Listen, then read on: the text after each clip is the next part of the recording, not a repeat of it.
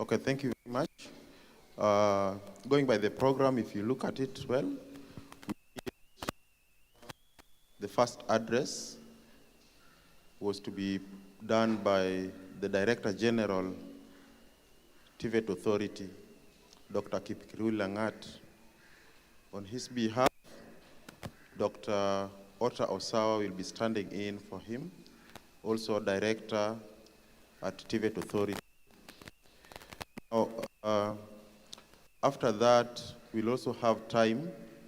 We invited the East Trip, what we call the IUCA, the Regional Coordinating Office of the East Trip and the National Office, although they delegated the task to the center leader for Kenya Coast. So after that particular presentation, we'll also have a broad presentation from our center leader on the progress and the developments around the Blue Economy project being implemented by the Kenya Coast National Polytechnic. So with those few remarks, I'm inviting Dr. Ota Osawa on development of TVET, the structure and the mainstreaming efforts. Thank you.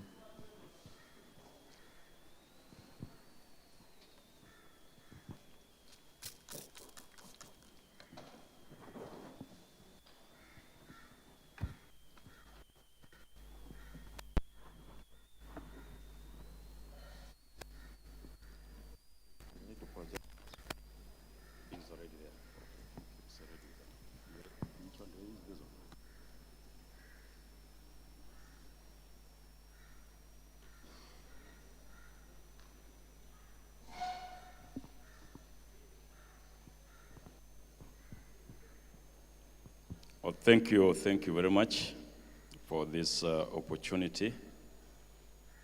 Now, as you have been informed, I'm Dr. Osawa. I'm actually a Deputy Director at the Authority in charge of research. And at TVET Authority, we publish the Kenya Journal of TVET.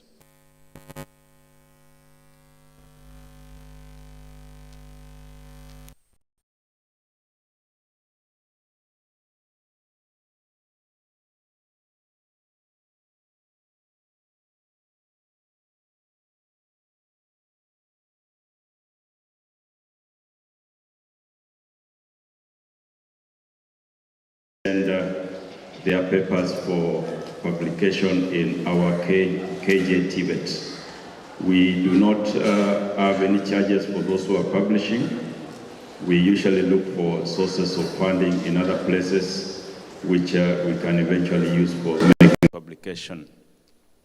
Now, we published the fourth edition or the fourth volume of KJ TVET last year. We are in the final processes of publishing the fifth volume of KJ TVET. And if you submit your papers, then I think those ones will be published in volume 6 of the KJ TVET. So first of all, although some of the people are not around, the chief guest, I hope will still be around somewhere. Our guest speakers, Chairman of Council, Principal, and the entire management of the Kenya Coast National Polytechnic, fellow researchers, and all participants. Hamjambo. Yeah, before I start on the presentation that was supposed to be given by the Director General TVET Authority, I would possibly take this opportunity to make some general remarks. First of all, I would like to commend the management and all the staff of the Kenya Coast National Polytechnic for organizing this inaugural conference of research. And it is my hope that this will become an annual event. Now, as you are aware, research and innovation plays a very important role in identifying challenges and problems facing the society and eventually coming up with solutions to these problems. And this one is done by provision of data which you can use for informed decision making, as well as policy formulation. And researchers, therefore, should always view problems and challenges as opportunities. Whereas some people are seeing that you have this problem, you should always think of which opportunities does these problems that we are facing present. So that is the lens that researchers should always use. Whenever there's a problem, they should always think of which opportunities can we find out of this problem in coming up with a solution to these challenges. And therefore, I would also propose that we need to consider coming up with some collaborative, applied, multidisciplinary research and innovation, not only within our institutions, but between different institutions. Because as we meet here right now, we should actually establish networks with different institutions so that when you think of coming up with research, then that research, let it not just be for one particular person, but let us make it multidisciplinary. It is only when you do this that the research that we come up with can actually be of a lot of benefit to the society. Now, in addition to publication, as I've just said that we are doing publication in our KJ TVET, I think we should always think up of coming up with research and innovation that can be commercialized. The Ministry of Education is already coming up with some policy for commercialization of and establishment of different enterprises within our TVET institutions. Now, this is because of the fact that we have actually realized that within our TVET institutions, we have facilities that can even be used for commercial production, but they are not effectively used. So the CS was already spearheading this, and we do hope that when the new government comes, then they will proceed with that idea so that we come up with some commercial enterprises within our institutions.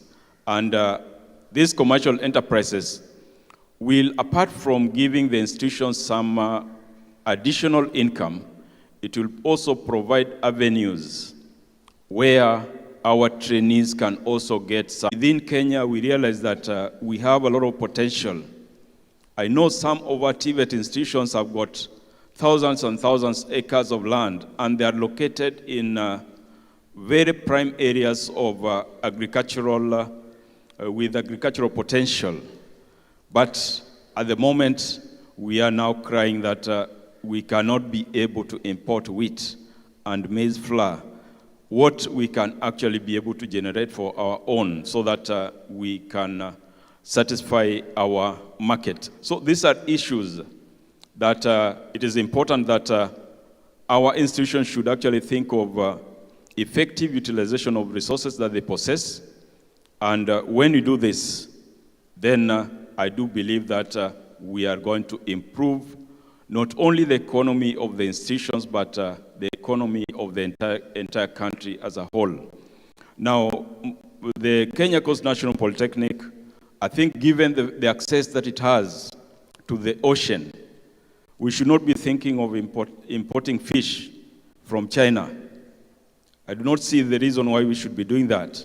So I think we should actually be thinking of ways in which you can be able to do this. And as you talk about blue economy and the great potential that it has, let us not just think about blue economy for training purposes. Let us not just end our work in training, but how can we effectively use the blue economy how can we effectively exploit the blue economy so that we can be able to come up with additional income for our institution.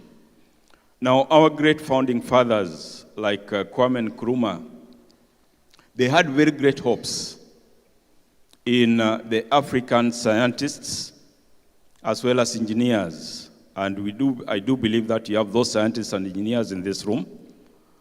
And some of the hope that they had was that they were expecting that our scientists will have that potential even to convert the Sahara Desert into a forest, which we actually believe we can. So none of this has actually happened. There's very little that has been done in these areas. All these hopes that our forefathers had, I think we should actually think of ways in which we can be able to actualize them. Now, it is also very sad that again, when I check on our great founding fathers, the speeches that they were making, they were expecting that we'll be having very good industries which are run by the Africans themselves. But it's again very sad that most of the time, we are still exporting the raw materials and then importing the finished products at very high cost. Now, some of the raw materials that we even export are things that are very basic, that we can actually do value addition. I think we need actually to stand our ground.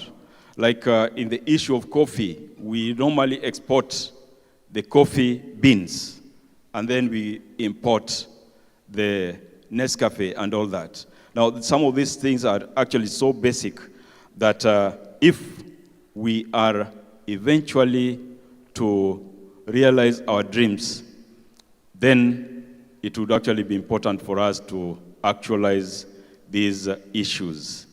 And as researchers, we should actually come up with these solutions to the problems. And since we now have the researchers, we have the engineers, whenever we are coming up with certain research topics, we should actually come up with research topics that can eventually be applied. Now, during, this is something that I normally share. During one session when we had a research conference for the Kenya Chemical Society, now when all the researchers were giving their presentations, each and every one of them, whenever they stood up, they could talk about the fact that one of the problems or challenges that researchers are facing is lack of funding for undertaking the research. Then the professor whom we were with in the room, when he stood up, he told us that funding is never a problem for research. The only thing which is lacking is research ideas that can be funded. So as we think of our research ideas, let us actually think of research ideas that have got a lot of benefit to the society. And if we come up with those research ideas that have got a lot of benefit to the society, then we'll not be crying over research funding. So the ideas that we come up with, let us come up with great ideas which can actually change, can bring changes to the society. And once we do that, then our impact will also be felt. Now, when the Director General of NACOSTI was presenting here yesterday, he was talking about the limited funding that they're usually given. But what I do believe is that once we can come up with ideas, research ideas that can bring great impact, not only to the institution, but to the society and eventually to Kenya as a whole, then there will be no time when you'll be crying about lack of funding for our research. Because again, whenever the government gives NACOSTI money, the NACOSTI gives out the money to researchers. Then the government asks, what is the impact of this research that has been done? What improvement does it bring to the economy? So automatically, if the research is just for publication and then it ends in the shelves, then the government will not be seeing any need to put a lot of money for research. But once we can come up with research ideas and innovative ideas that can actually be commercialized and bring changes to both the community as well as to the country, then there will be no time when we will be crying about lack of funding for research. Now, I can now move on to my presentation. As you have been informed, I'm presenting on behalf of the Director General TVET Authority, and the topic is TVET as a strategic and operational priority to realize SDGs, African Development Agenda 2063, and Kenya Vision 2030. So this is indeed a very wide area. So I'll just go through briefly the SDGs, the African Development Agenda 2063, and the Kenya Vision 2030. And then from there, we will eventually be able to see the effect that TVET has in all these issues. So the background of the study will involve I'll have some background. So I'll talk about the Sustainable Development Goals. Now, as you realize, we'll be coming from the international, then moving to Africa, then moving to Kenya, and then from Kenya we'll now be talking about the issues in the area of TVET. Now, basically, under background, we realize that TVET has gained a lot of attention and also gained a lot of popularity globally. Now, this one is because of the key role that TVET plays in the provision of skilled workforce for sustainable development. Just go to the next slide. Now, TVET is basically regarded highly in the strategic and operational priorities of the G20, that is of the G20 nations, the Organization for Economic Cooperation and Development, as well as the international organizations such as the ILO and UNESCO. In order to realize its vast potential and impact on development, there is need for continuous review of the TVET systems. And for us to be able to do this, it is also important that we should actually be undertaking some intensive research, innovation, and where applicable, commercialization of those research findings. And this can actually help in providing solutions to the common problems that are facing the societies and contribute effectively to sustainable development. It is therefore important that we make research and innovation and we integrate it in all our training programs. That is very important. Just go to the next one again. SDG. Now, the SDGs are a universal call for action to create a fair, just, and equitable world by ensuring that no one is left behind. So in 2015, about 193 member states of the UN adopted the 2030 Agenda for Sustainable Development.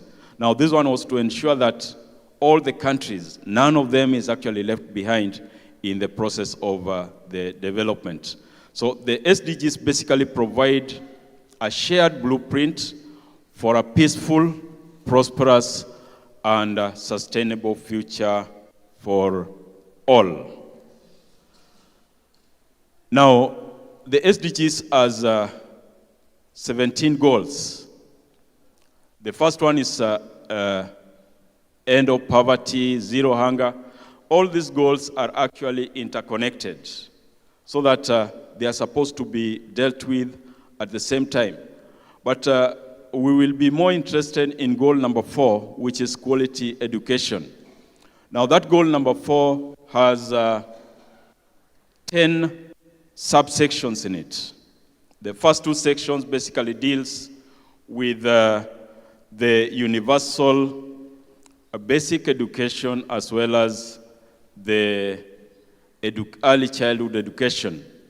Now, the part which is important for TVET is 4.3 and 4.4 of the Sustainable Development Goals. And you realize that TVET plays a very important role in all these Sustainable Development Goals, because TVET basically provides skills that can be used by the graduates for decent work.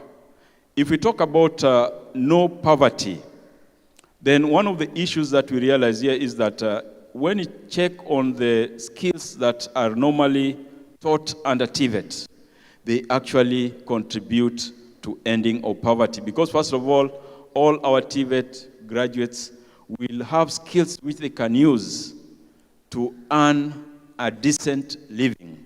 And therefore, it will eventually eradicate poverty. Zero hunger. Under TVET, again, we realize that we train agriculture, those who are going to do agriculture. One of the basic ways in which we can actually end hunger is to ensure that we are reliant in food production that we have not done at the moment. Good health and well-being. Under TVET, we still train a number of graduates who will eventually work in our health facilities.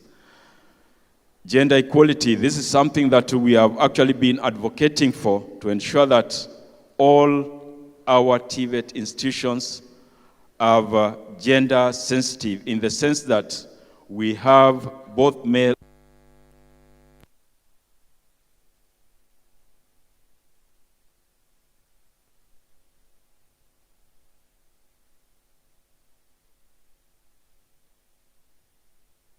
and the females are admitted into the various programs. Then clean water and sanitation. Again, these one are issues that are also incorporated within our TVET training. So basically, when you check on all these areas, TVET is involved. And when you talk about the blue economy, that's where we get number 14, which is life below water. So basically, if we check on all these areas, then you find that TVET is actually indeed required for us to ensure that we attain these 17 goals. So the next one is just basically, I think is something that I've already explained, so we can just go through it very fast. I've just talked about the fact that SDG 4 require provision of equal access for women and men to affordable and quality technical, vocational, and tertiary education. Whereas the goal 4.4 proposes substantial increase in the number of youth and adults with relevant skills for employment. And this employment will ensure that they have decent jobs and entrepreneurship by that year of 2030.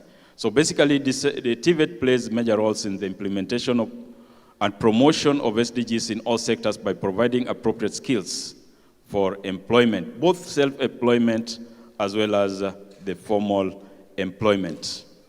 And it is also important to note that the sustainable development consists of three: economic, rural, and environment development, which should be considered as a whole. And therefore, all our TVET policies and practices should not neglect any of them. Whenever we are talking about our TVET systems, we should always ensure that we incorporate all those.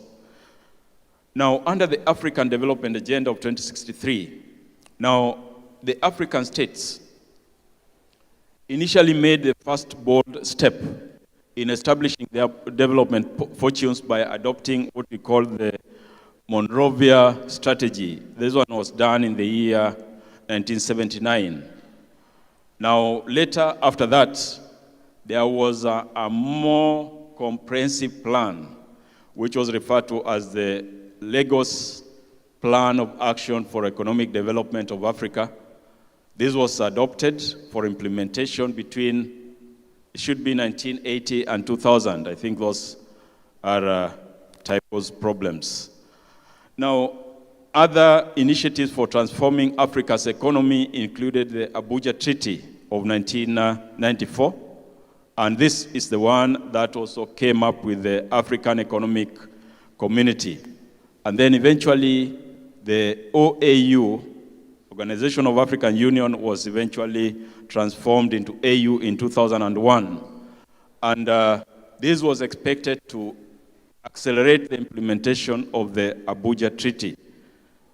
Now, one of the initiators of the conversion of OAU into AU was the President Muammar Gaddafi.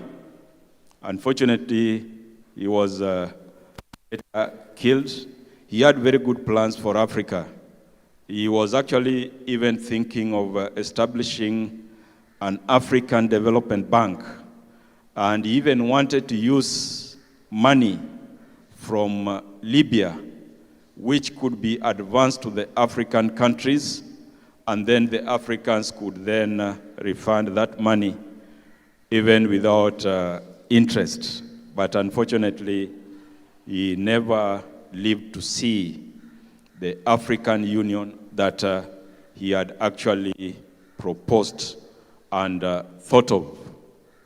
Now, basically, the African Agenda 2063 is capturing the aspirations and the desire for shared prosperity, well-being, and unity and integration, as well as achievement of full potential, is realized by free citizens with expanded horizons. I do hope that we'll be able to achieve this, although at the moment we realize that even within Kenya itself, we still have some pockets of problems where we cannot coexist very peacefully. It is my hope that our TVET graduates, actually one of the reasons why we train the TVET graduates is to ensure that we eliminate those conflicts. Most of these conflicts normally arise as a result of resources. If we give the appropriate skills to our graduates, the fighting for resources will eventually end. And when the fighting for resources eventually ends, then our people will be able to live very harmoniously. So this is one aspect that we should always think about as we train our TVET trainees. Now, in order to realize the African Development Agenda of 2063, this process has been divided into certain sections. Just like as I will talk about the Kenya Vision 2030, we normally implement it in what we call the medium-term plans, each one of them 5 years each. The same thing was also proposed for the Africa Agenda 2063. It was also proposed to be implemented within particular plans, some sections. So the STISA 2024 was to start from 2014 up to 2024. And then after 2024, we'll have another plan up to 2034. Then we'll move like that until we reach 2063. So the STISA is basically science, technology, and innovation strategy for Africa. So it exemplifies the critical role which is played by science, technology, and innovation, and it places science, technology, and innovation at the epicenter of the continent's socio-economic development and growth. Now, this strategy is anchored on 6 strategic priority areas. As you can see, some of these strategic areas actually is some repeat of the SDGs. One of them is eradication of hunger and ensuring that we have food security. These are something that we should actually, as we train our TVET graduates, we should think about it. And even as TVET institutions, we should also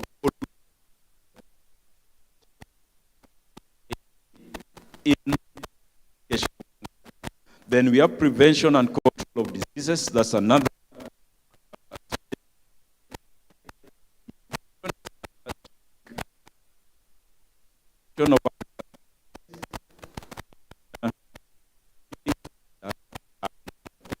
Creation. Created enough wealth in only fight for resources if no much wealth has been created. And therefore, even in these affluent areas, you'll never find them fighting. The only places where you find people fighting is where people have got very limited resources. So if we can use TVET to ensure that we actually create wealth, then this will actually help us in eliminating these conflicts. So just as I've said before, is that STISA 2024 is a short-term incremental strategy which is designed to address the aspirations that were identified in the Agenda 2063 for Africa. Now this is just the mission and how the Africa can be able to realize how STISA can play the role that STISA plays in realizing the African Agenda 2063. As I had just mentioned earlier, is that it is supposed to address the aspirations which are identified in the Agenda 2063, as well as the mission of AU. And the mission of the AU is an integrated, prosperous, and peaceful Africa, driven and managed by its own citizens, and playing a dynamic force in the international arena. These are some of the things that we should be thinking of. How can we be able to achieve this mission?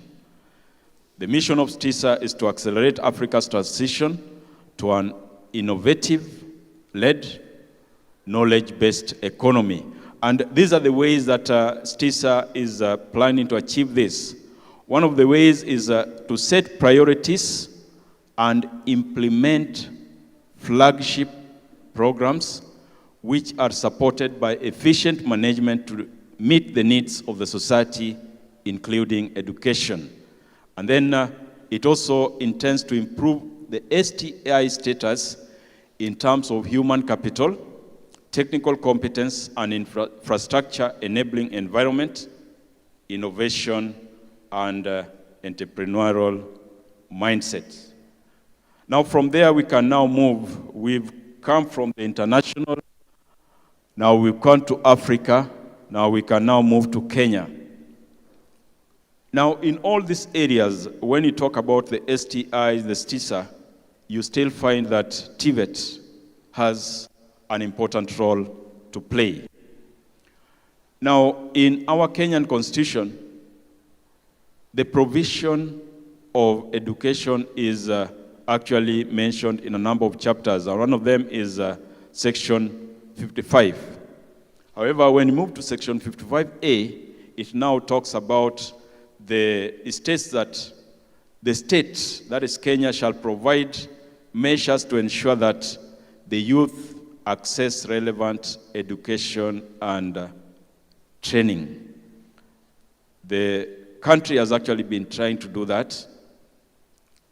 I'll talk about this later, but I can just mention the fact that in an attempt to ensure that this one is achieved, the country has been providing capitation that you are aware of to all the trainees in our TVET institution under the Ministry of Education. Now, the reason for that is because the funds is usually some funds through the Ministry of Education that it has decided now to use as capitation to ensure that there's improved access to our TVET institutions. Now, the funds has been increasing at a very unprecedented rate, and at one time, the ministry it not to be sustainable. One which you are trying to ensure that this fund is sustainable is not to involve the stakeholders, the private sectors, there's all the stakeholders of TVET to come together so that we can be able to establish some funding that can be sustainable to support our TVET programs. So the Kenya TVET 2030, which is actually a Kenyan way of ensuring that we also achieve our expected development, it actually envisages to transform the country into a newly industrializing globally competitive and prosperous middle-income country with adequate quality of life for all its citizens by 2030. Now, this vision is actually anchored in those three pillars, which is the economic, social, and political pillars, and it is normally implemented on successive 5-year medium-term plans. The first medium term was 2008-2012. Then we had the second one. The third one is the one that is now about to end. The fourth one is now from 2023 to 2027. It is already in the progress. So much work has been done on the fourth medium-term plan. Now, the medium-term plan 3, the one that we are currently in, is actually it prioritized some 4 areas. Just move to the next slide. So the medium-term 3 prioritized 4 key areas. And these 4 key areas are the ones that you refer to as the Big 4 agenda. Again, if you check on this Big 4 agenda, then you will find that since TVET institutions are actually the major suppliers of skilled workforce, you will actually find that it plays a very important role in this area, all these 4 areas. Because manufacturing sector, we need technicians who come from our TVET institutions. Enhancing food security, I already talked about that. Then ensuring affordable universal care, we produce people who usually work in our medical sector. And also providing affordable housing. We also produce technicians who work in all these areas. So the TVET sector is again playing a very important role in the achievement of the Big 4 agenda. Now, in order to ensure that we have appropriately qualified and skilled TVET graduates who are supposed to help in the achievement of the Big 4 agenda, the medium-term plan 3 also envisaged to strengthen the quality assurance in our TVET institutions as a way of improving the quality of training. One of the ways in which we can strengthen the quality of training in our TVET institutions is to ensure that within the institution we have very strong quality assurance systems.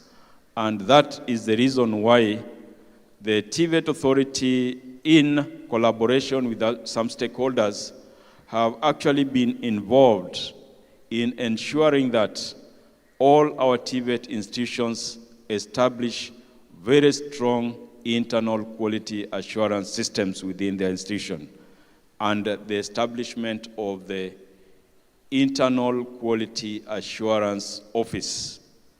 And for us to be able to do this, you have noted that there's been a lot of training of internal quality assurance officers. I think in most of our institutions currently, we have had a number of training, both for the management of the institutions, as well as the internal quality assurance officers themselves. And we expect that the internal quality assurance officers themselves, once they go back to their institutions, then they will be able again to train the staff within that institution on ways through which they can be able to maintain their quality or improve their quality. Just go to the next slide. Now, some of the achievements that have been made, I think those ones are already there. I've already talked about them. Development of internal quality assurance framework, capacity building of quality assurance staff and institutional management, as well as development and review of quality assurance standards. Now, I will just briefly talk about some of the underlying issues in the TVET subsector. Now, just go to the next slide again. Now, one of the underlying issues that have been talked about quite a number of times is the skills mismatch. You have gone to the previous one. One of the underlying issues that you have had in our TVET sector has been the skills mismatch. This one has been actually been pointed as one of the reasons why we have high youth unemployment, as the employers believe that the low quality of training is a cause of skills mismatch. And this one was identified through a study by ILO in 2015. Now, it has also been noted that just like many African nations, the TVET systems in Kenya have also been operated on a supply mode. This is one thing that should actually be for the previous generation, because we have had a lot of technological developments. Then another underlying issue that you have had within the TVET sector is the negative perception of the TVET programs. Now, this is something that we have had for a very long duration of time. The TVET programs were initially being viewed as inferior to the traditional academic pathways.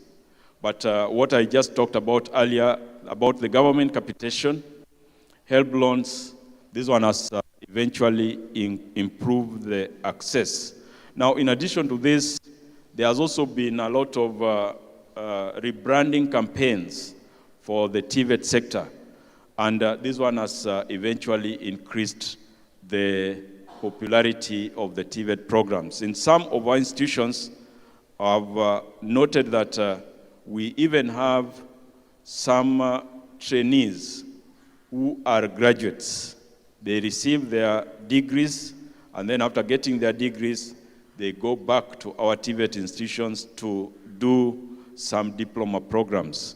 Some of those graduates, when you talk to them, then they'll tell you that the diploma that they have actually done in the TVET institution is what now eventually makes them to get jobs, would be self or even formal employment, than what they did at the university.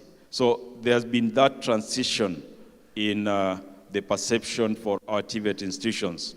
So that is actually we expect to continue, because if you go to some of the developed countries like Canada, you realize that quite a number of the trainees in their TVET institutions are actually graduates. Graduates get their skills of management in the degree, and then they come back to the TVET programs where they get the hands-on skills, which they can now use either for self-employment or they can also use them for formal employment. And we hope that this is something that will eventually continue. So as I was telling you that the capitation has been increasing. You can see that there was 2.673 billion in 2019-2020, and then it increased to 4.946 billion in the financial year 2020-2021. So there's been a lot of increase, and it has, the benefit that has already given is quite a good number of the students. However, what I was telling you is that it might not eventually be sustainable, because we now have a very large number of trainees actually coming to our TVET institution. Another underlying issue has been the limited funding. Now, we also have in some of the institutions, we have poor quality facilities. This one is not in all the institutions. Quite a number of our institutions have got good quality infrastructure, but a few of them. Then another underlying issue is a lack of competent trainers. And I've said this is especially so in our vocational training centers. And also, we have not been able to have an established continuous professional development for trainers. This CPD is ideally a very important aspect for ensuring that our trainers actually keep abreast with the changes in technology. Because a number of our trainers right now, you can even find trainers, if I talk about motor vehicle mechanics, they are trainers when they were doing their diploma programs. We had the carburetor engine vehicles. So whenever they are training, they will be more tempted to talk about the carburetor system. But those carburetor systems have already been overtaken by events. So that's why we would like to have a situation where our trainers continually undergo some sort of continuous professional development and industry exposure. This will enable them to keep abreast with changes in technology so that whenever they are training, they actually train what is happening at the industry and not what they learned sometimes back. So we have not actually established a system for the CPD for the trainers. Then with the changes, with the current changes in technology, we should also be embracing the online training system. But one of the underlying issues that we have is the shortage of high-speed internet. Then we also have low preparedness of our trainers in digital technology and research. Poor linkage with industry is another issue. And also relevance of curricula of training programs delivered due to the changes in the world of work. Now, maybe I can just share with you briefly, although we have been talking about the fact that as we train practical things, which cannot be trained online. At one time when I was talking with a trainer in Jamaica, they told me that they actually do training online, even for welding and other practical subjects. And one of the issues I realize is that if we adopt the online training, it will eventually make the training cheaper and therefore improve access, because somebody can easily train from the comfort of their homes, wherever they are. So when we are talking to this person in Jamaica, they actually told us that whenever they are training those practical courses like welding and even motor vehicle mechanics, they do so through videos and simulators. The simulators will show how this process happens and how you can even be able to do that work practically. Then once you have been able to watch, and the goodness of the online training is that even if it's a slow learner, he can watch that video a number of times. Not a situation where the trainer comes to class and then he trains you, this is what is supposed to be done, this is like this. Then the trainer goes because he has covered that area. If you're a slow learner and you're using e-learning, then you can play that particular video even more than 10 times. One thing that you have not understood, you go back and go to it again. So what they told us is that once they have used those videos and simulators, the next thing that they have is now to use some mobile workshops. So the mobile workshops now will go to various parts of where we have those students. So when those mobile workshops go there, then the trainee will now be able to practice those skills practically. So first of all, they will view through videos and simulators, understand the concept and how that work is done. Then once now the mobile workshops goes to their regions, there are days when those mobile workshops will go to various regions. Then the trainee will now be able to practice the hands-on skills.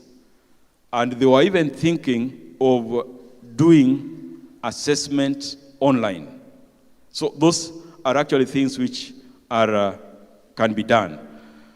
Now, let me go through the remaining parts slightly faster. Role of TVET in the future of work. Now, these studies have already shown that different skill sets are required for the future.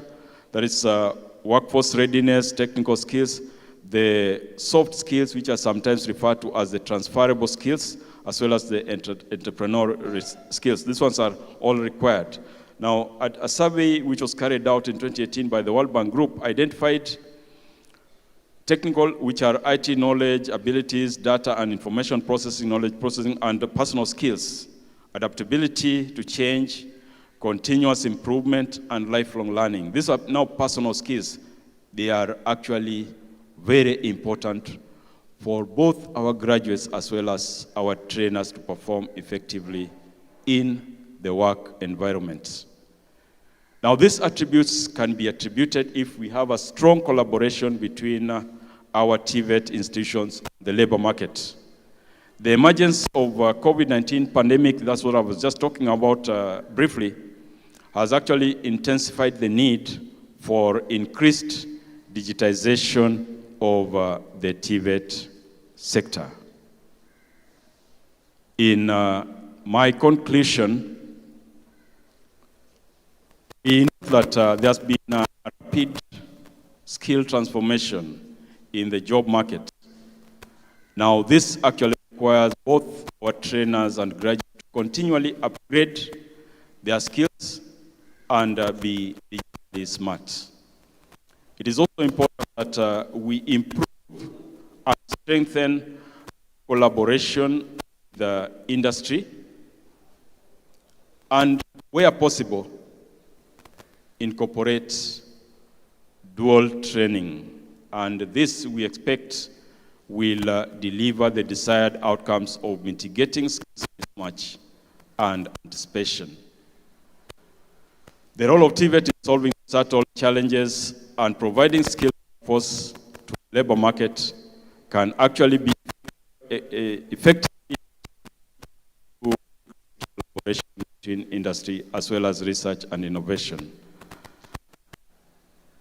And for us to do this, we need to develop relevant programs using suitable curricula and employing new ways of training and assessment of trainees.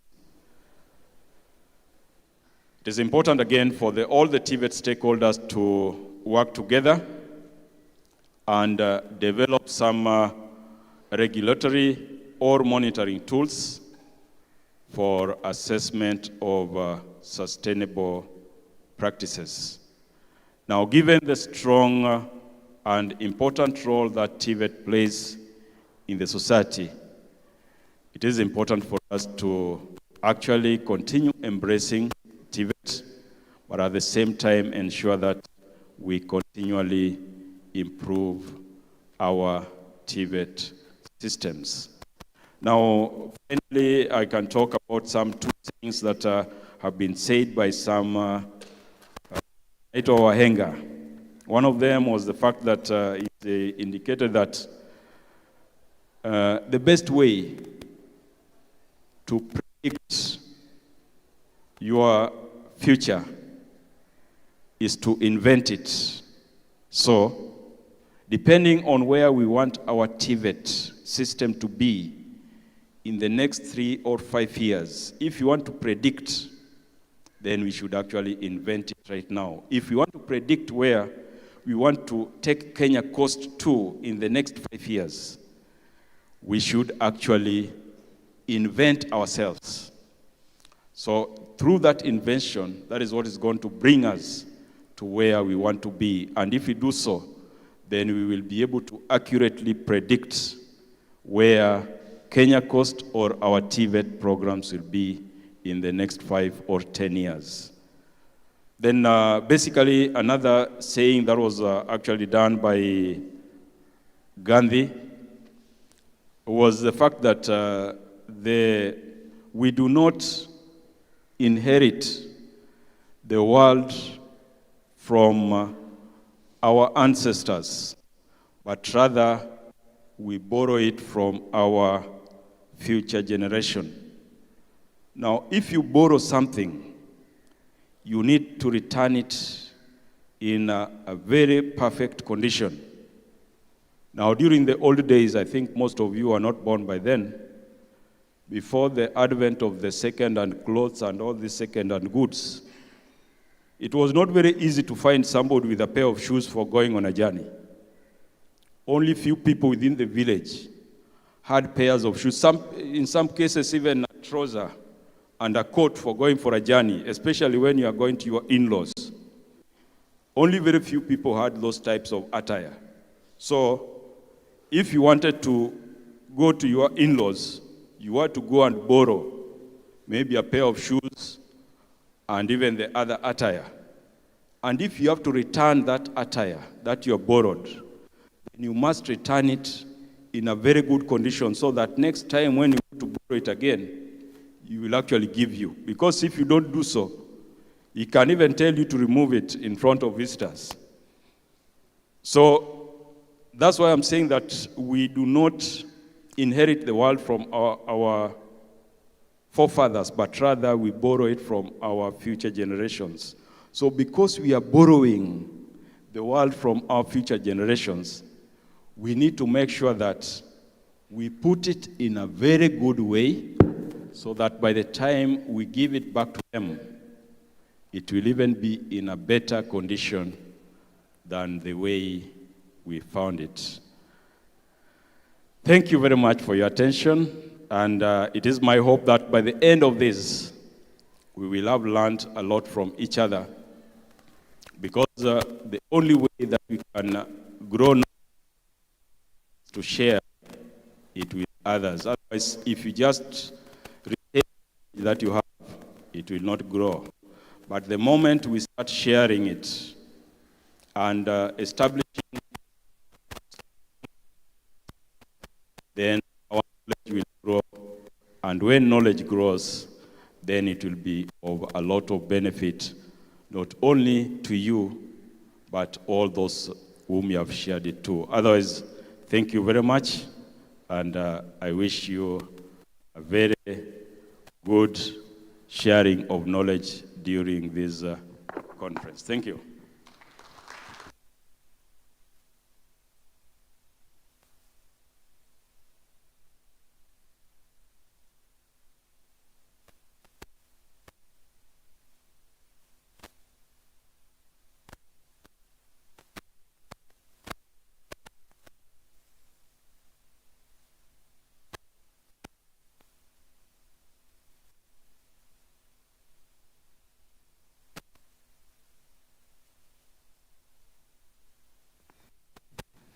Thank you, Dr. Otta Osawa. Indeed, the message is clear. And there's so much effort also being made by the TVET trainers. Now let me take this opportunity to welcome the chief guest and the chief principal who have just joined us to this event. Let me also take this opportunity to welcome Professor Kanywa, the council chair for Kenya Coast National Polytechnic, who joined us when the program was already on. Now, at the same time, we have been joined in this conversation by Dr. Linus Wekesa. Dr. Linus Wekesa is the regional director for Kenya Forestry Research Institute in Coast Region. He is representing the Director General, Kenya Forestry Research Institute, who was busy and could not attend this event. Dr. Linus Wekesa also has a presentation that he will make on the relationship that exists between forestry and blue economy. Before we engage Dr. Linus Wekesa, perhaps there may be one or two reactions or comments that may follow the presentation by Dr. Otta Osawa. Delegates, is there anybody who has any reaction, any comment, or any question with regards to the presentation by Dr. Otta Osawa? Plenary? So I know our time is running too fast, and I know paper presenters are also getting anxious, but you'll give us just a little time, 20 minutes, then we'll break for tea. Before we break for tea, let us give time to Dr. Linus Wekesa to make his presentation on forest research for sustainable blue economy. Then after tea, we will break for parallel sessions. The session in Chandaria Hall will also attend the Blue Economy Conference, Blue Economy briefing from the center leader and the industry advisory board members. But the session that will be going to Smart Lab will continue with the paper presentation. So at this point, I'm inviting Dr. Linus Wekesa to make his presentation on forestry research for sustainable blue economy. Karibu Daktari.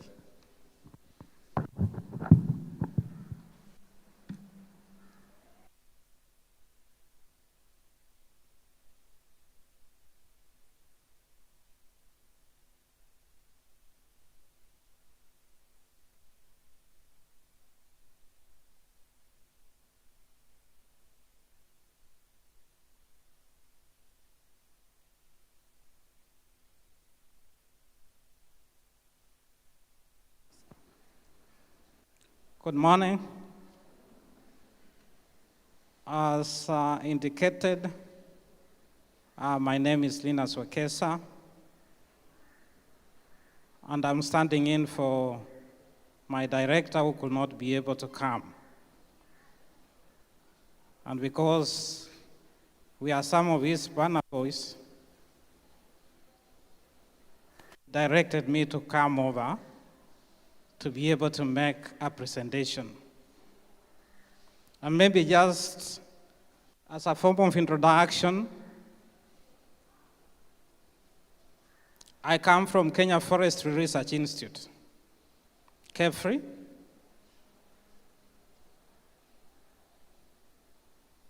In terms of a profession, I'm an economist. But when I talk about KEFRI, I become a career forester. And today, I'm going to give a presentation on forestry research and how it relates with the issues of the blue economy. And in my presentation, I want more to dwell on what KEFRI has been doing in the region. Terms of research, developing technologies, developing innovations, and how all these things could be able to impact on the blue economy. And maybe just to start off, allow me, because I've mentioned about KEFRI, just to be able to give just a brief overview of what KEFRI is. And KEFRI, which is Kenya Forestry Research Institute, is a government agency that was established in 1986 through the Science and Technology Act, which of course has been repealed to the Science, Technology and Innovation Act 2013. Basically, this particular organization is mandated to conduct research in forestry and allied natural resources for socioeconomic development. Forestry research is very key, and indeed, through the Science, Technology and Innovation Act 2013, it recognizes and advances forest research as a key enabler for accelerated economic development of the country. And that's why we are there. That's why we always seek space and time to be able to advance what we are doing.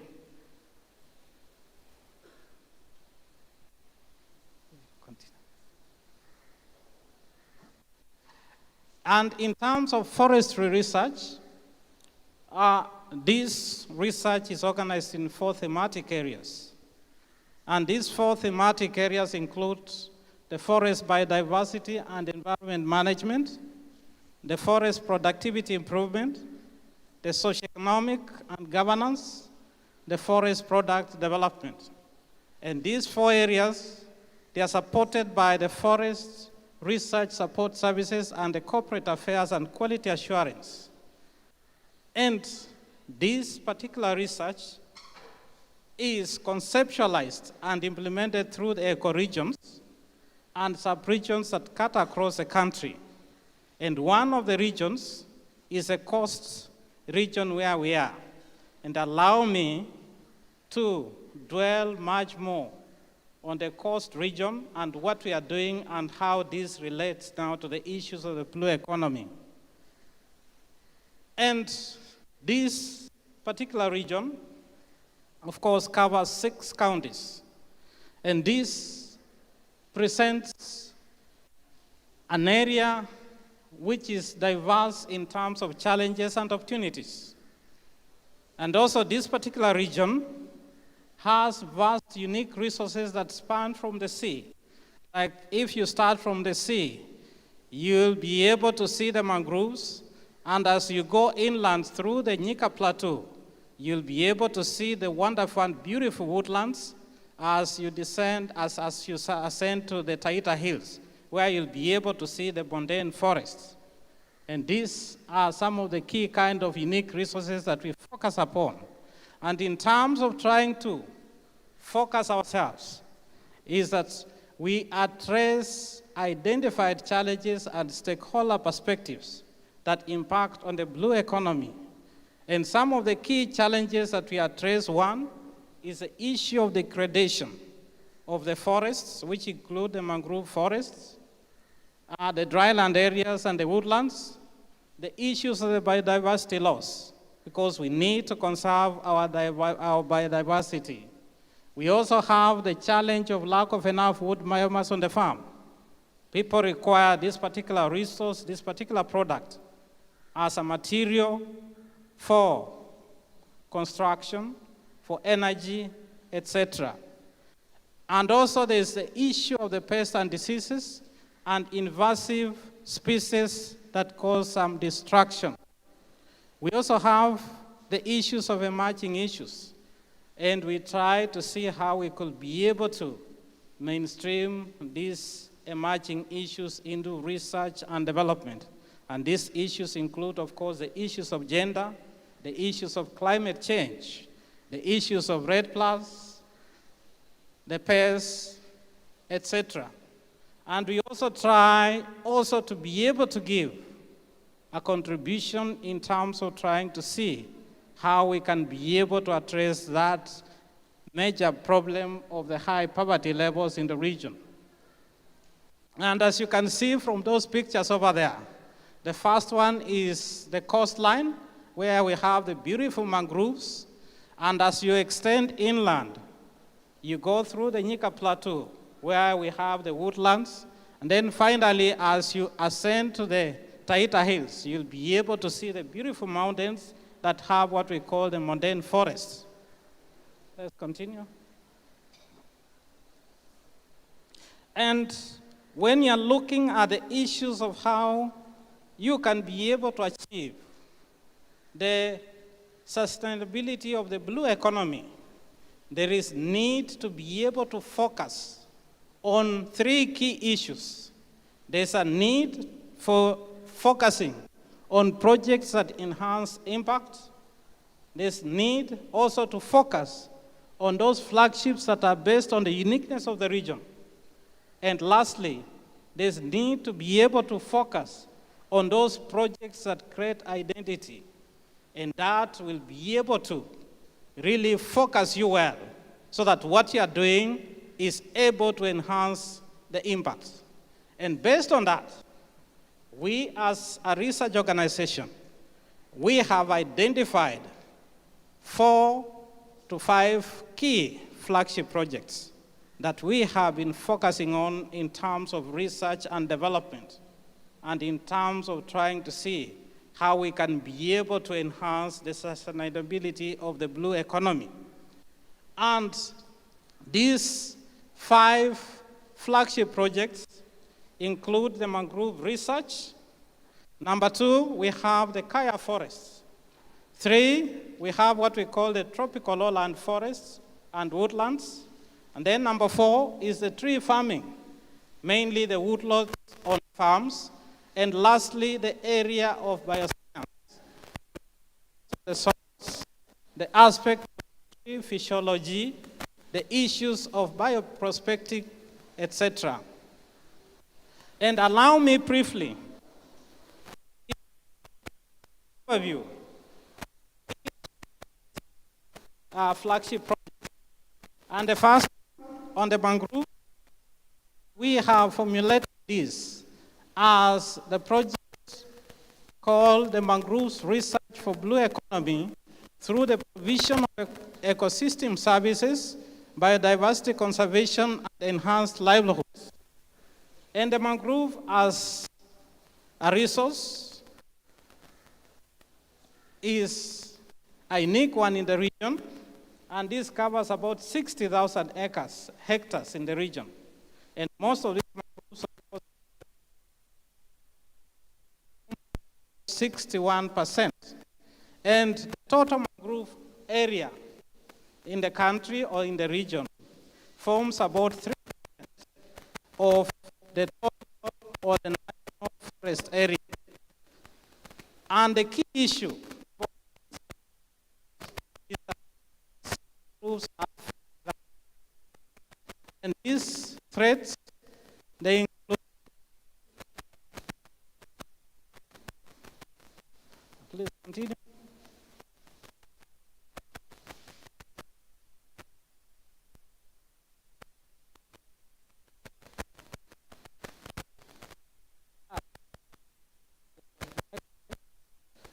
Yeah, the threats, they include the these groups.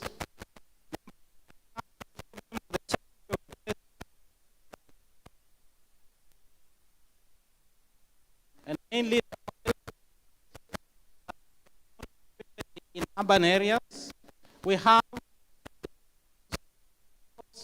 for the cost of development and implementation. When doing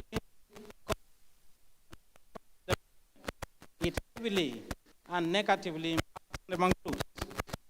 We have change. This leads to the issues of flooding, the rise in the sea level, changes in the soil water, and the sedimentation.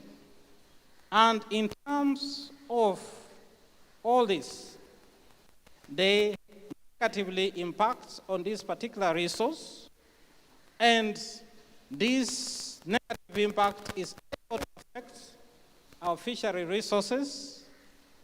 It is able to compromise the sustainability of the resource, and also it compromises the shoreline stability, and it also leads to what we call the carbon source.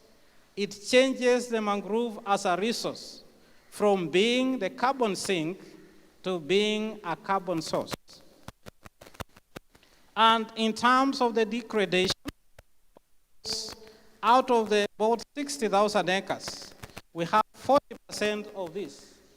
They are being affected by threats, and we have about 40% under the threat of degradation. Next.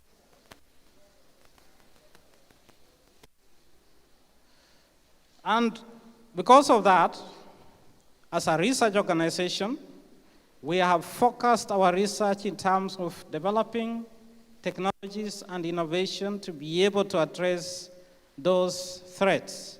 And some of the key kind of outputs and achievements, of course, includes areas for us to be able to clearly focus on the hotspots. Then number two, we have been able to do the identification of the pests and diseases that are affecting these mangroves for us to be able to clearly see what forms of interventions can be advanced.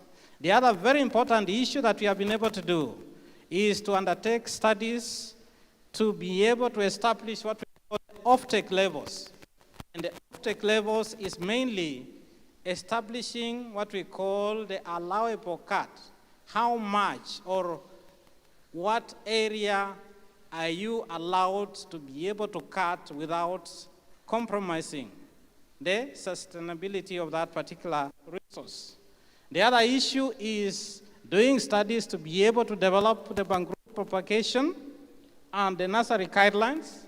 We have also been able to look at the socio-economic dimensions because the mangroves are with the people. Is that interaction between the resource and the people. And because of that interaction, you get there are those social dimensions. So we have also gone in to be able to identify those social dimensions that will be able to affect the issues of the governance, the issues of utilization, and the issues of management of this particular resource.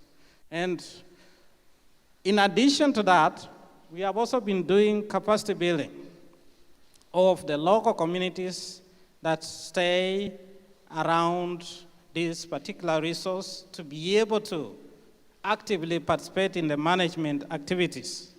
And we have also been doing the dissemination, and we have been making publications.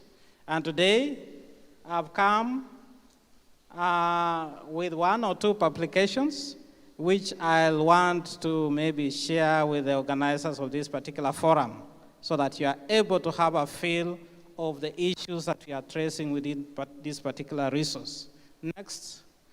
So these are some of the key issues that we are doing. Developing restoration technologies for degraded mangrove forests, seeing what needs to be done, seeing the issues of the areas to be able now to target in terms of planting, how it should be done, and what form of planting materials you need to use. Next. We've also been just over the same in terms of seeing the issues of spacing and all that. What kind of spacing do you need to apply to enable these mangroves be able to establish themselves well? And out of research, of course, we have seen that closer spacing of this particular resource enhances their sustainability and all that. Next, I've talked about building the capacities of communities. We have been going in, offering the trainings, and supporting the communities with the necessary inputs to be able to do the nitty-gritties of managing this particular resource. And some of the key issues is in terms of seedling production, so that the community is able to produce the required planting materials. We have also supported them in terms of trying to do the actual mangrove planting. Okay, let's go next. I've talked about the issues of pests and diseases. We have been able to carry out research to be able to identify what pests and what diseases attack this particular resource. And we are developing what we call the integrated pests and disease management kind of framework that we are using to be able to enhance the sustainability of this particular resource. Next. The second project is what we call the KAYA, and we call this the development of strategies for sustainable management of the KAYA forest for biodiversity conservation and livelihood improvement. And the KAYAs, just back, and the KAYAs which are biodiversity rich. These are sacred forests of the Michikenda community. And this particular community protects this particular resource mainly using what we call the traditional Michikenda culture. And they have what we call the Council of Kaya Elders, who employ a system of taboos and traditional rules to be able to protect these particular Kaya forests. And this is to enable this particular kind of resource to be able to be beneficial to the community and also serve that intended purpose to the community. And despite the importance of this particular resource also faces a number of challenges or a number of threats. And these include, one, the issue of the degradation or the erosion of the cultural systems. They also face the challenge of the high poverty levels and the overexploitation. And all this now is what is contributing to the degradation of the kayas and also the destruction of this particular kind of resource.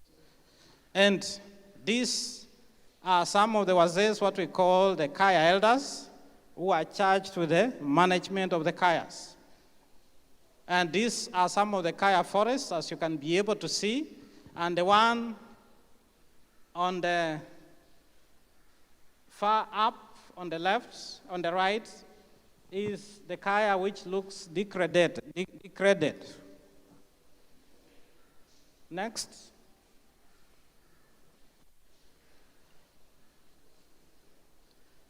And for us to be able to enhance the usefulness of the kayas, we have been involved in a number of research activities and developmental issues. And these include, one, we have been able to assess the effectiveness of existing governance system in sustainable management of these kayas. We've also been able to undertake biodiversity assessments. We have also been evaluating the opportunities that are presented in terms of trying to develop the recreation and ecotourism facilities out of these kayas. We've also, out of the efforts, we have also been able to establish what we call the cultural villages. And one of the cultural villages that we have been able to establish is what we call the Rabai Cultural Village for Ecotourism and Livelihoods. And we are also trying to establish what we call the biocultural heritage territory to be able to protect these kayas. And our initial efforts are geared towards protecting the 4 Rabai kayas. This is the kaya Bom, the kaya Fimboni, the Musimuvia, the Musimuvia, and the Musimuria in Rabai sub-county.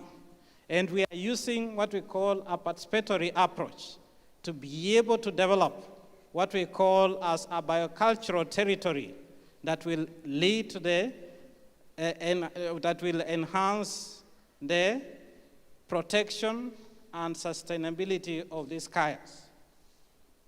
Next. These are some of the activities that we undertake. Of course, training the communities that surround the kayas in terms of nursery seedling production. We also involve the surrounding communities in tree planting within the kayas. We also do some training of those kaya, the communities that surround the kayas and the kaya elders. And we also link up these communities with interested partners to be able to support the different initiatives that the community is initiating to be able to enhance the sustainability and usefulness of the kayas. Next. The third project is what we call technologies for conservation of the tropical lowland forests and woodlands. And this is one of the key resources in the region. However, these forests and woodlands face a number of challenges. And some of these challenges include the rapid population growth, the issues of the expansion of the agricultural activities, the increased encroachment, and all these will ultimately lead to the high rate of deforestation, the problem of degradation, and also they lead to the fragmentation of these particular resources, because you get people trying to kind of encroach and destroy these particular resources. These are some of the pictorial presentations. Of course, the first picture over there, you can see how people are pushing the forests through settlements. The second picture is you can see increased agricultural activities that have led to the destruction of the key kind of forest within that particular ecosystem. And equally the third picture, as you can be able to see. And then we also face the challenges of illegal cutting of trees, mainly for construction and extraction of the various materials.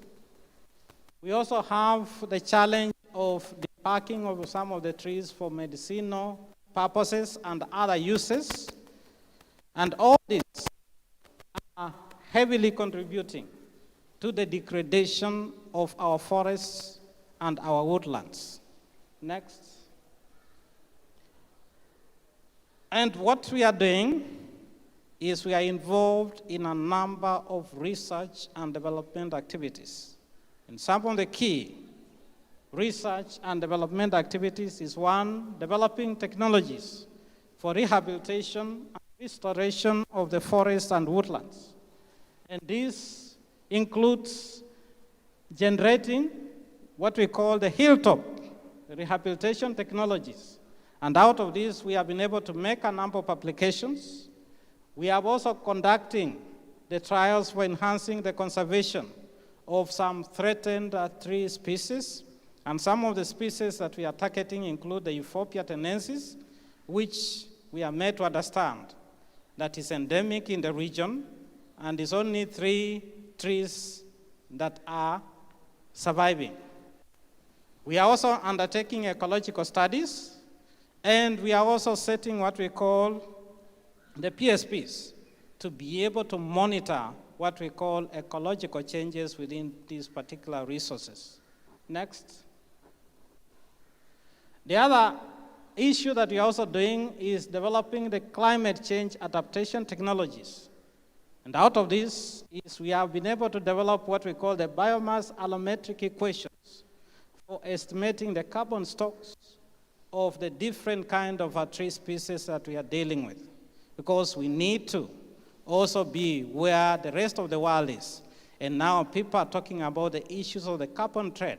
So what we are doing is to be able now to see how we can be able to quantify the amount of carbon that is being sunk by the tree species that we are targeting.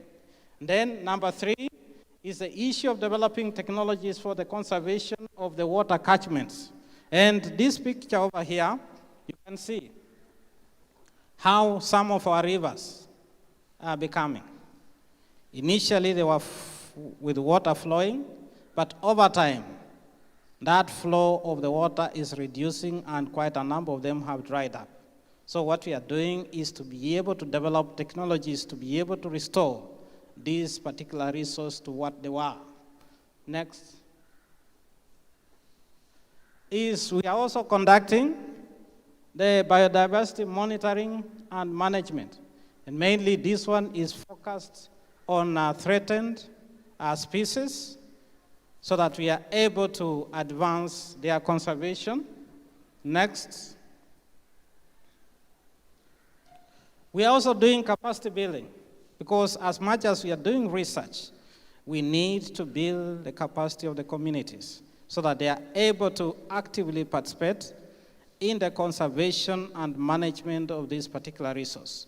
We train them in terms of nursery management. We train them in terms of how to appropriately do the tree planting. And we also provide them the required materials and inputs to be able to carry out these intended activities. Next. The fourth activity, the fourth project is what we call the tree farming for livelihood improvement and increased tree cover. And this is a key area of focus because one, even the Kenyan Constitution has given greater recognition to this particular area for all of us to actively participate and lead to the enhanced tree cover. And we, as a research organization, we are focusing on some key areas which include the issues of genetic improvement, the silvicultural aspects, the issues of tree technology uptake, how can we be able to enhance the uptake of the different technologies and innovations that we are developing. Also the aspect of financing.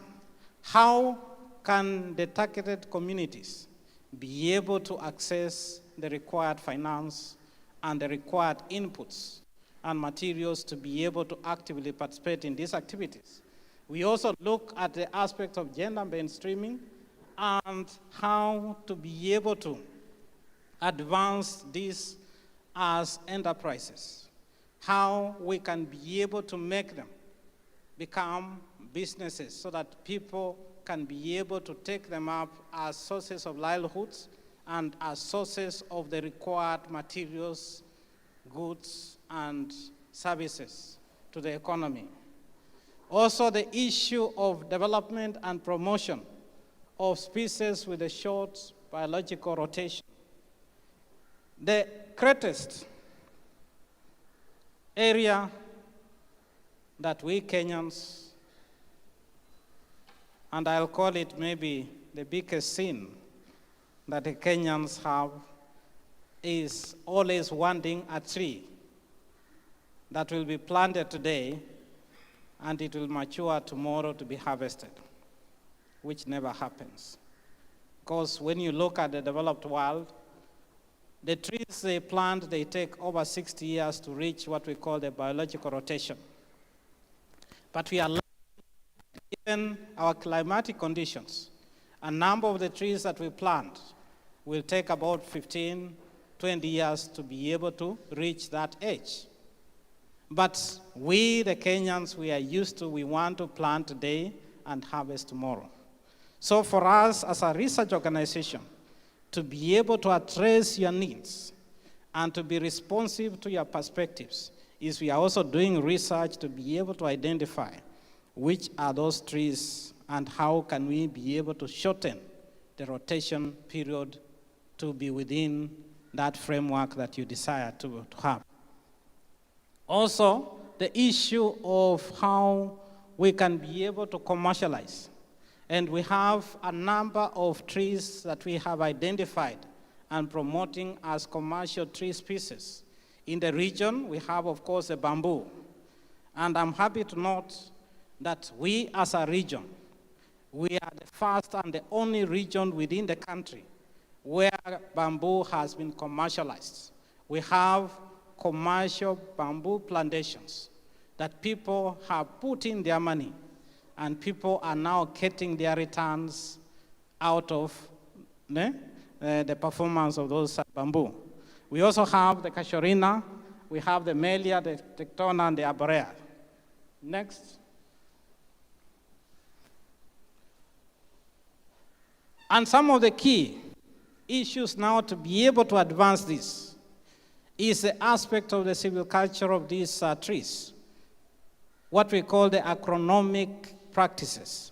So we are doing some good research in terms of advancing the silvicultural practices of these trees, and this includes setting up the trials on nursery standards, seeing how we can be able to enhance the seedling production. We are also looking at the aspects of how we can be able to bring many more trees from the wild into the farms. Next. The other very important issue that we are also doing is enhancing the production of the high-quality germplasm. These are the planting materials, the issues of the seeds and the seedlings. And KFRI, as a research organization, is heavily involved in raising different tree species in form of what we call the orchards and the seed stands. And these are being used as the sources where they collect now that high quality seed that is passed over for tree planting. We also do train communities, next, in terms of raising the high quality seedlings. And this enables people to be able to plant the best materials on their farms. The thing that you need to note about trees is that you'll not be able to know the genetic makeup of the tree and how it's going to perform at initial stages. And that's why, as a research organization, we ensure and we give that guarantee that what you are going to engage in and the seedling that you are buying is what will give you what you desire to get at the end of the day. And these are some of the pictures showing what we are doing, training communities on how to produce the high quality seedlings. which include the high-value species like casuarina. I have talked about the mangroves, etc. Next. And in terms of tree planting, I talked about the clarion call, given in our constitution, that we need to actively participate in tree planting to be able to achieve the 10% tree cover. And it's unfortunate, it's noted that this should be achieved by this year, 2022. And we as a research organization, we have also been putting our best foot forward to be able to actively participate in tree planting. And for us, we do this through 3 key areas. One, the issue of collection and distribution of the quality seeds, which I've mentioned. Then number 2 is raising the quality seedlings. And then number 3 is that we also actively participate in the actual tree planting.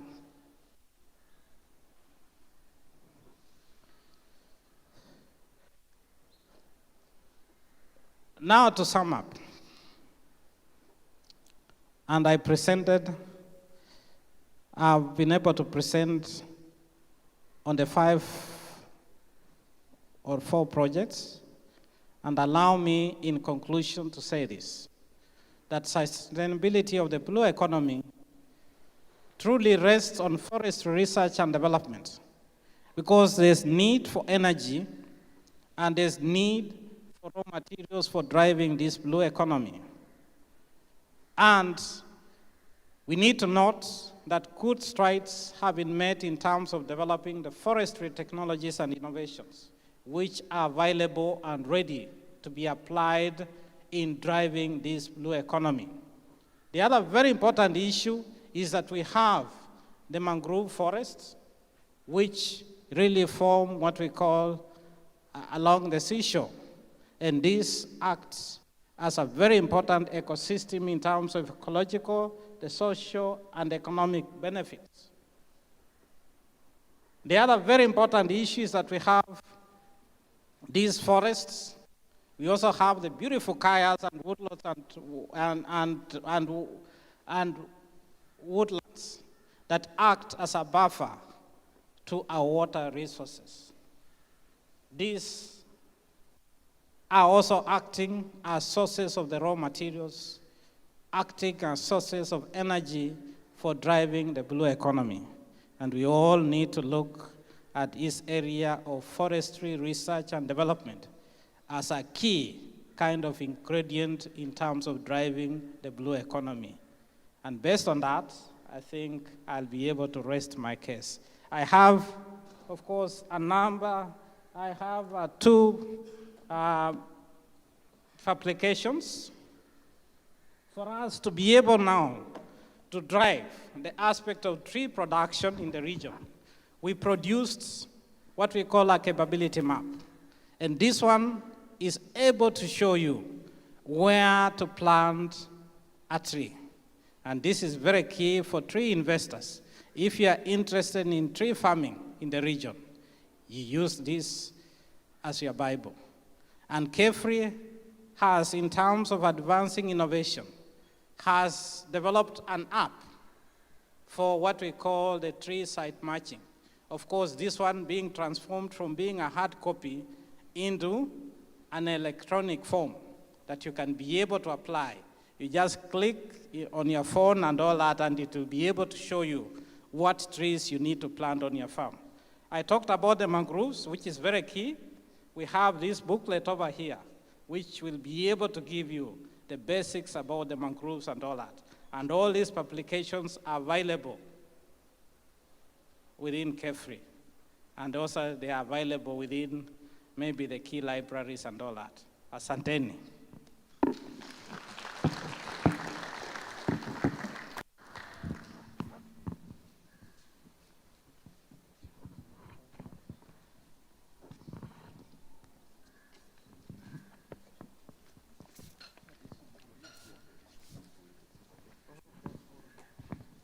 So thank you very much, Dr. Linus. And to that extent, I'm requesting the chief principal. Dr. Linus, please, to receive on behalf of the conference organizers these publications. Camera, please.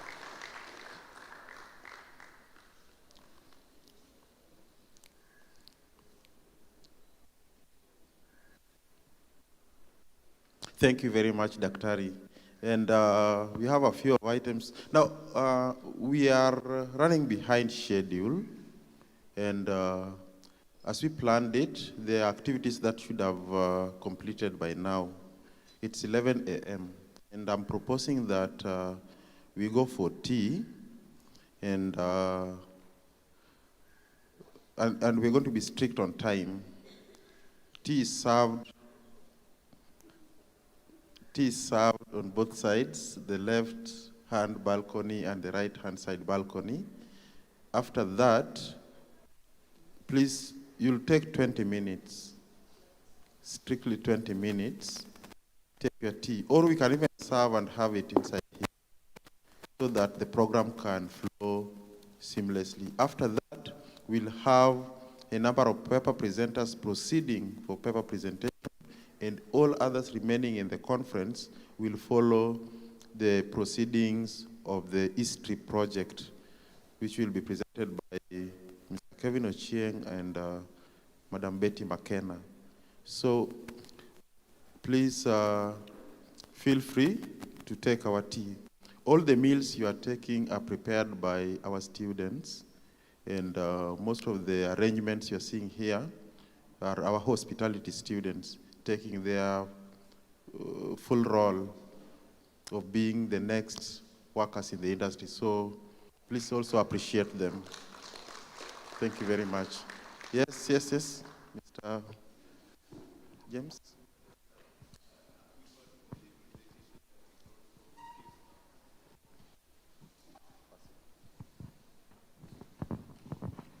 Okay, mine is just a quick one from the presentation that we've just had. Thank you, Daktari, for your presentation on the role of KEFRI.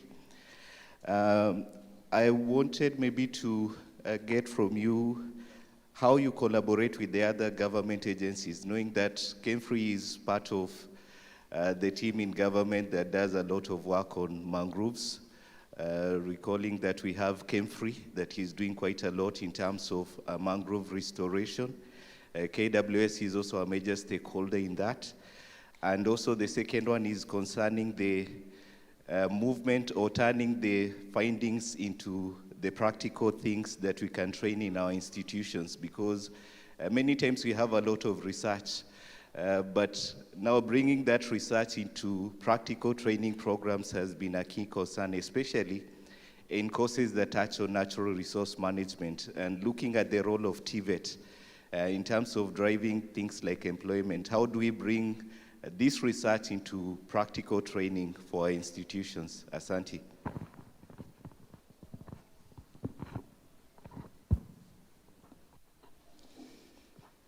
Now, just before the question is answered, I don't know whether we can answer it now, or can you wait for plenary session and then you'll answer all the questions at that time? Kindly, please. Please, we will answer it after breakfast. Thank you. There's another question.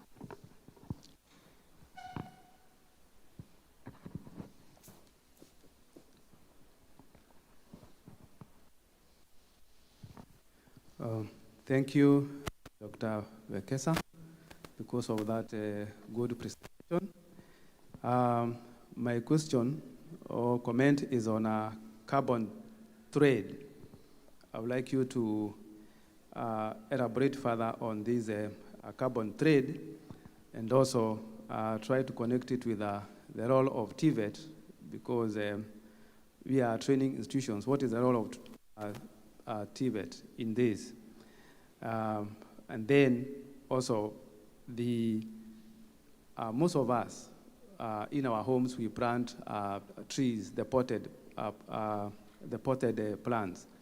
Do they play any significant role in the carbon trade? Then there is the mangrove. You say that it is 3% of our national forest.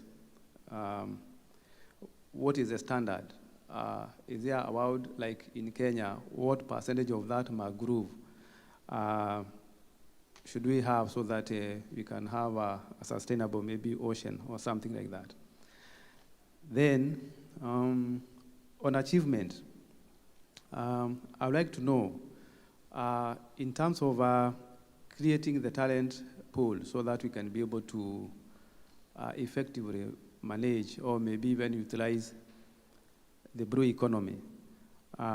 What is your take? Is the training that is currently taking place in our institutions of higher learning, TVET included, are they really training for us the skills and developing the talent that we like to see? Because if you are talking about exploiting these resources, we also need to be knowledgeable in that area. Thank you.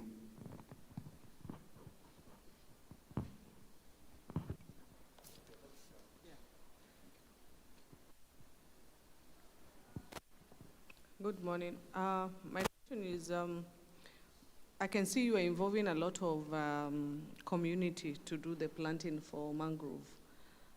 What is the connection? How do you involve the TVETs and other associations for helping you to plant the mangrove? Because I come from the maritime sector, where we have the World Ocean Day, we have the Seafarers Day, we have Africa Day of Sea and Ocean, we have World Maritime Days, and these are, we're asking if we can partners and do the mangrove planting because we are part of the maritime. So I don't know how you partner in Mombasa, because I see a lot of your activity you are doing in Lamu, but if you can involve a lot of TVET, students and the associations of the maritime, that will be good. If you can map for us and tell us where do you have the shortage of mangrove so we can plant within the Mombasa County.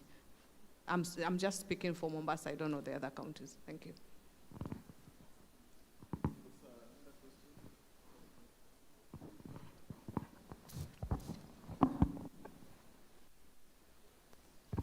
Thank you, sir.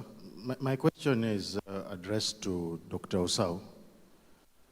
Daktari,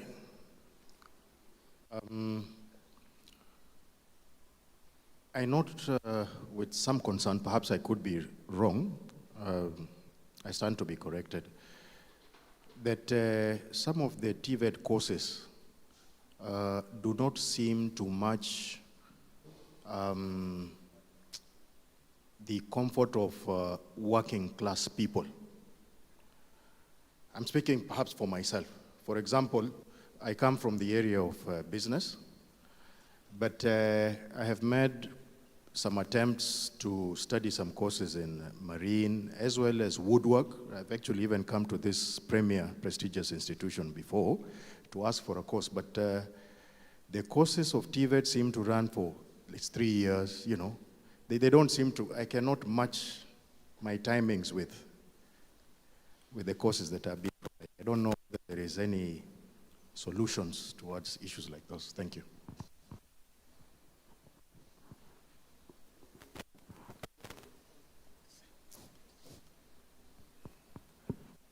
Thank you. My name is Godlisten Sumanje from the National Institute of Transport in Tanzania.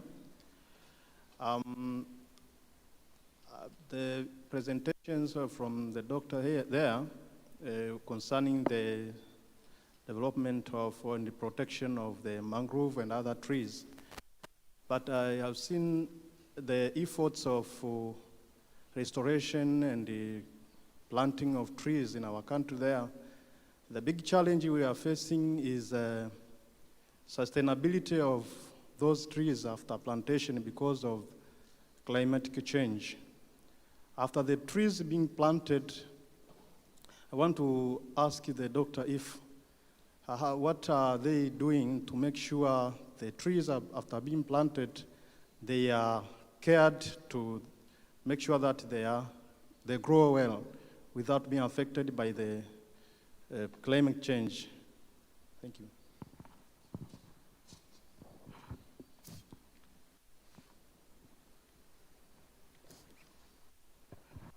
Thank you, Dr. Linus Wekesa, for that very wonderful and comprehensive presentation.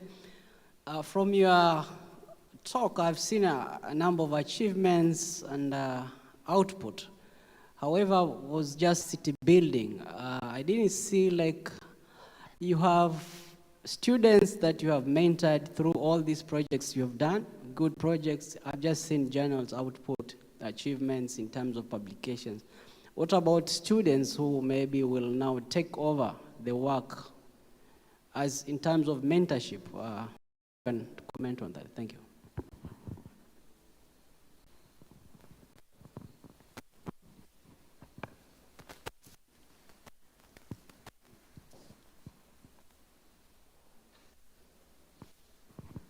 Thank you very much. My name is Pauline Karaoke from Nyandarua National Polytechnic. My question is, I don't want maybe transition rate, KCSE exams or so many challenges that TVET is a poor perception, which was a great interest to me. What is the TVET doing in terms of, now fighting this poor perception of our young Kenyans to joining TVET? Is there any strategies, any policies in place where you can get to the community, or it is left to the institutions to? An insightful presentation. I'm Elijah Goji from Nyandarua National Polytechnic. My forests and the mangroves. According to me, that is the perception is that the blue economy is mostly on the life under the water bodies. I thought, to me, I don't know, I started to be corrected, it was more of green economy. So, because how does the preservation now to conservation of life under the water bodies? So there is that link that maybe it has come out more of green economy as opposed to the blue economy. Thank you.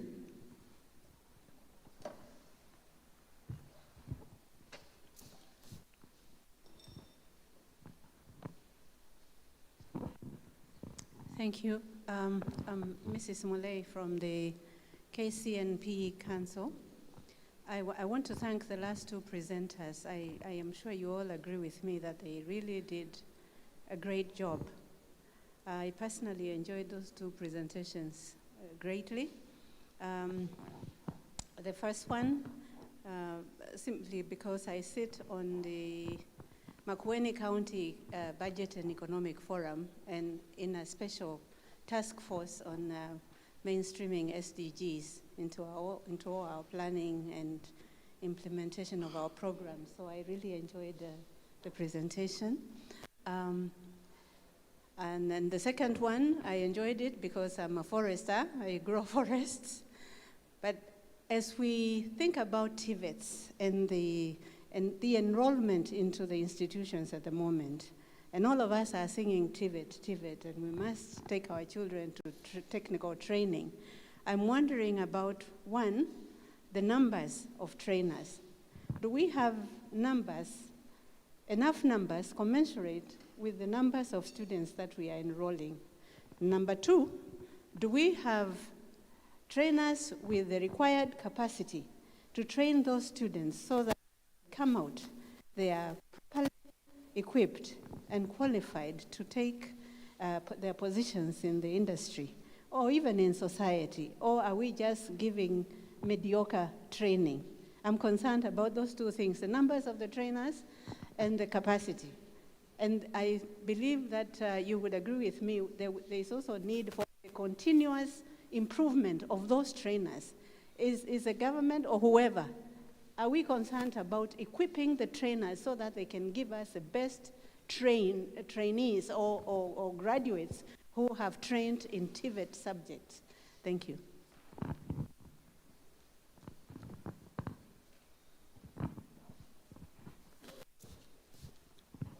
So several questions coming in, and I'm sure there are even more delegates who may be having questions, but are still holding down. Now, I'll propose that we give the the presenters' time as we take tea. Then after tea break, then they'll be able to comprehensively, each of them will be requested to come in for plenary and answer the questions. Will as many of that opinion say aye? The ayes have it. Thank you. So let us break for breakfast. The VIP delegates will take to my right side, and all other participants take to the left side. Like I said yesterday, the food is the same, only we are trying to create order. Thank you.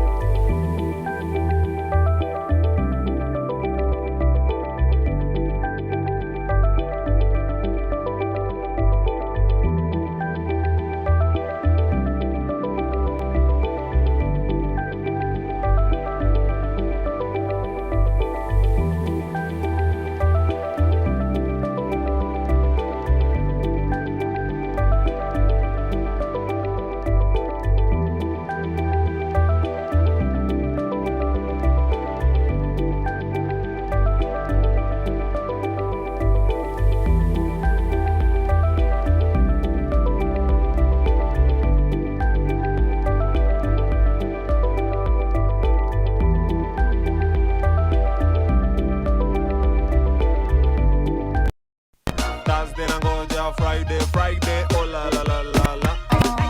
Oh la la la la la. Trio mio. Oh la la la la la. Oh la la la la la. Oh la la la, trio mio, bala. Ma weekendi, musiri na maarif kadhaa na mapainting, magala wanazanif shasha. Meditating na tambla ya kimratish kuba. Kurumisha ngoko kama generator. Wendo kwa kosa kwa najileta leta. Unafunga long shot kani kela teta. Elevator, kijana kadogo kakoina diseta. Wait a little. Juni weekendi leo tuna mbleki. Hatuwezi kosa form buda kuna plan B. Tupitie peti tunyonye irori. Leo pilo si manyoya kuna pongi. Ni personality kadhaa si matembe. Juma ngoko wanadai tu wakembe. Lesi kunyi faxe ina uzembe. Niko kama chasa sicha. Mapenzi ya moyoni mwangu joto baridi. Yanapeta kwenye hali kadiri. Ndo maana acha mturi nikupe nyama. Nikupe nyama. Nakuniumizaga wala mie sizimi. Wanipende nidekeze maidi. Ndo maana chiti kidogo nikupe lana. Nikupe lana. Oh my, oh no, kinikosa na feel shy. Wauta mnamizoka ya mapenzi haya. Oh no, yeah, yeah, yeah, yeah, yeah. Oh my, tena usijaribu mimi nitadai. Kunichezea kuniacha hiyo kitu mbaya. Oh no, yeah, yeah, yeah, yeah, yeah. See, I totally asked for you, and I wanna put my hands on you. Me, I cannot do anything back to you, but I can't do anything back for you. Oh, one number, one number, one number, one number, one number. Uhuru Gardens tuko jaba, wengine wako miti. Zetu ni majama, zenu pikipiki. Leo tunaenda kana, beba zigi mingi.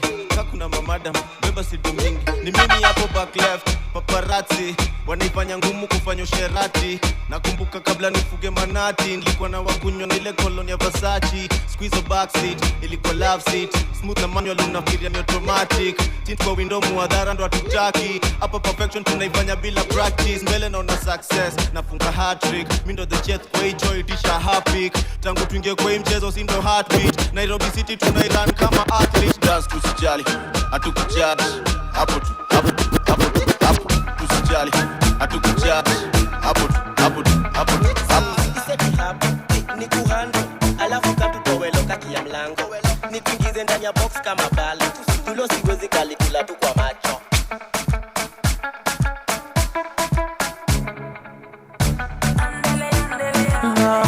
That's why my baby say you make me jump like kangaroo. Handle me choke and body's what I do. Handle me when my baby go kankanye. Handle me chop up my nyakwa kala. Handle me logo tankulota. Handle me chop up my nyota gaza. Handle me handle of this money. Handle me that's why my baby say Andele, andele, oh no, don't sudia, sudia. Ready for burn up warning, some boy splinter.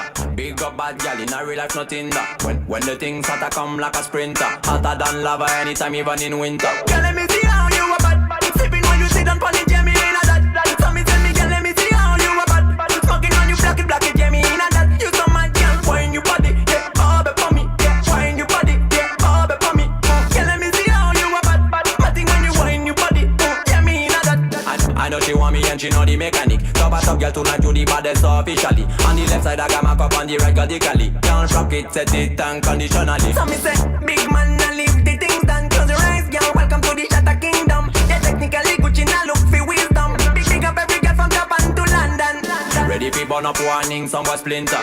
Big up bad gal in a real life, nothing that. When the things start to come like a sprinter, hotter than lava anytime, even in winter. Girl, let me see how you a bad. Sipping when you sit down pon the Jamie in a that. So me say, me girl, let me see how you a bad. Smoking on you, black it, Jamie in a that. You so mad, girl, wine your body, yeah, all be for me, yeah, wine your body, yeah, all be for me. Girl, let me see how you a bad. Matting when you wine your body, yeah, me a struggle. Nenda kona form, pana skiza what is on the kelele za chura kona form. Nenda kona form, pana skiza what is on the kelele za chura kona form. Nenda kona form, pana skiza what is on the kelele za chura kona form. Nenda kona form, pana skiza what is on the.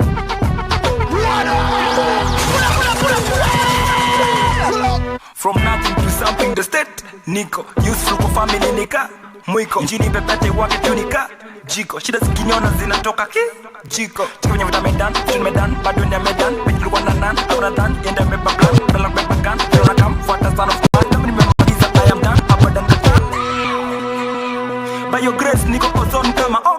oxygen. Akili ni nywele vitu na locks inje. Zamanania zama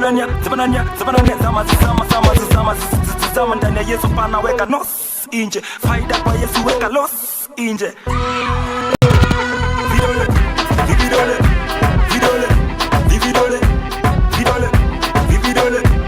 Vidole Abona form Yende akona form Pana skiza what is on the kelele na chura akona form Yende akona form Pana skiza what is on the kelele. Everybody do the shoulder back. Brand new style we call it shoulder back. DJ Jontes. Moonwalk and do the shoulder back. Stepping on the dance and do the shoulder back. A new style we call it shoulder back. Shoulder back.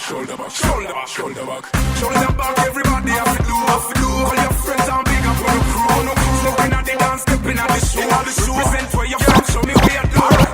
Slowly bounce with it. Enough gyal a yell again, but man I did it. Back in the latest style, man I sell it. Stepping at the place, everybody have to feel it. They show me I steal it. Run it so me kill it every hour, every minute. Fresh new dance out a rock, we a sell it. Brand new style in the street, we a kill it. Stepping at the dance and on the shoulder.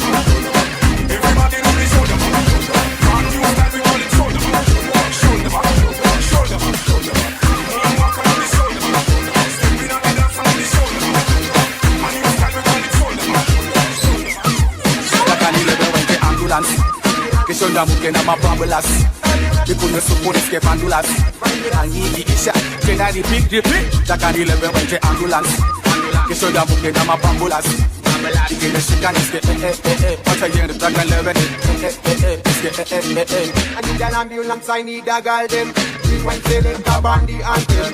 Need me a doctor to come on the floor. Cause this girl a killer, she murder, she raw. No woman, no party, we said that before. I'm high and you're high, but we want some more. Me hands on your waist and my stick on your drum. Teach me, cause you like a ambulance.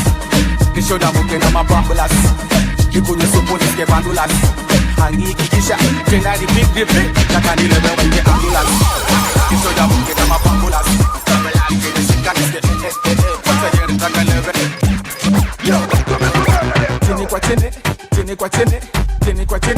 Tini kwa chene, twende juu kwa juu. Twende tini kwa chene, twende juu, twende chini. Ukitoka shikilia chini, wena meka 80 ama 40. Kacha kiuno kama una mashini. Nisisi tena mita na machizi. Combination utachizi. Weka manzipo mani, peleke misi. Ule dema kona micro mini. Anakubamba piga Kiswahili.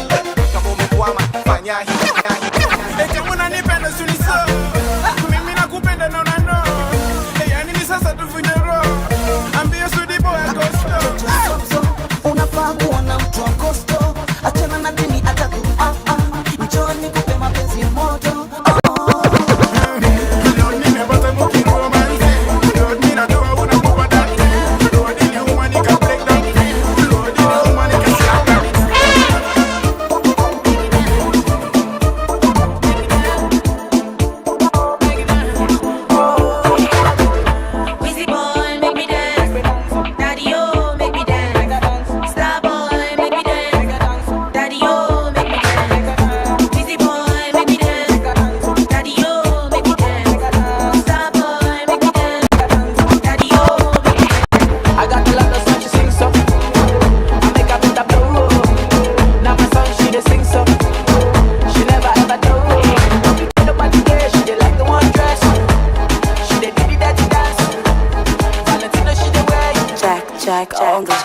Sudani yaniandama, ndo maana nilikimbia katika injili ya baba. Nikimwona nitasimama. Shetani yaniandama, ndo maana nilikimbia katika injili ya baba. Nikimwona nitasimama. Wanipa nguvu kama Samson, na niko na wisdom kama Solomon. Nina dance kama David, na niko na imani kama Abraham. Shetani amejaa mjuu, niko na Yesu, hawezi nitisha mimi, niko na nguvu. Shetani amejaa mimi, niko na Yesu, hawezi nitisha mimi, niko na nguvu. Niko na sigombe ya Yesu, sigombe ya Yesu, sigombe niko na sigombe ya Yesu, sigombe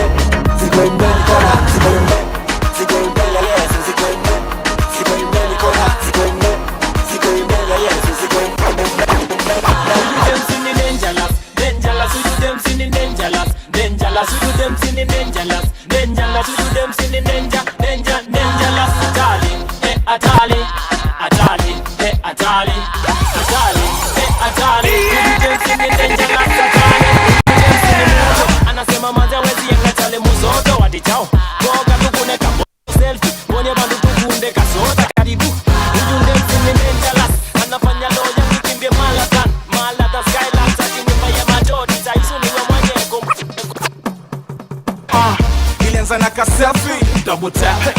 na TBT double tap, akapiga screenshots ya like double tap pia mimi nika like double tap, ilianza na ka selfie double tap, niko na TBT double tap, akapiga screenshots ya like double tap pia mimi nika like double tap, ilianza na ka selfie nika double tap, akanibamba tukaenda WhatsApp my late night tulikuwa tuna chat, anatuma mapicha niko zile chap chap nataka tu link up, kesho yake ya vile alifika alikuwa ameiva kwa zile picha.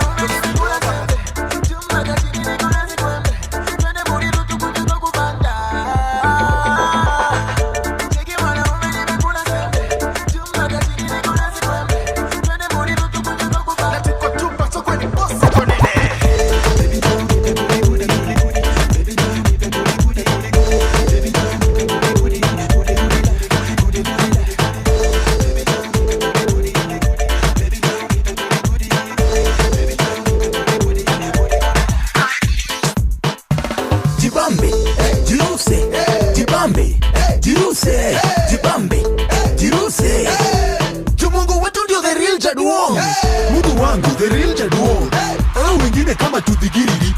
Jehova is the real Jaduo, au wengine kama tuochungulo. Cheza kadigiriri star chini kaochungulo. Cheza kadigiriri star chini kaochungulo. Ile kisida unaona ni kikubwa kwake ni kadigiriri. Shida yako kwake kadigiriri, magonjwa mbele zake kadigiriri. Sijusi Nebukadneza amedhani ni mfalme madu, sema kuliswa nyasi miaka 7. Na the real iwe goma noma, nikisoma neno iwe noma noma, nikipiga wera iwe wera noma, devo akileta shida TW tiga wanawe noma, tiga wanawe noma, tiga wanawe noma. Mele mana mabonde nimepitia re, nikisukuma neno la Bwana re, nazochukire okay. I want to love you every single day, I want to praise you every single day.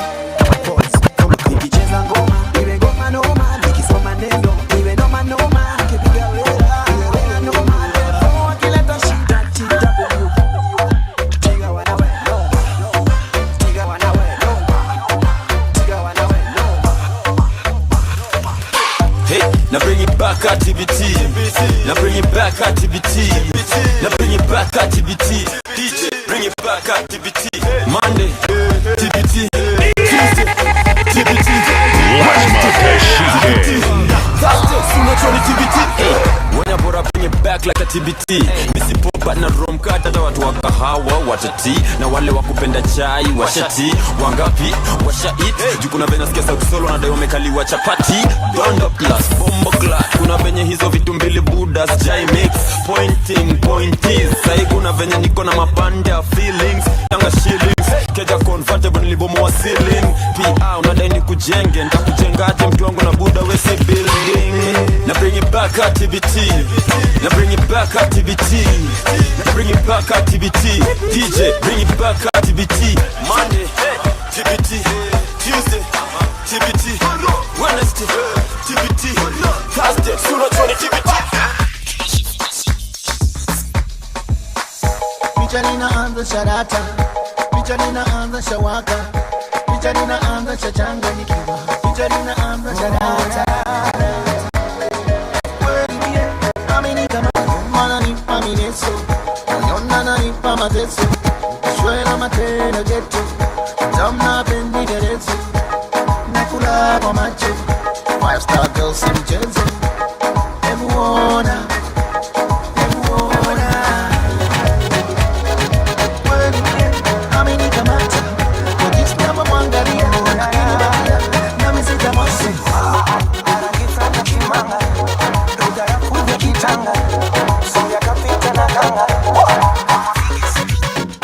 Dansi meshika mashinani, kila choche kila mtaani, dansi naleta burudani. Dansi meshika mashinani, kila choche kila mtaani, dansi naleta burudani. Odi in the church, come slow, take your time, you know afi rush. Hell kuna ban, heaven kuna bash, check if you wanna dance, odi dance, power. Simple dance you can manage, how we catch any dance call.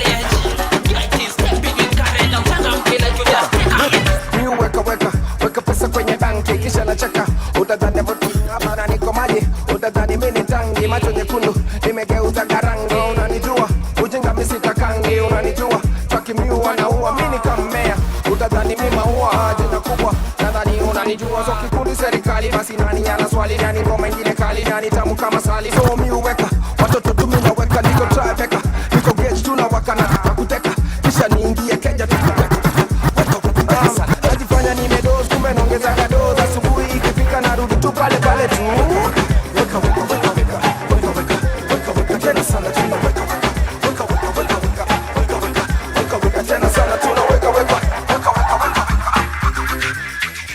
aya bang bang bang one time everybody bang bang bang two time aya ga yang three time yeah man Say Pee Wee that bitch. Nimeokoka na inanibamba mbaya. Yesu ananibamba mbaya. Ananibamba mbaya. Bamba mbaya.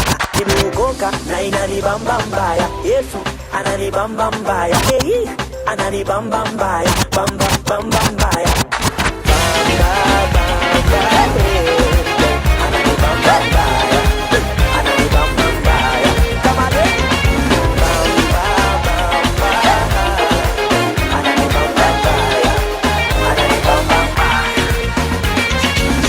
We are a chosen generation.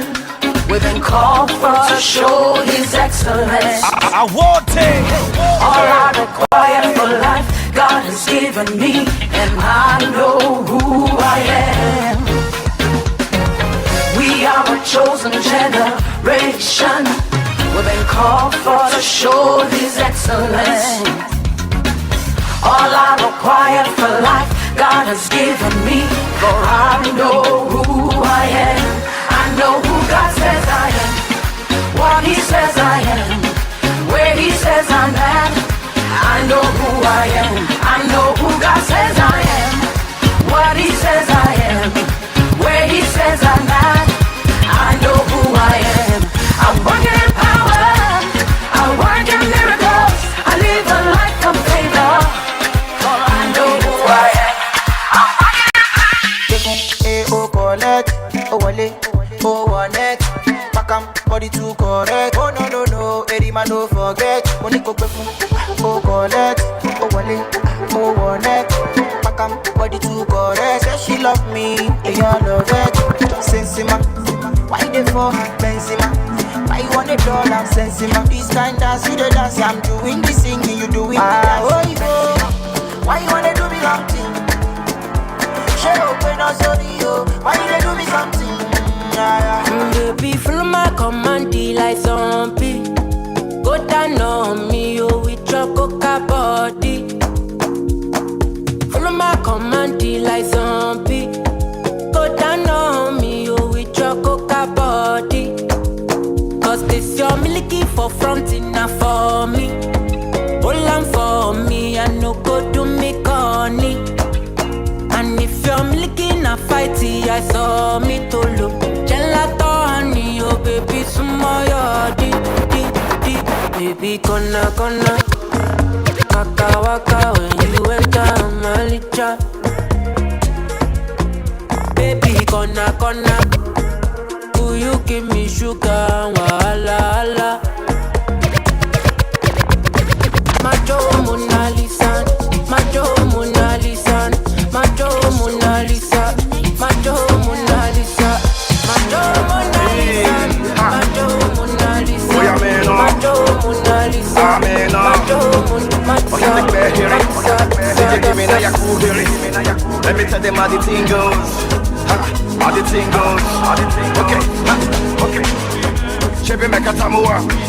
Sema tukina go join God. You want to bamba? You wanna chill with the big boys? Now you the wrong, get it, you the wrong, get it, up with drink with a chop cup. Hey, so you see how the thing goes? How the thing goes? Oh, you tell them who blend you? And who? Alright, take it easy, and let's play behind the weight. Okay.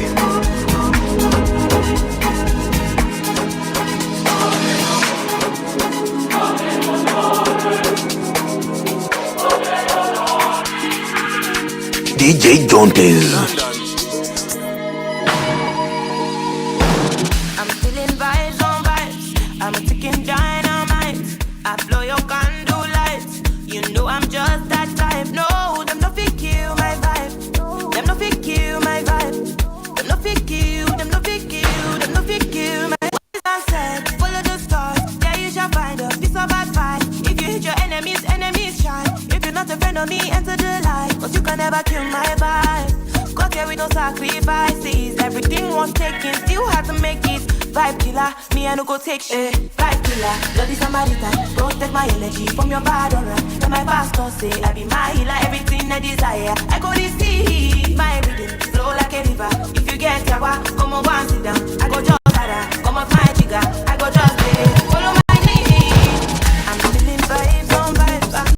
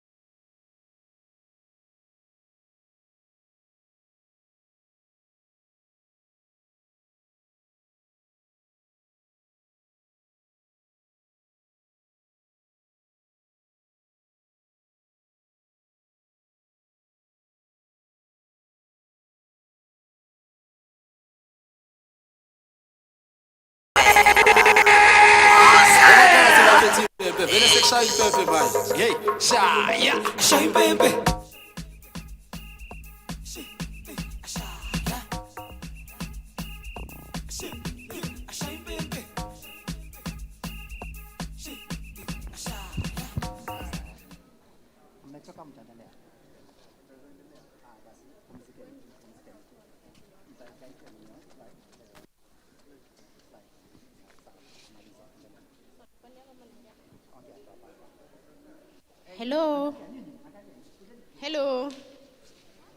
I'm Madam Agnes, and I just want to give us a small info. That is, in KSNP, we nurture youth talents. We have the Power Academy that nurture the youth talents, as you can see, the dancers. We also have singers, music and drama. They are currently in Meru for competitions. We also have the DJs, is also one of our students. And also the ushering team and catering, they are all our students. Let's appreciate them. Thank you.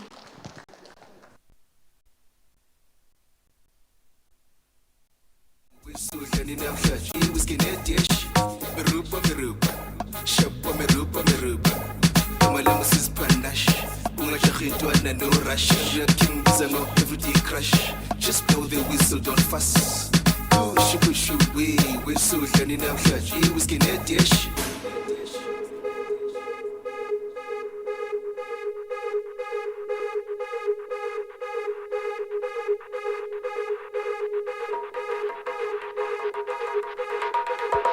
Hey, shy baby.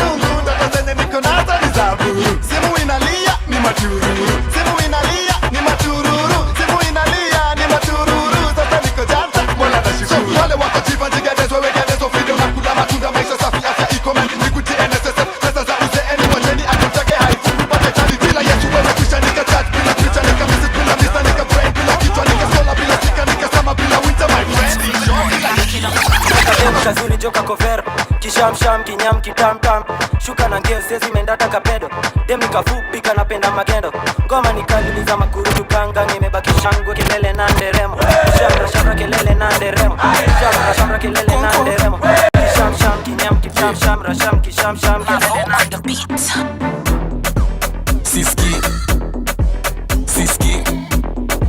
Siski niliambiwa nimuache Siski kamote painting amenisiti kamote mbele ya watu ni mpole Looking at she kill the goat. Looking at she spend money. Something must to kill a man. Sawa. Looking at she miss the flight. Agent man will rebook the flight. I must do something tonight. Sawa. Her body sweet like chocolate. Well, make me don't let saliva. Let's go somewhere private and finish it in the way we start. Looking at she, I kill him. Looking at she, I kill him. Oh my God, this I kill him. Another banger. Baby, calm down. Yo, this your body, it puts in my heart for lockdown, oh lockdown. Yo, you sweet life, phantom. If I tell you say I love you, no day for me, young girl. Not no. Baby, come give me your lo. Maisha ni yangu, we shughulika na yako. Napendeza kwangu, we shughulika na kwako. Misipa mwingwi.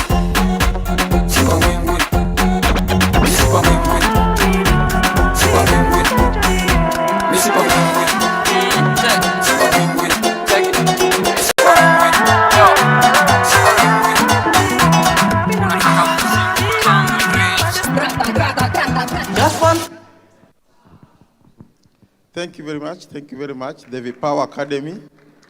Those are our students. The Talent Academy. So they are dancers. Now, we are back for the mid-morning session. And so that we don't put off the fire, we'd like to start by answering the questions.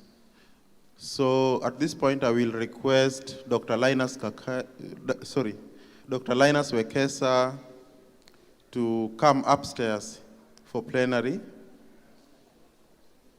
Daktari tafadhali.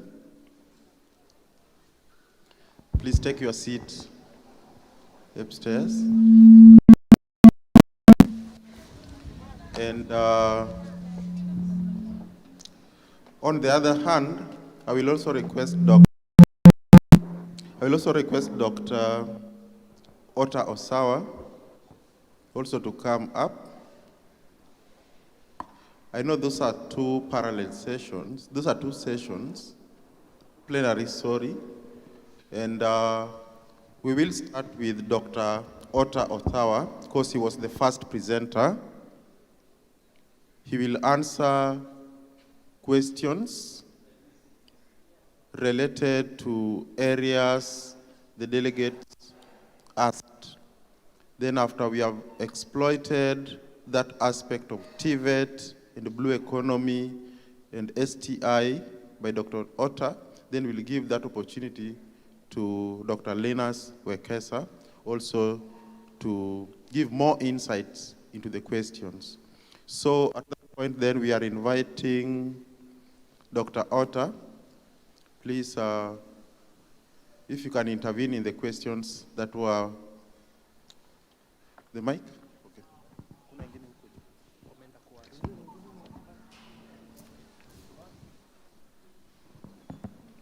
Okay, thank you. I already have another one here. Well, there were some, I think, 3 questions that required some clarification. Now, one of them was trying to find out if we have enough trainers and also their capacity. Now, one of the issues that I raised when I was making the presentation here is that in some of our institutions, we lack qualified trainers, and I stated especially our vocational training centers. However, in most of our technical and vocational colleges, as well as national polytechnics, we actually have very well trained and qualified trainers. Now, the TVET Act requires that all trainers are supposed to be accredited by TVET authority.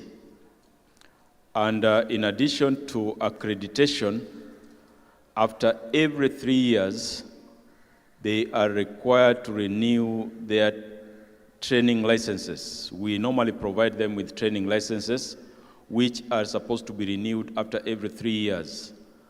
And this renewal can only be done upon showing evidence of continuous professional development or industry exposure.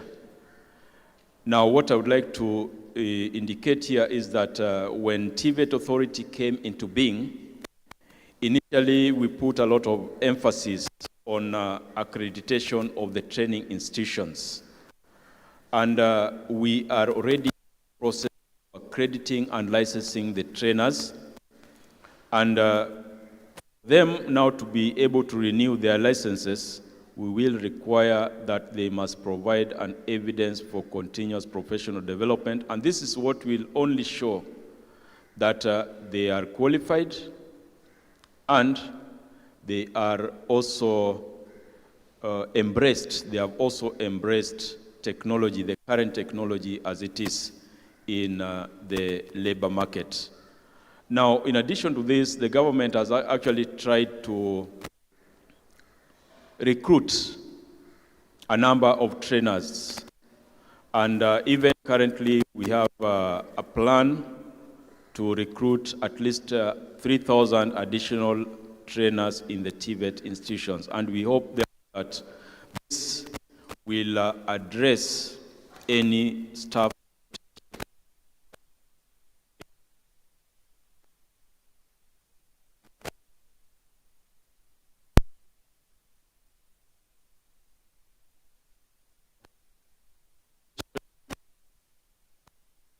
the TVET process not the needs of the working class. Most of them taking too long, like maybe, yes, I don't know, I cannot see my friend who asked the question, but I'll just answer it, then once I meet him, if he has not got the answer, I can still explain.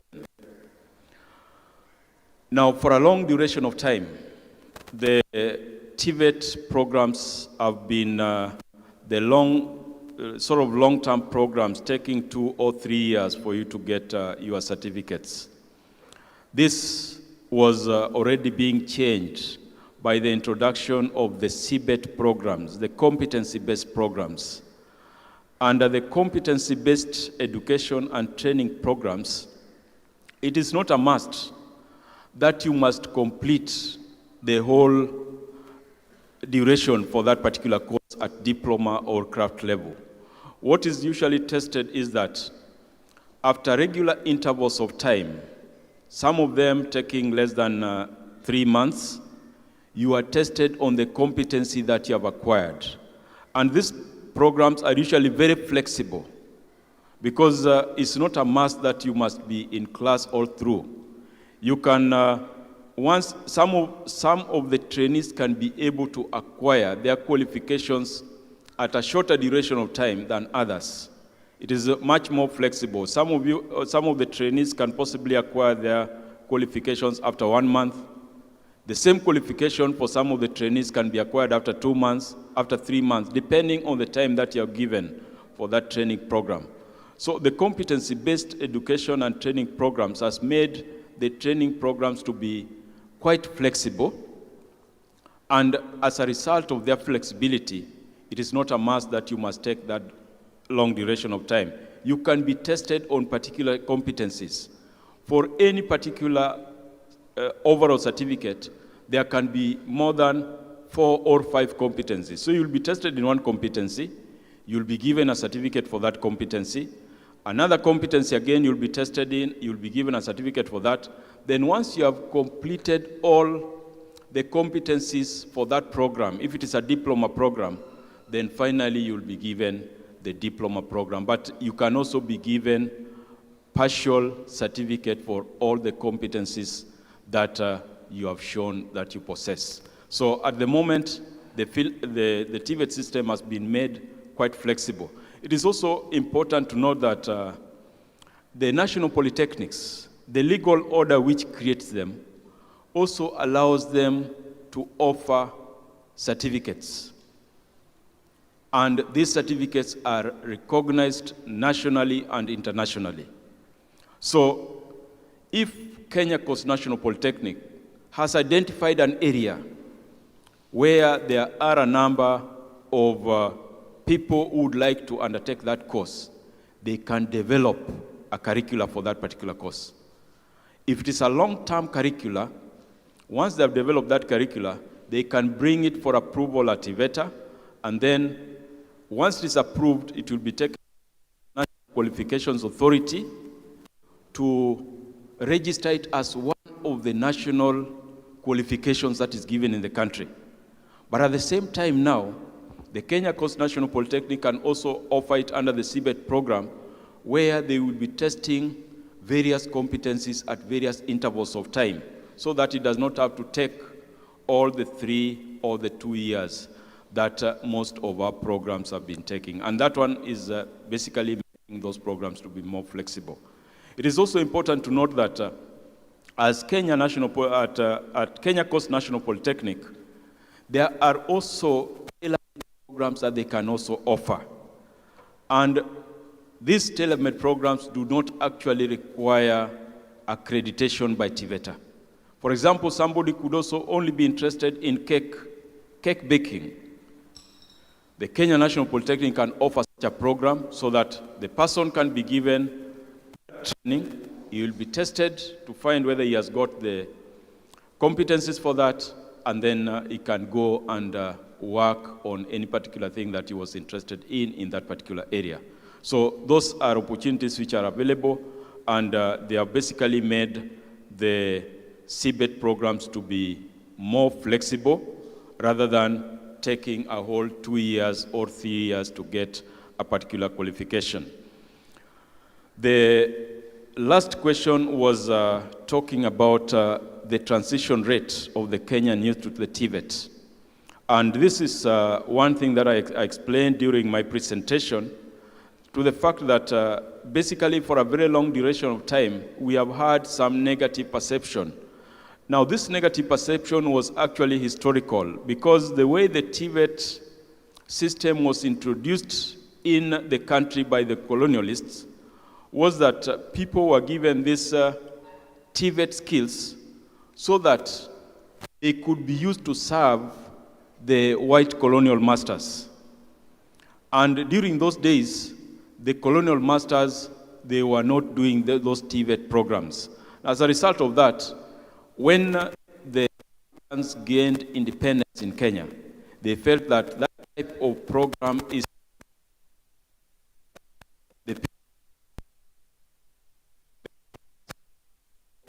for quite some time, people had a negative attitude towards the. We have already done a lot of rebranding, both the government and other stakeholders. There's been a lot of rebranding for the TVET programs. Although at the moment the transition rate from secondary to the TVET programs is still basically low. It is not as high as we would expect it, because ideally we would expect that all those trainees who are not able to get the direct university entry grades should actually move to the TVET system. This has not been happening. There are still some number of trainees who do not move to the TVET program after their secondary qualifications. However, it is important to note that a lot of gains has actually been made in ensuring that the TVET programs becomes popular And this one can actually be seen from the number of graduates, Form 4 graduates, who usually attain direct university entry grades, but opt to go programs. That number has actually been increasing. And as at last year, I think it was standing at over 5,000. It's continually increasing. And that one shows that the TVET is actually gaining increased popularity in the national sector of Kenya. I do hope that implementing a project called S, Africa Centers of Excellence under World Bank. We are benchmarked with Caribbean Maritime University, NIT Tanzania, Arab Academy for Science, Technology, and Maritime Transport from Egypt. And we are continuing to benchmark with other institutions as well. Under the second subcomponent, which is on institutionalizing of industry linkages, we normally have annual stakeholder forums, and sometimes we call the industry on need basis, especially on curriculum. If you are developing a curriculum, you have to call the stakeholders to come and validate the curriculum. So we have held 6. Industry Advisory Board was established with the 90% representation from the industry, and of course, they are here to testify. We have 8 MOUs signed so far with institutions and industry. This is a target. We have already had 8. 30 members of staff underwent, sorry, there's a typo there. They did staff attachment. Student attachment is a continuous process because it's every other time we take students for attachment. We conduct tracer studies annually, every year, because that's also a deliverable. Every year we conduct tracer study, and this informs us on programs that are relevant and where our students are, what we need to change to meet the market demands. Next. That's a small picture showing our Industry Advisory Board when we had an engagement with the PS and we had a stakeholder forum. This is our PS for shipping and maritime affairs. Of course, this is the board. This is a picture showing when we visited Arab Academy for Science, Technology, and Maritime Transport. Next. Of course, Betty can explain this better. This is a simulator for a vessel when we visited the Arab Academy. And of course, we have our rector from NIT when they came for the initial visit here, which culminated into this cooperation that we're having today. Next. These are Chinese institutions that we met way back in 2019. We are still collaborating with them as well. Next. Now, the third subcomponent is on market relevant CBET curriculum. For you to develop curriculum, you need to have a robust labor market survey done, which we did, and this has informed us of the curriculums that we have been developing. So far we have developed 7 curriculums, 3 short-term and 4 long-term, which have been approved by TVET authority, TVET. And we are to implement them as from this September. So part of the curriculums are here with me. We have the occupational standards and also the curriculum. As you can see, one is on the cruise animator that Betty was talking about. Yeah. There are so many job opportunities for those who entertain people on board cruise ships. We have marine painting. Of course, we are working with the shipbuilding industry, and we need those painters. Another one is marine welder, which we have here. And of course, there are others. I just carried 3 as a sample. Next. Oh, just go back to the other slide, please. Of course, we have an e-learning platform which we are piloting. We talked of online training. We have developed an e-learning platform which we are sharing also with other institutions around. And this is going to help us, especially in the time of COVID and the future going forward. Next. Under training, this is the subcomponent 4. Number 4, we are supposed to be training staff. So far, we did a TNA for staff to determine their needs. And with that, we have trained heads of sections. We have trained heads of department or senior management. 13 members of staff were trained on project management. 6 members of staff were trained on public customer care. 4 members of staff were trained on sign language course. As you know, we have to take care of everybody. That is, we are safeguarding everybody. Then we also have taken 4 members of staff for an advanced project management training at ESAMI to enhance the project implementation. Next. Of course, there are long-term programs which we are sending people, of which we'll be sending people in in September, abroad. Of course, there are other 2 who started earlier. They are doing naval architecture. One is doing naval architecture, master's in naval architecture from China, and another one is doing a program in logistics. Of course, going forward, this is the 5th component, upgrade of key training facilities and infrastructure. We have a bus there procured. We have awarded contract for equipment. Designs for building are complete, including ESIA, grievance redress committee established and trained. And of course, we said we have designed, but also we have advertised. From the last line there, you see we have advertised, and we are expecting to open our bids on 15th of June. The bid is still open. For those who have serious contractors, they can still bid. It's open. Next. Outreach, we thought of, now that county government of Kwale gave us 40 acres of land. We are trying to support Kwale by mentoring Ukunda Youth, Polytechnic, and of course we have done a needs assessment and we know what they want, so it's a matter of, we are in the process of starting to procure some things to support it in a small way. It doesn't necessarily have to be monetary stuff. There's lots of things that they have suggested which we are going to implement. Next. Of course, this is just a sample of pictures of some of the equipment we intend to have. Next.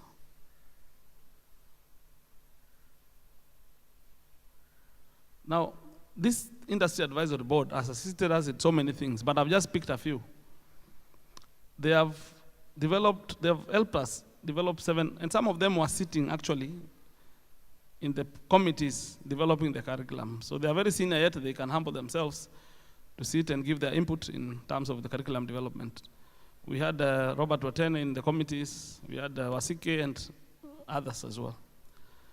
So those are the curriculums we developed. They assisted us to attach 30 members of staff. Actually, our target for the entire project on staff attachment was 30. We have already achieved the total target for the entire project. We have signed, I think now it is 4 MOUs with their support. Some of the MOUs we have signed with their own companies. Total MOUs are 8, but 4 are from them. Then we have, they have helped us organize 3 stakeholder forums, helped in attaching more than 100 students, helped with the recruitment of students on board vessels. Actually, Betty, you gave us 15 slots. Betty gave us 15 slots for our students during the recruitment for MSc. And we are hoping they are going to do us proud. Next. Now, I just picked a sample from PwC. PwC is they are the ones auditing what we are doing in terms of achieving of the targets set by World Bank. We all know PricewaterhouseCoopers. They are a highly reputable institution. From this report, you can see we did quite well down there. That is a verification for year 3. We are right now in year 4, but this was for year 3 for the targets. You can see target number 1 is 2.1, that is on student enrollment. Target 3.1, I think, is on MOUs. Another one is on 3.2, is on, one is on what? There's exchange programs for staff. And you can see the one, actually the one in critical, the one showing a lot of black, that is 3.3, was the one for staff exchanges. which by then we are not done. So right now, in our next verification, we are going to get green or even blue. I hope you can see where Kenya Coast is down there. And of course, there are other DLIs like tracer studies, which you have done. Leading means the highest score. The blue leading shows the highest score. This is just an extract from the PwC report. Next. So that comes to the end of my presentation on ESTRIP. Thank you very much.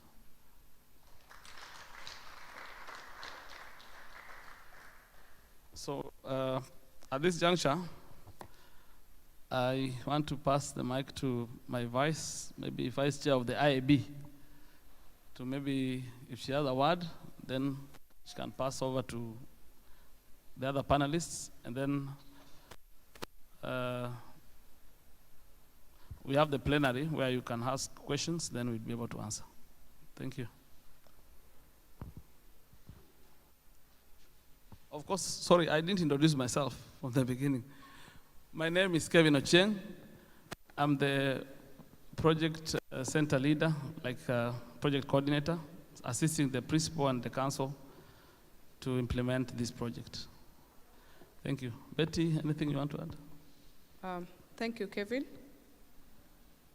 Before I speak, maybe I can give my colleague, team, and board, maybe they will speak 1 or 2, 3, before we leave it to panel, to anybody who has a question about the industry and the training and whatever Kevin have present to us as a project. My brother. Yeah, good afternoon. No, I just wanted to say that it's such a pleasure to be part of working with the institutions of learning in this country. We have been there long enough to see the craze which came into this country, where people literally became mad about degrees, and everybody was running towards degrees. And we started missing the people who can do the job with their hands. And so this program, which actually helps develop people who can do work with their hands, is something which we take a lot of pleasure in, even where some of us work and we have the opportunity to employ. I will tell you for free that if I was to employ an engineer, I would prefer one who came from a polytechnic as opposed to one who came from the university. I can see the chairman of the council is not here. Because we find that they use their hands and they work. In the hospitality industry where I come from, the same craze came up, and all of a sudden we have so many graduates. Now, do you need a graduate to be a chef?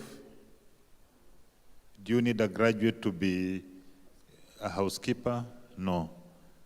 And what we are finding, you don't have to go far. Just go to the media world in Kenya and look at people like Churchill, people like Maina Kageni, and how much they're earning. And none of them, to the best of my knowledge, went to any uni. So we are so privileged and happy to be working with the institution, to be part of the curricula which has been developed. We're so happy to see that we are leading according to the analysis which was done by PwC, and we'll continue to work with you so that we can reach where we want to go. And listening to the conversations which were here yesterday, what we see are just opportunities. Yesterday, for example, we were told that an average Kenyan eats only 4.7 kilograms of fish, whereas African standard is 10. And we were told the Portuguese actually eat 50. Now we know that fish is more healthy than meat. But Kenya, the county which has got the most fish is Murang'a. Now those of you who know Murang'a also know that they actually don't know how to eat fish. but they seem to be producing it. So I think they are learning. The fish which is produced in this country is only 10% of our requirement. And that is how we are ending up having fish which comes from China, which is like soap. I don't know if you have eaten it. Ni kama sabuni. So sitting here yesterday and listening to the presentations and today, what I see are opportunities. And I think researchers are going to bring up all these issues, we put them on the table, and we look for more solutions. Another one which gives us a lot of problem, Kevin, is right now in the coastal region, we have more than 50,000 crows, Indian crows. And they are a mess, you know, they are wasting people everywhere.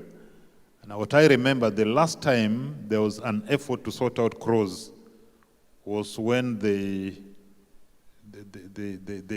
released waste on a head of state in this country. And for the first time, there was elimination of crows. So again, researchers help us to be able to see what we can be able to do towards elimination of crows, because they are really a problem. I thank you.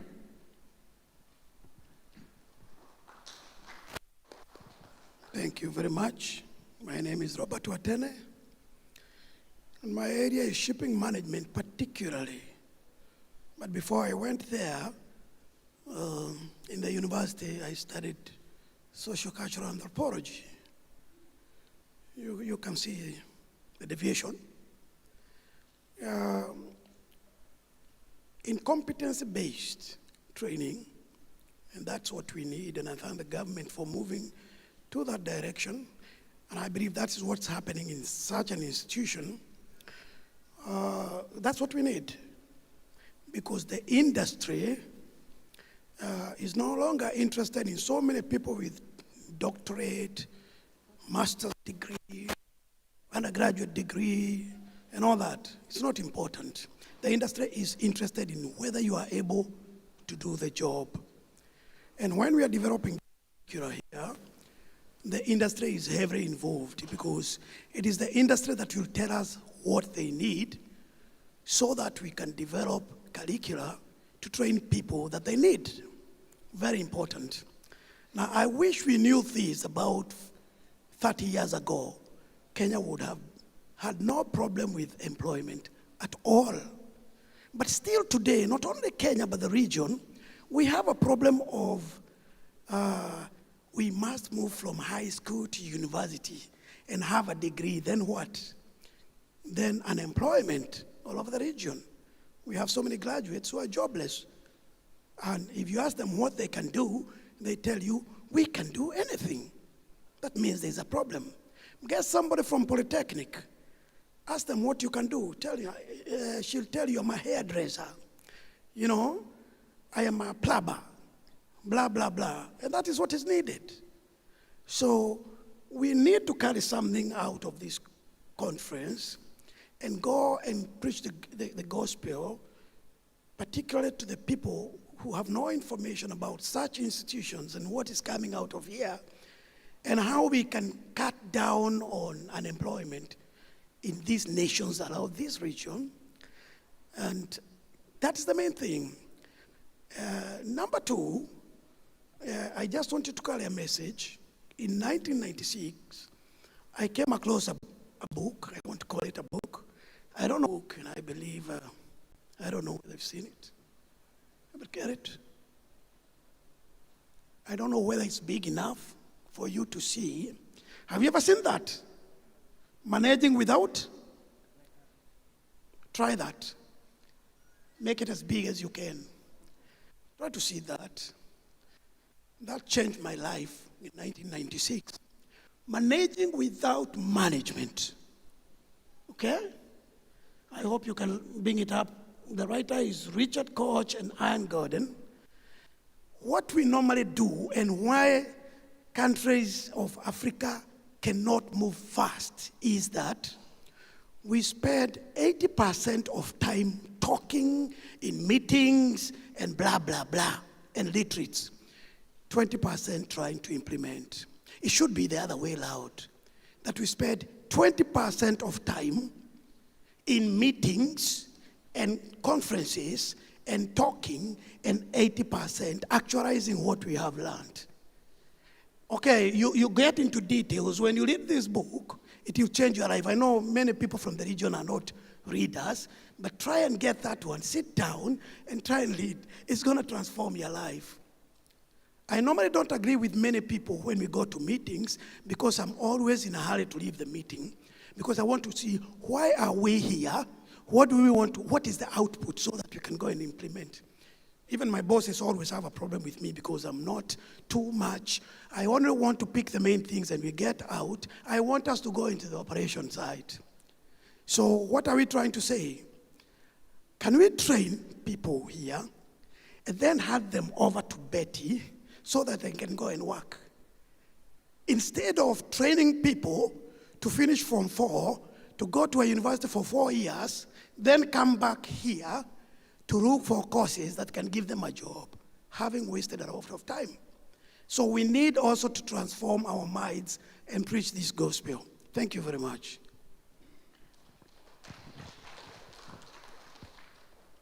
Thank you, both of you. Let me give you a case study where government, when they signed the MOU with the shipping company and they started recruiting, the people from university, they could come to the interview and they could be asked, which position are you looking for? And they say, any job. And I could ask the degree level, what is any job? We don't have anything called any job. But when you got people from TVET, technical colleges, people with diploma, people with certificate, they will come and say, I am a cook, I am a pastry, I am a housekeeper, I am a cleaner, I am a steward, I am a fitter, I am an oiler, I'm an electrician, I'm an engineer. They will speak their career direct. And what we are also lacking in this institution is we need more assistance as employers. When you're training these courses, please try to help them on CV writing. CV writing, we have a problem of CV writing in this country. We have issue of English too. I know one of my peers, she spoke about English and it was a political. It was put in the newspaper, it became political. Because this employer, let me tell you, in the ship industry, we cannot, once we do you interview, you pass, we will give you a test of English online. That one, you can't go away with it. If you fail that English, then we don't give you opportunity of the jobs. You can't get. So we need to create, on your subject, at least CV writing and English, the same. The other thing, we have courses in the hospitality which maybe you have never touched as TVET. I know you don't train pool attendants, but we need them.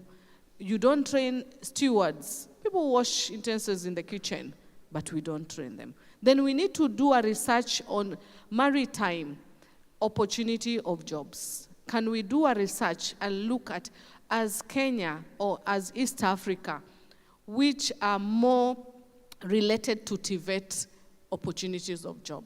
Because a degree level is another career, and when it comes to technical courses, that is where we are looking for. Because this recruitment is going on every day. So people are applying for this opposition. So if you have people in the hospitality position, industry, or they have experience in the hospitality, in the technical, these opportunities are online. So you can apply and get the opportunity of the jobs. I want to say thank you very much, Kevin. Thank you, the board, to give us opportunity to be part of you, to feel that we are relating between the courses and the employer. Whatever employer wants, and that is what we give. Thank you, Kevin.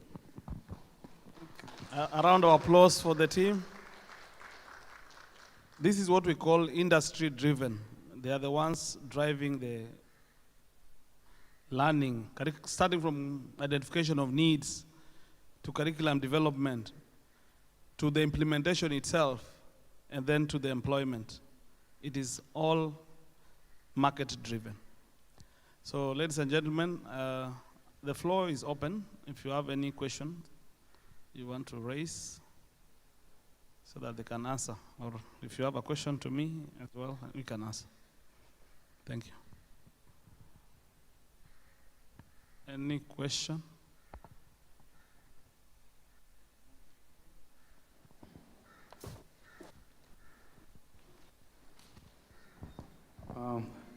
Thank you, Kevin, and also our board members from the industry.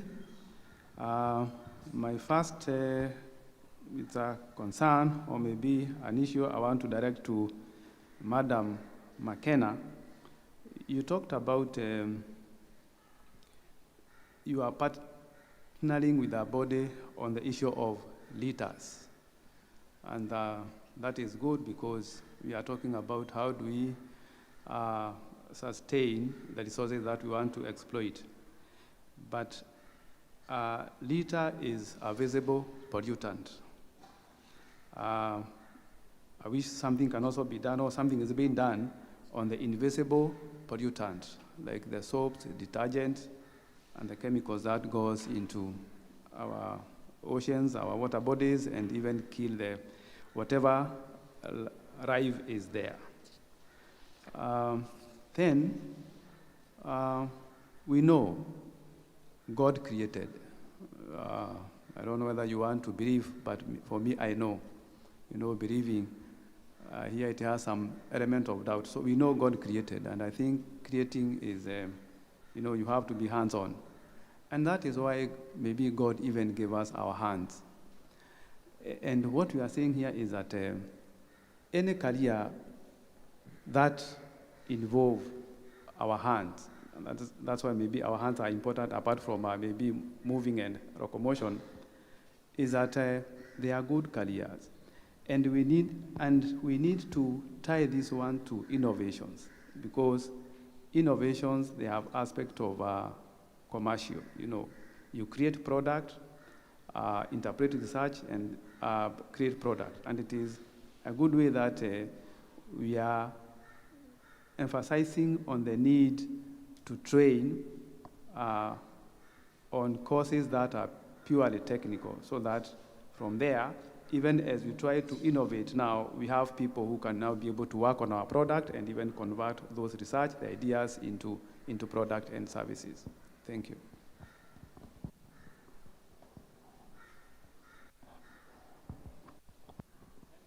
Next question. I hope we are taking notes. The gentleman there. Yes, my name is Jacob from Nyandaro National Polytechnic. Thank you, Betty and your team, for the wonderful presentation. I just want to know whether what I have seen there is mostly on big water masses. I would like also to know whether you are interested in the small water bodies like rivers. I'm asking that because currently we have a lot of pollution in our rivers, yet we know that in some places those rivers are very, very important. Thank you.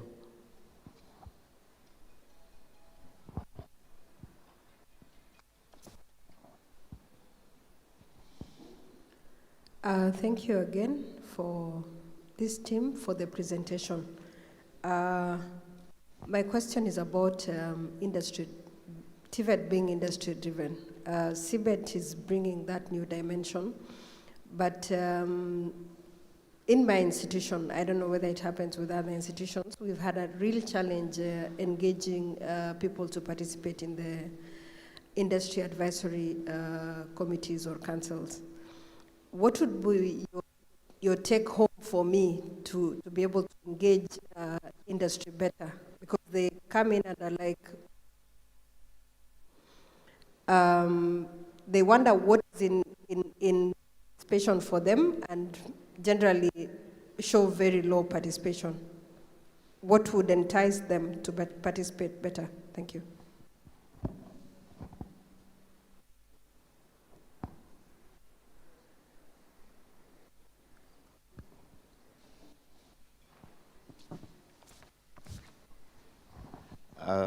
Thank you. I think my name is James Washira from Wildlife Research Training Institute.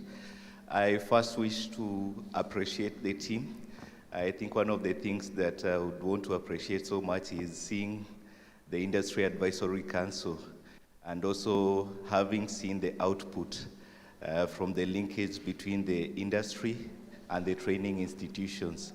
I think that is something we carry back with us because we also feel that that's the way we can create training programs that really feed back into the market and ensure that our graduates go back and find places of employment or even self-employment, looking at the gaps in the industry.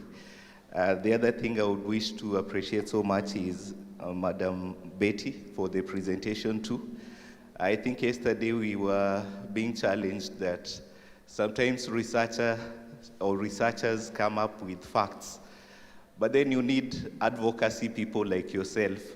And from what you're presenting, I think I could see a very good way of having that dimension of advocacy in terms of lobbying for these positions. As you're speaking about the opportunities in the marine sector, I think one of my questions was, now that we have a big gap that cuts across both men, women, and your body is more focused or oriented towards the girl child, why don't you turn that message and also push the message down generally to everyone? Because many of us don't know.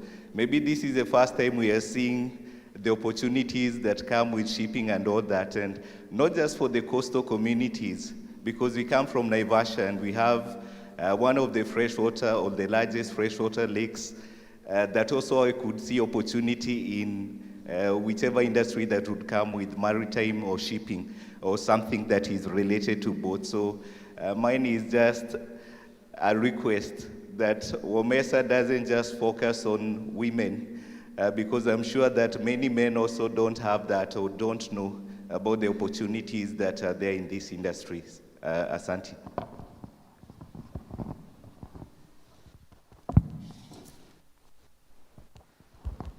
Hi, this is for Madam. I'm Sharon from Kabete Polytechnic.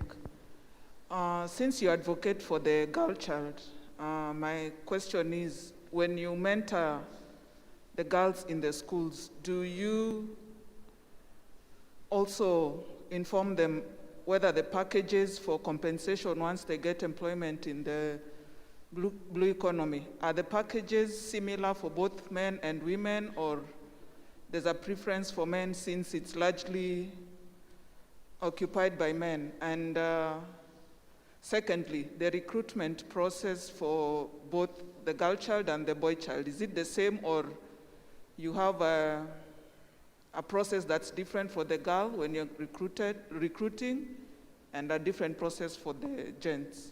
Thanks.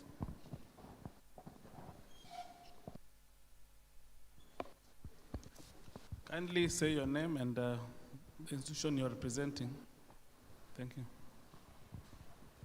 My name is Chris Omonde from KSN. Okay, back up my colleague of gender mainstreaming. You're relying so much on the girl child. So are there policies? My question is, are there policies or measures that are put in place so that the project is not termed as bias? Thank you.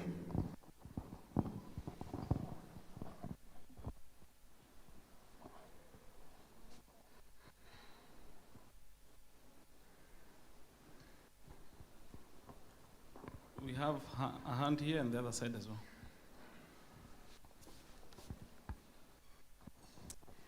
Thank you, the trio up there, for what you are doing and what you have shared with us.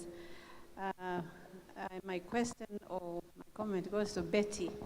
I am wondering, the advocacy, so that more and more of our young people know the opportunities that are available, how far are you able to extend that advocacy? And I'm sitting here thinking about my old school, my high school, schools up country. I'm wondering whether you're only thinking about schools that are near, or schools that are within the coast region, people who are near water bodies? What about the rural areas where, you know, those people, those children can also have their eyes opened and take the opportunities that are available? How can we improve the advocacy so that we cover the country? Because there are children who would make use of these opportunities all over. There are children who've never seen water, but that is not to say that they cannot work in blue economy. So how are we extending this to them?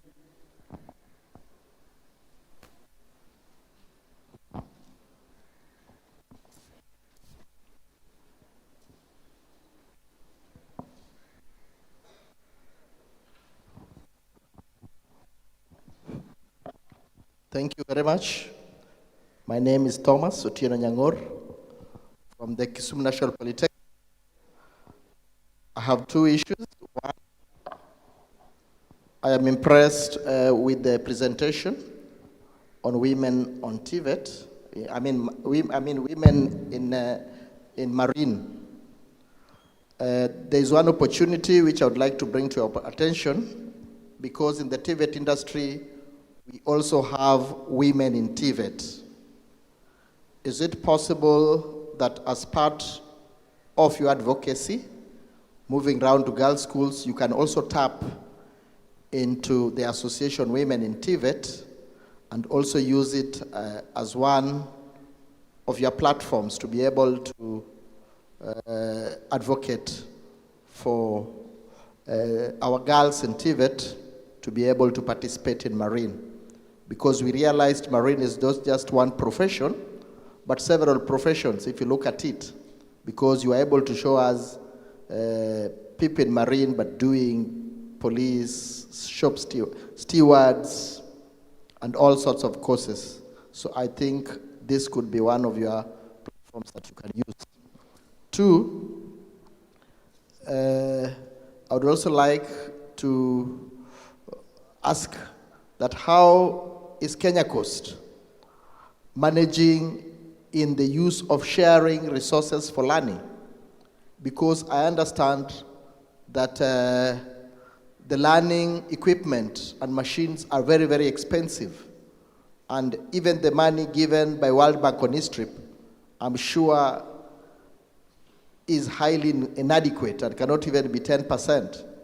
How are you grappling with the issue of sharing resources with the industry, other than just going for industrial attachments, but sharing real time whereby you are able to send some of the courses, send some of the lessons which you require to do with industry. Otherwise, I would like to congratulate Kenya Coast through Kevin for the hard work done. Asante sana. Thank you very much.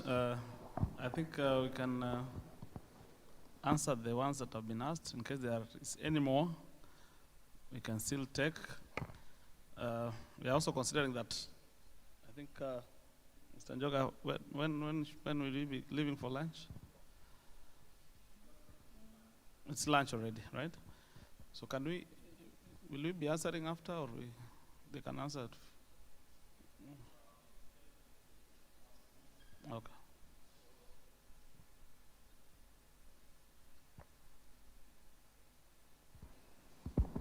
Thank you. Now, in order to go deeper into discussions, because we transferred paper presentations to another parallel session, to another room somewhere, we can answer the remaining questions in the afternoon. So for now, I think it would be important we stop at that point. So thank you very much, colleagues, if I may use that word. And thank you very much, Industry Advisory Board. Njoga, you can advise on the lunch. Thank you. Now, there was an oversight somewhere. When we just came back from break, there was a new guest who came in, and it was important that we introduced him.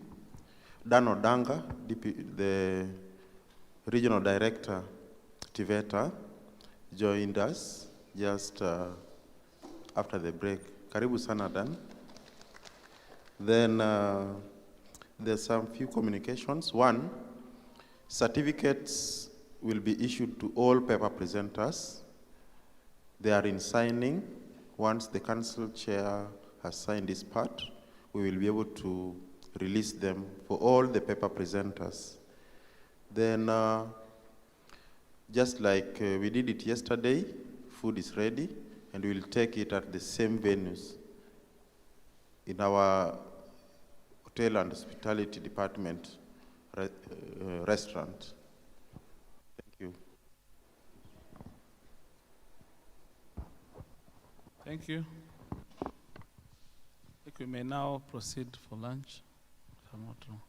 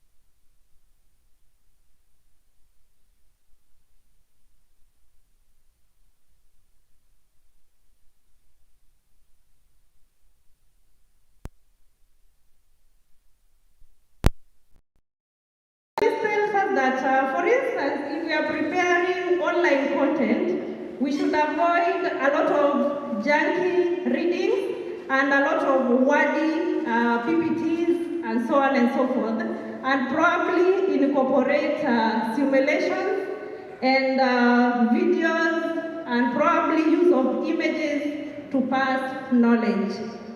Next.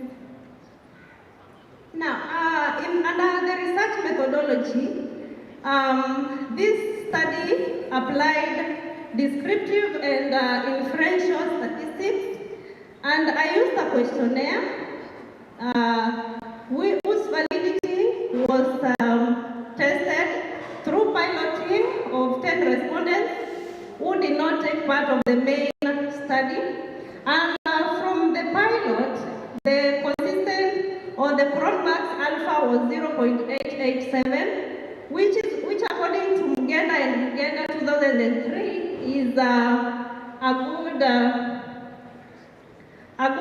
reliability, which tells us that we can rely on that questionnaire to get insight, to get information, and to get important data from that. So that's how the validity of the questionnaire was tested.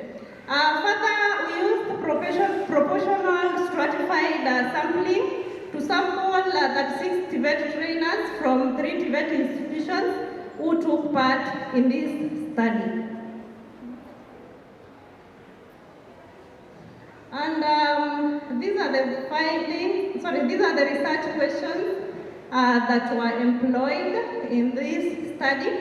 And number one was, what is the competence level of TVET trainers in Kenya in the use of ICT in teaching, learning, transaction?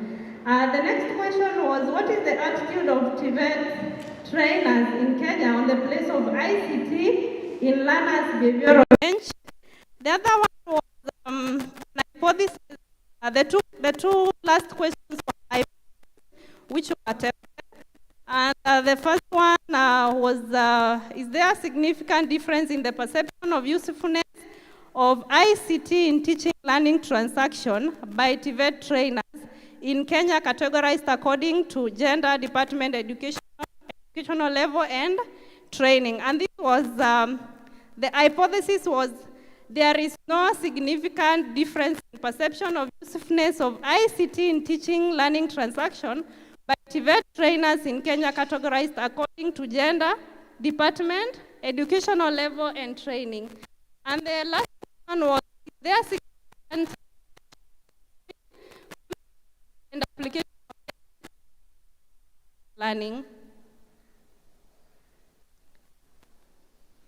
So these are the findings that we came across in this study.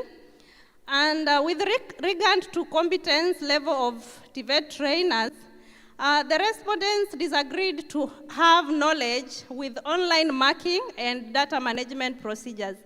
And this one, I think, is agreeable and is something that we know it's true, because for all this period that we've had COVID-19 and the shutdown and close down of schools, only a few, and I think universities, have been able to do online examinations successfully.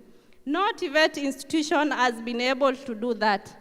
Then, on the other hand, the trainers tended to agree to be competent in the use of PowerPoint programs, Excel program, Microsoft Word, online search procedures, and internet programs.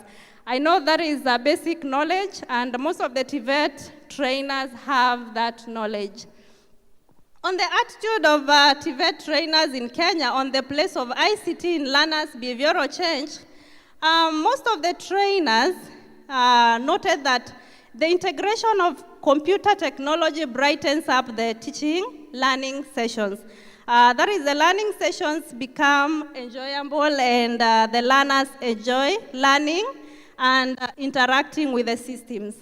And the other finding was that integration of these technologies make learners actively involved in the teaching learning transactions. They're able to interact with the learning environment. The other findings under the same is that the use of ICT in education or in learning and teaching raises learners' curiosity, makes learners more engaged. It also reduces teacher domination. That is, the teacher is like a moderator or just controlling the class but not dominating everything. Then it also spins up learning interactions and increases the rate of learner-to-learner interactions and learner-to-teacher interactions. On whether there is a significant difference in the perception of usefulness of ICT in teaching amongst trainers in Kenya, categorized according to gender, groups agreed that ICT integrated according to gender. Next. And the category according to education level and competence in ICT, these trainers, that is 0.273, suggests that the difference of mini scores in perception is statistically insignificant. And thus, both groups, that is those with ICT knowledge and those without, regard ICT important in education. So the null hypothesis was also accepted. Then the other question was whether there is significant relationship between competence and application of ICT in teaching transaction. So in this question, we wanted to know whether a person who has gone or who is competent in ICT in education, are they able to teach or are they willing to be able to move to the online mode of learning? And there was a positive and a very strong relationship between competence and application of ICT in teaching learning transaction at 0.01 level of significance. And this implied that the higher the competence, the higher the likelihood of educators to integrate ICT in teaching and learning transaction. And that is a communication to the policymakers and the leaders of TVET institutions that if we are to move fully to blended or to online learning, then trainers should be fully equipped with ICT knowledge in education. And this study concludes that TVET trainers are competent in the use of PowerPoint, Excel, Microsoft Word, and online search procedures like Google and internet programs. However, although majority of the trainers have gone through ICT training, they lack the most important skill of online marking. These trainers cannot be able to mark or to assess trainees online, and they cannot be able to manage data online. The other conclusion was that the study established a positive and a strong relationship between a trainer being competent in ICT and their likelihood of teaching online successfully. And therefore, this is my final conclusion, that it's true that integration of ICT in learning teaching transaction brightens up sessions, makes learners to be involved in the whole learning and teaching transaction, and they raise learner curiosity, and of course that will lead to more learning, and it makes them more engaged, reduces teacher domination, speeds up interaction, and increases the rate of interaction among learners and between learners and trainers. Thank you.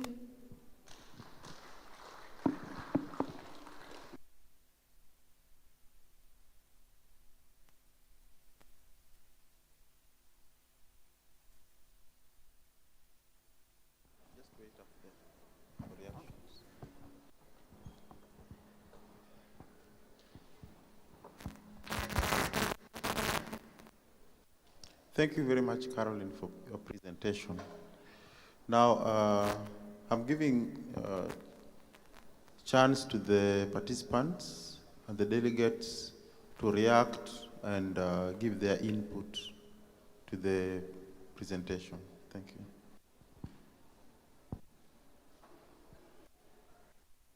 This,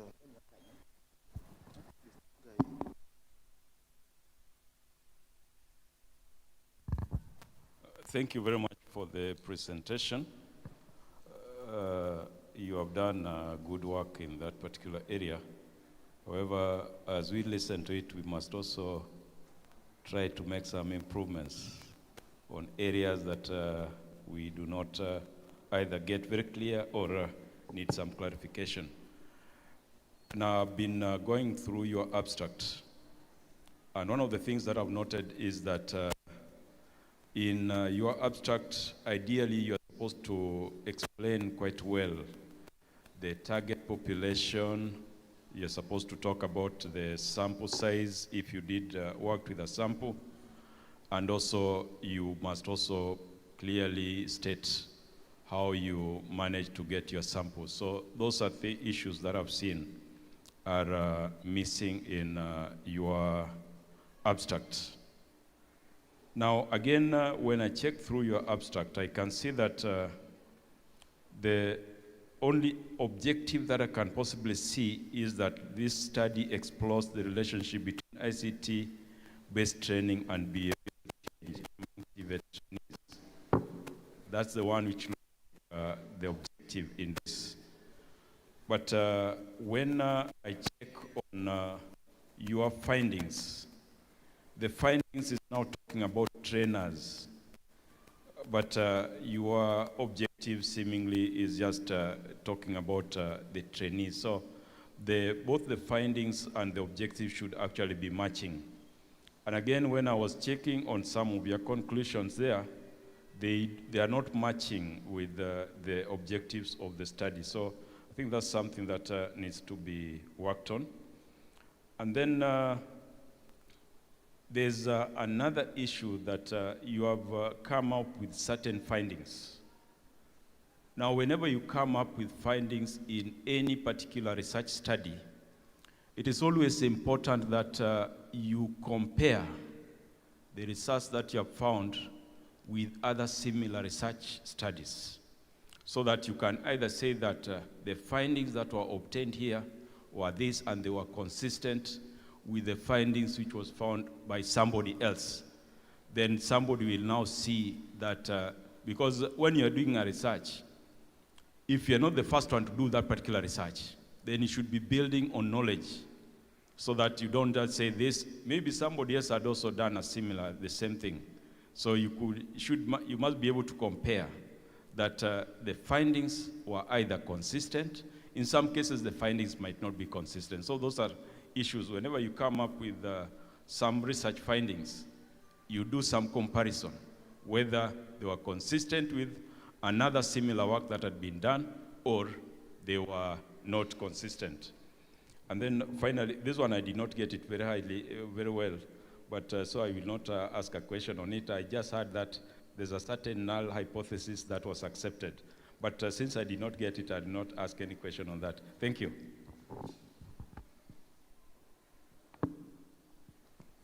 Thank you very much for your kind input. Do you want to react? Okay.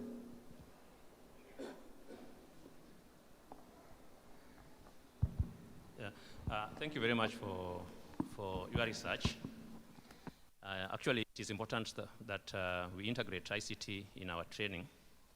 I looked at your Dell's experience, and you have clearly spelled out that 90% of learning takes place through simulations and doing.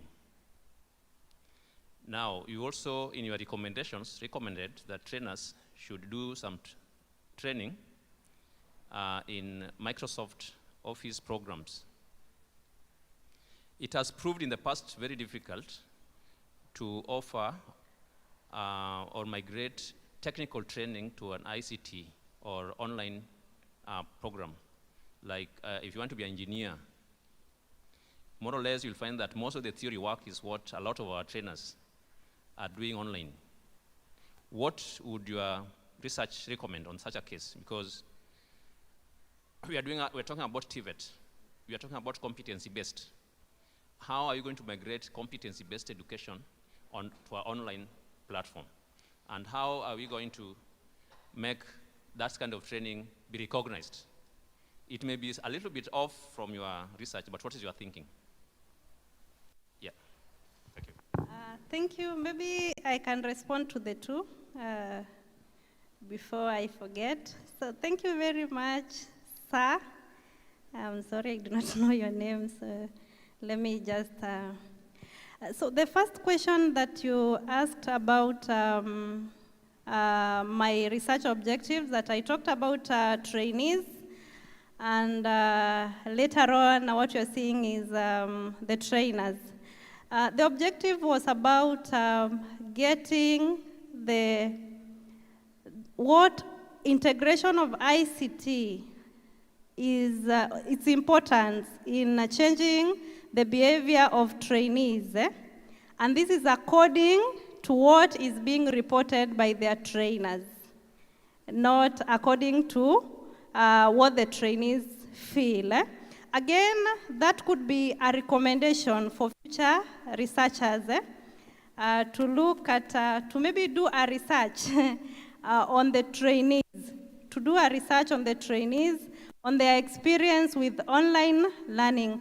And this could maybe be a test of trainees who have gone through the online learning and the experience that they have had in the online learning. But this research was mainly based on the feeling of the trainers on what ICT in education can do to change the behavior or the learning behavior of a learner. I hope I've answered that. I don't know whether you're convinced by the look. Okay, and then the other question that you asked was about comparing what the other researchers have done and my findings. The comparing or the comparison, I've done it in the literature review. I've done the literature review. Sorry? Okay.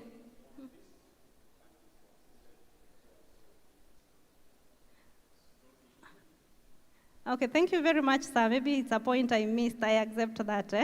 I will improve on that.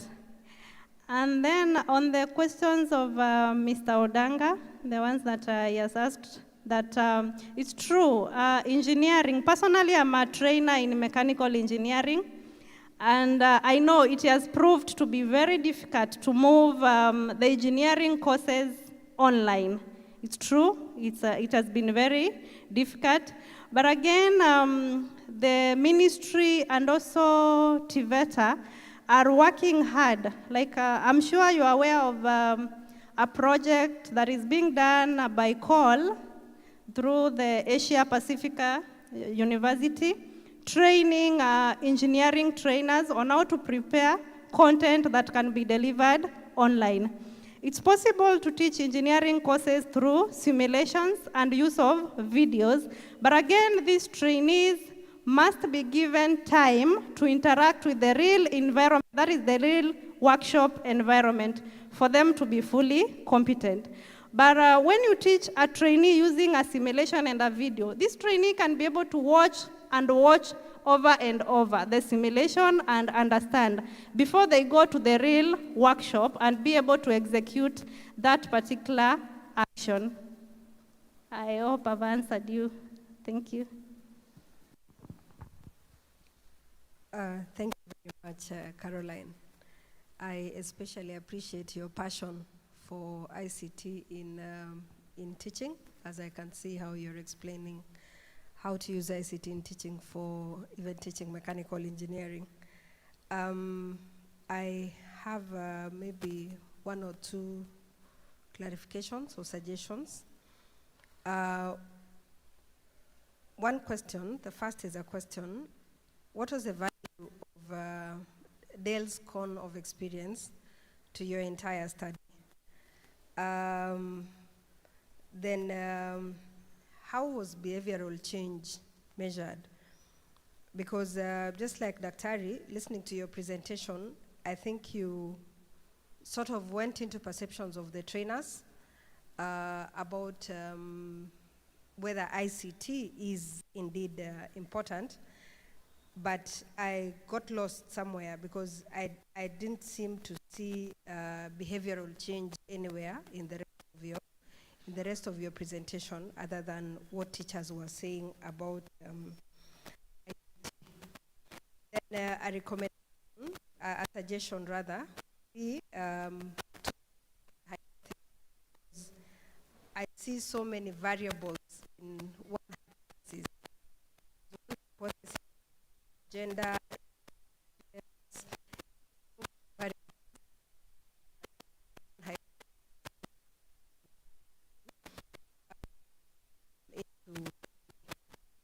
I agree with Dr. on some of the conclusions, because you had a conclusion on lack of skills in online and online marking. Didn't see that led to that conclusion. Thank you. Thank you. Maybe I start with the question, the value of the daily score of experience in my study. The reason as why I used the cone of experience was to bring out learn by maybe a lecture in class by talking and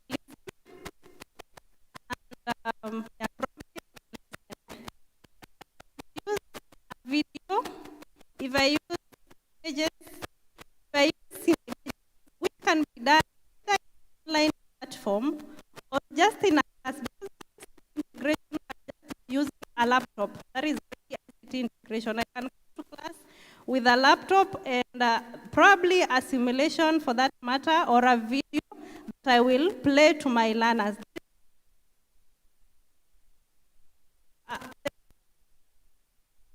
Trying to show the importance of using search in a teaching learning interaction, and the importance that learning it brings. I hope one is okay. Then on using many variables, it's true, I agree. I accept this on training and ICT competence. I agree with you. I should arrange the variables. The other question, if I got you, is about the competence of trainers. I said that these trainers have knowledge on PowerPoint, that is Microsoft's Word, Microsoft PowerPoint, Excel, and so on and so on. But they lack the online marking knowledge and data management. That is the data management of trainees, probably keeping a record of attendance, keeping a trainee progress record via online could be a problem to these trainers, sorry. I don't know whether I left anything out. Okay, thank you. How the behavioral change was measured is from the perception, let me call it perception, of these trainers who are training the trainees. And that one I accept is true. More research, and I'm promising here that I will do that. More research should be done, giving questionnaires or maybe interviewing the trainees themselves. That one I accept. Thank you.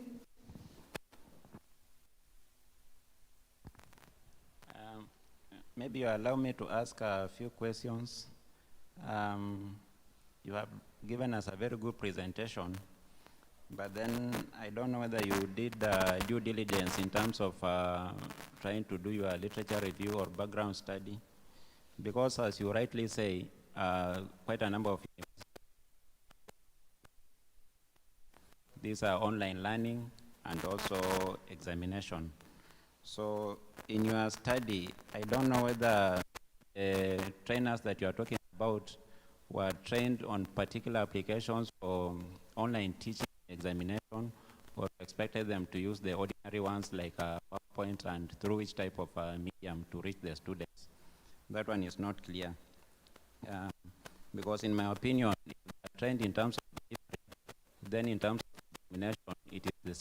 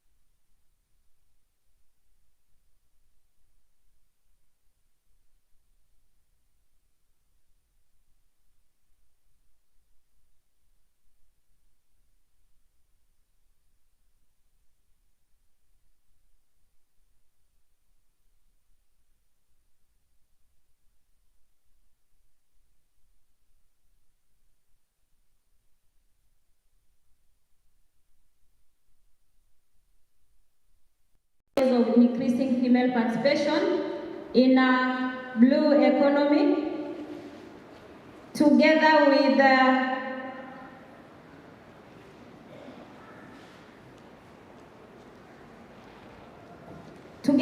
looking into the challenges which are faced by these students and the ways on which to get away with the same challenges.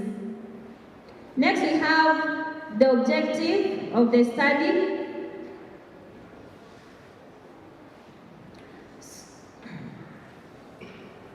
Sorry, before the objective, we have the introduction, whereby the blue economy is a relatively new concept and that focuses on the sustainability of the ocean economy, and it therefore promotes growth, social inclusion, job creation, improvement of livelihood, increase food production from the sea, while at the same time ensuring environmental health of the sea. That is as per the study which was done by the Shields and Hicks in 2019. Then the objectives of the study.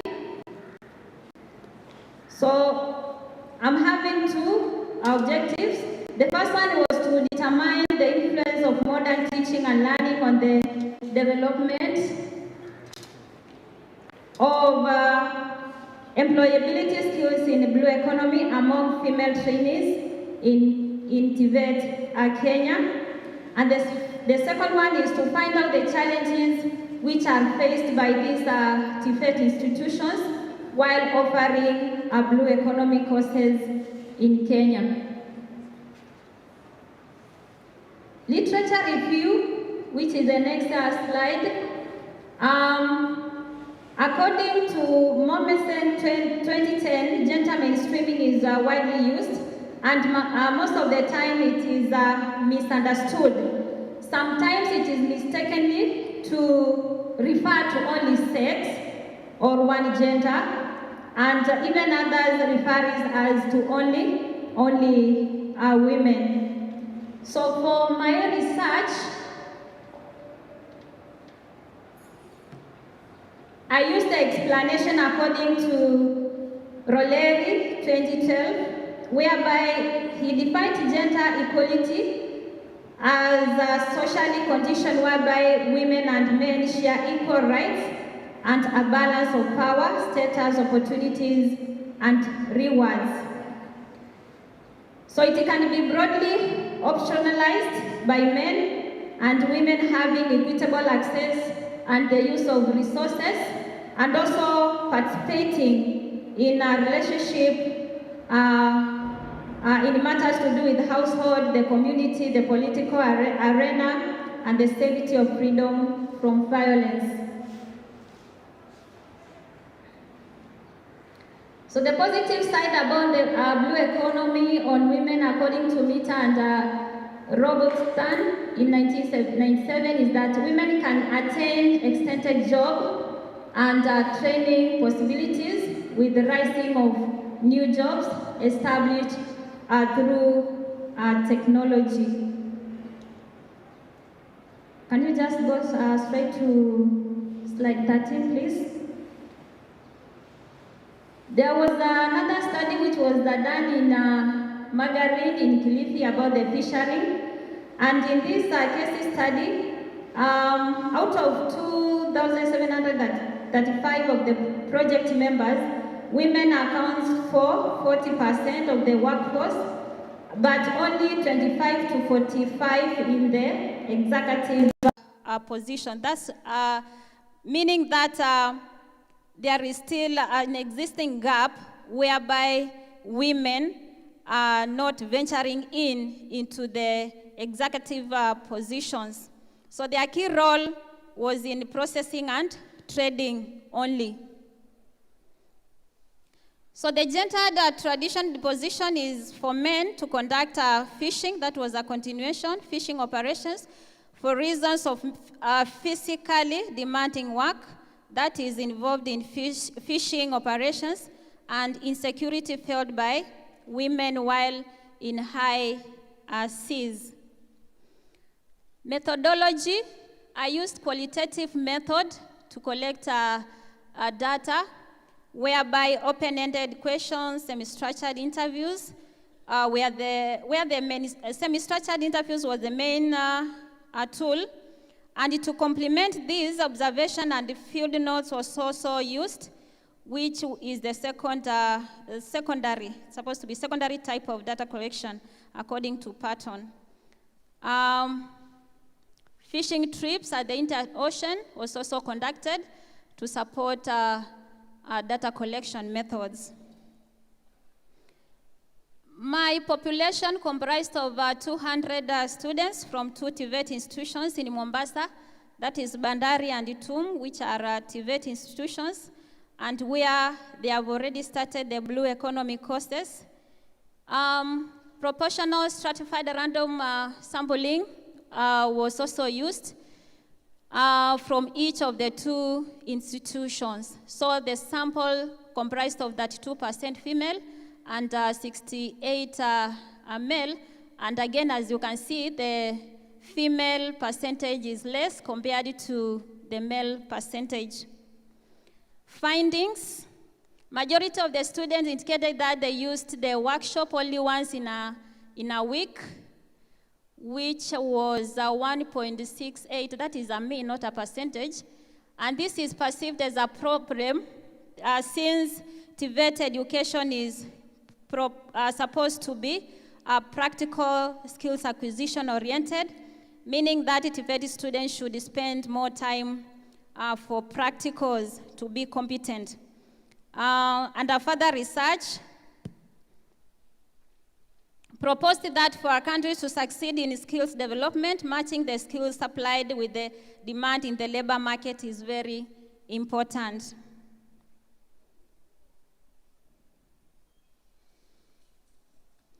Further findings that the students were confident in getting a job after they graduate from their education, which I got 2.2, a mean of 2.2. And this shows that whatever they were being taught in college was relevant with the expectation of the labor market. Another finding is in line with the widely accepted belief that education and training for productive employment is vital for economic and social development. On whether the TVET students had acquired employability skills, which would enable them fit in the global market or in the industry, majority of the students believed that they had acquired the desirable employability skills, such as interpersonal skills, logical thinking, 2.14, ability to work in the team, 2.035, critical analysis of 2 mean, and specialized knowledge of 1.91. These are internationally accepted skills for the labor market, hence showing this TVET education in Kenya is on its way in achieving internationalization. Challenges faced by the institutions offering the blue economy courses. Next slide, please. Next. So, challenges are faced by institutions offering blue economy courses in Kenya. From the finding, majority of the students were of the opinion that they encountered problem in paying their school fees. College had inadequate number of trainers, and then there was lack of enough sensitization on the courses they take. About the industrial attachment not being taken serious, it was found that some of them were not assessed during the attachment period. And according to a research which was done earlier, industrial experience prepares the students for dynamic, real-life employment situation, cultivating their aptitudes and attitudes, adaptive, interpersonal, and collaborative skills, which enable them function well in the world of work as accepted. Conclusion, TVET sector in Kenya has remained the main source of middle-level labor force for country's economy. So according to these findings, this study revealed that TVET institution in Kenya had been revitalized through the provision of modern teaching. We have had a lot of online teachings and learning where teaching and learning equipments have been employed, hence bringing about the provision of quality training leading to employment. There's also been a collaboration between the TVET institution and also the local industries, which led to provision of industrial attachment. Further, the collaboration has changed the image of the TVET in Kenya due to the improved quality of the programs offered in TVET. The study also reveals that some of the trainers had already started their pedagogy training, majority being at KTTC, to acquire the training skills which are needed to assist the learners. And then recommendation. The first recommendation is stimulating interest among female students in the blue economy related courses at an early stage, as early as in primary and also secondary level, for them to be able to see the essence of the blue economy. And another recommendation is the government should increase TVET funding. We know the TVET fundings are there, but that area has to be revisited so as to reduce the amount of school fees payable by TVET students, and support be given to female who pursue blue economy courses so as to remove the gap between the male and the female students, which leads to gender imbalance. Then through the Ministry of Education, Science and Technology should also put policies in place for female students to start blue economy fields at early stages of learning. Then another recommendation is that researchers are encouraged to sample motivate colleges. We know it is not only in Coast or in Mombasa where blue economy courses are offered. We have even in Western countries where the blue economy. So research is encouraged to do more sampling of TVET colleges to be included in the study. Also, the study relied mainly on the information which we are given by the students and the data which was collected by the researcher. So recommendation is that probably in future, teachers should be included, the college heads, the educational stakeholders, people working at a grass level, those connected with the blue economy, and people working at the State Department of Fisheries. And also the blue economy, so as to get a wider view of the real situation in the TVET college. Thank you.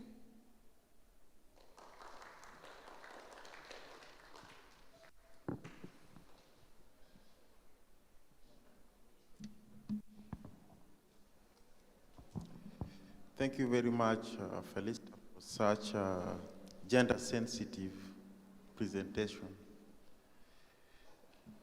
Now I'm giving this chance to the delegates and the participants to give their remarks, inputs, and ask questions, should there be. Let's make them brief and be time conscious. Thank you. At least one question is just enough.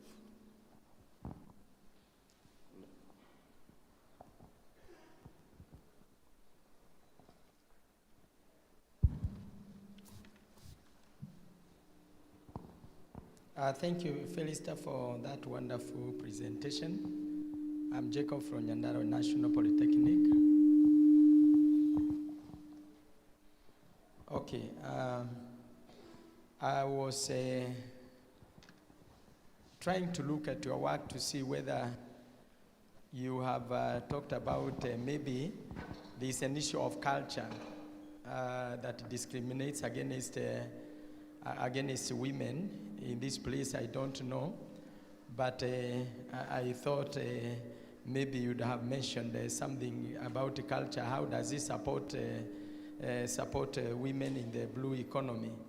As we are talking of funding, another issue is are we sure that if we are going to increase the funding to activate institutions, that one will go a long way to ensuring that females participate more in the blue economy? Are we sure about that?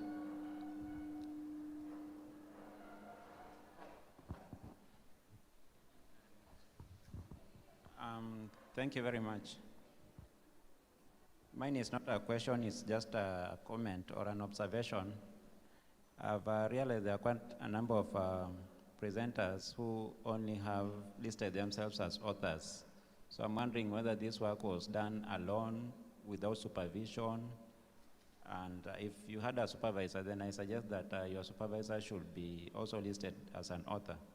And this is important because supervisors usually help you shape your work in terms of the research work that you are doing, and in terms of the write-up, and even in terms of the quality of the presentation.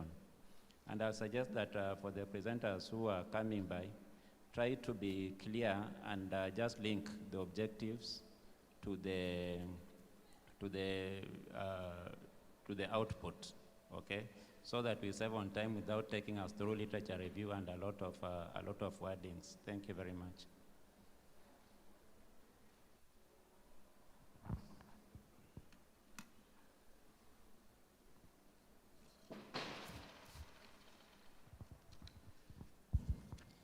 Thank you. Felista is your name? Felista? Yes. Yeah, you've done quite some good work. Thank you. However, I try to scan through the entire document and relate it to the topic, and I find a disconnect. I was expecting to see data showing the gender with regard to STEM versus the liberal sciences in your findings. Yeah, I was trying to see how, because you see gender basically as you had defined it, we look at even the people living with disabilities. We're looking at people, the female, the male. Yeah, but when you go along, you most likely you find that you are not mentioning anything about the gender. Actually, we went a little bit off the mark. So maybe we may want to redefine our topic, my view.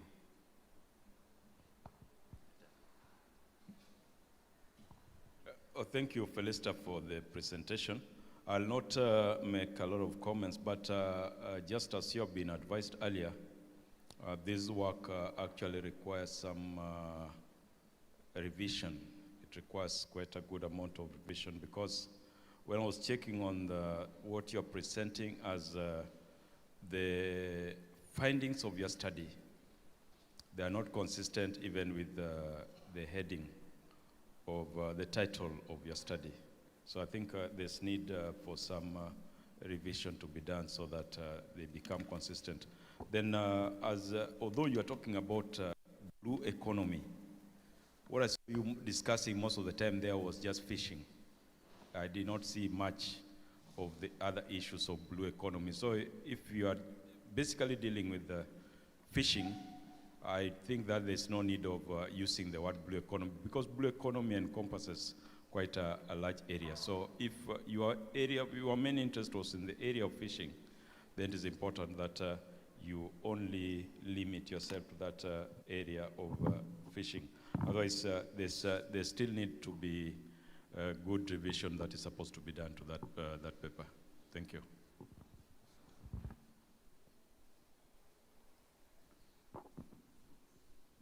Can I answer first, please?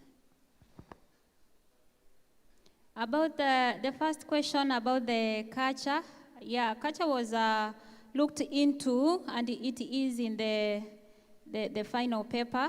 It's only that it was not captured in the slides. Yeah, culture really do affect because there is a belief whereby probably what men can do, a female cannot not do, and that's why my research or the findings which was done in Kilifi showed that men were doing the fishing work, unlike the ladies.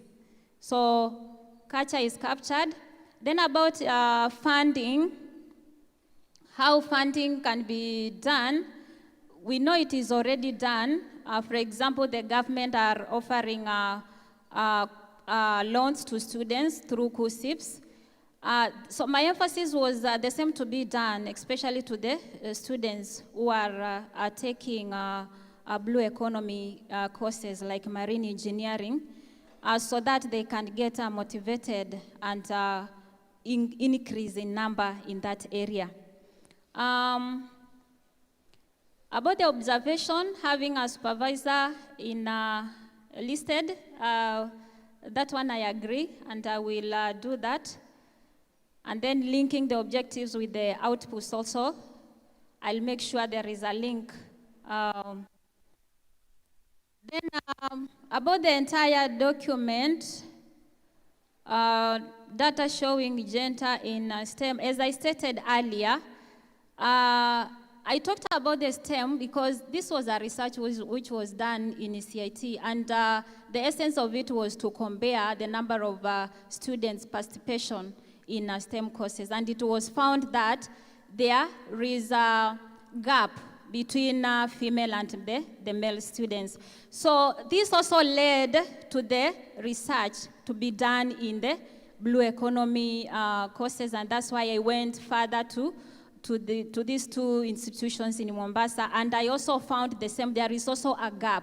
So it's like it is something which is a triggering from one area moving to another area. So that has to be looked into. About inclusion of disability, yes, I agree, this one.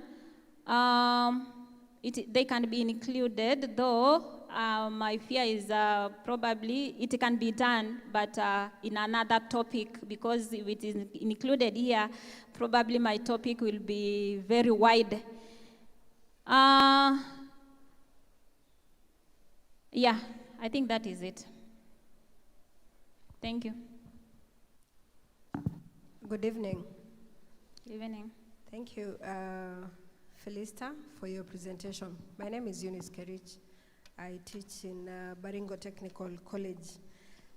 I think just in agreement with the previous presenter, even though you have attempted to respond, the link between the gender dimension somehow got lost in your presentation as you were doing the findings, because it's there in the objectives, yes, but even as you go to the findings, we don't see you segregate the people being trained in terms of female and male in the findings. Then looking at your findings, I also got confused at a certain point, because I saw tables and they have percentages of 2 point something, 1 point something %, and other percentages. So I'm wondering, how relevant is that? Because you seem to be saying the finding is important, and I'm seeing the percentage is very low. So I'm wondering how the finding could be important.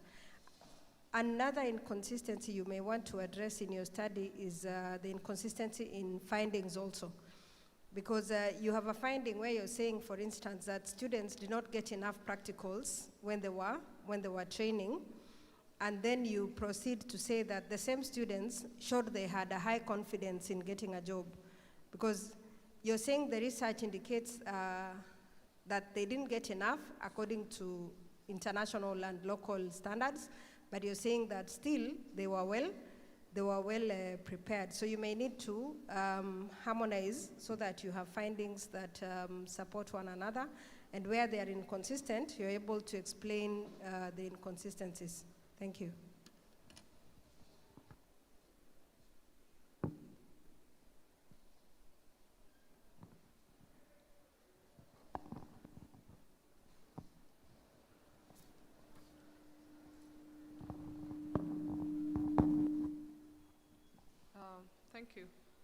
there's observation, and part of it I want to look at your report.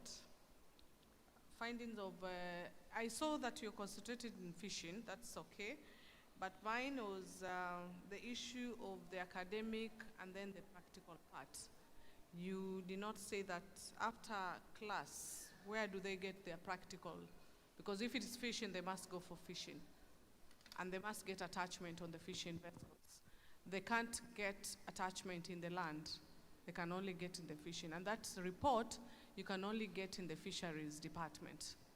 If you intend to do your research, you need to engage the institution like fisheries department so that they can give you the database.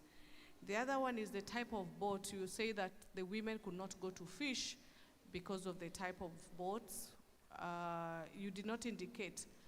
Do we have the technology boats for the female now to venture in the fishing? Because the government also, it can also provide for them. Or the institution can try, if they're doing the fisheries training, they can try to build the new boats for the female. Because the old female boats, the old type of boat, the female cannot go because of the nature of the boat. The other one is the finance, the scholarship. You asked for loans, or you did not ask for scholarship for female. Because in the maritime or either blue economy, you look at the scholarship in the other subjects or training, you'll get them, they're there. But in the blue economy, the government has not come out and give scholarship to the girls. The other one is, the last one is BMA. I don't think if it is at TVET College, if I'm not wrong, Mr. It's under Ministry of Transport and Communication. It's not under TVET. Bandari? Yes. Okay. It's not at TVET College. Thank you. Thank you. Sorry, last, I want to issue a colleague who said you did not include disability. I want to tell that the nature of work, it is not easy for disability to be in that report because they can't do fishing. They can't do maritime. They can't go to the ship. It is very sensitive for the disability to be part in that report. I don't know. Okay, just to start on the last, my research is not about fishing. Fishing was just under literature review, just to show the number or the gap between the female and the male participation in this field. So my research is about the gender mainstreaming in TVET institution for the sustainable blue economy. So it's not I was not emphasizing on fishing. That was just by the way, and it was a literature and a literature review. Then, yeah, I agree with you. If I have to include a disability, probably I do another research on that area to be separate from whatever I'm having. Then, about the findings. About the findings, I think I had mentioned when I was presenting, there was a typing error. Those were means, there were no percentages. That was a typing error. That is a mean. The one which is 1.682, that is mean, not a percent. It cannot be that low. And then more revision to be done. Yes, that one I agree. Have I captured everything? I think so. Yes, and I agree with the scholarship. I can include it in my research. Thank you.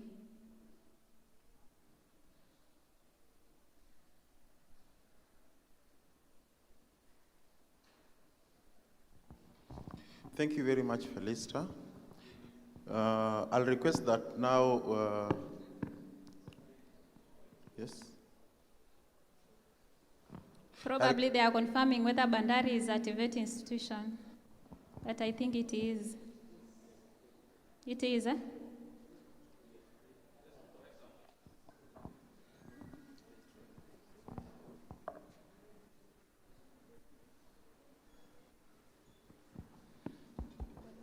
Excuse me, we just want to correct something as a regulator.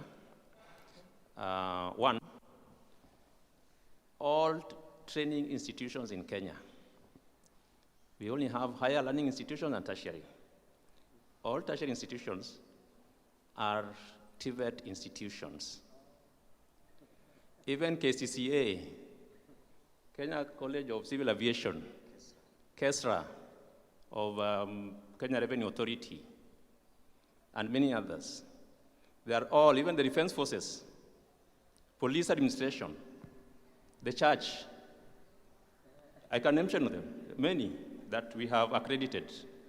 So we must correct this. Any training institution under TVET Act is a TVET institution regulated by TVET Authority.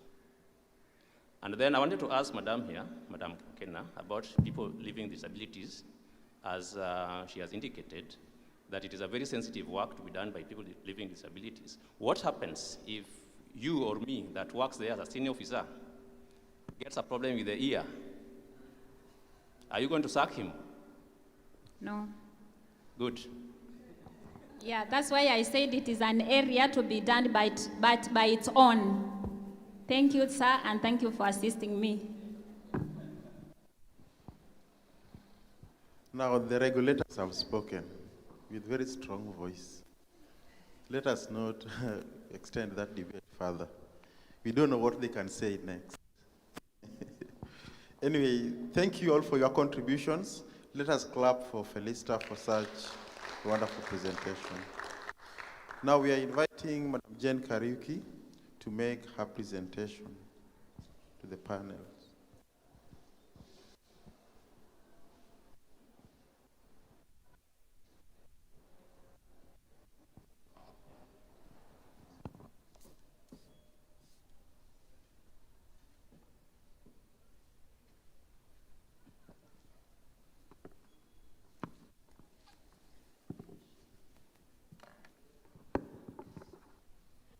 Good evening.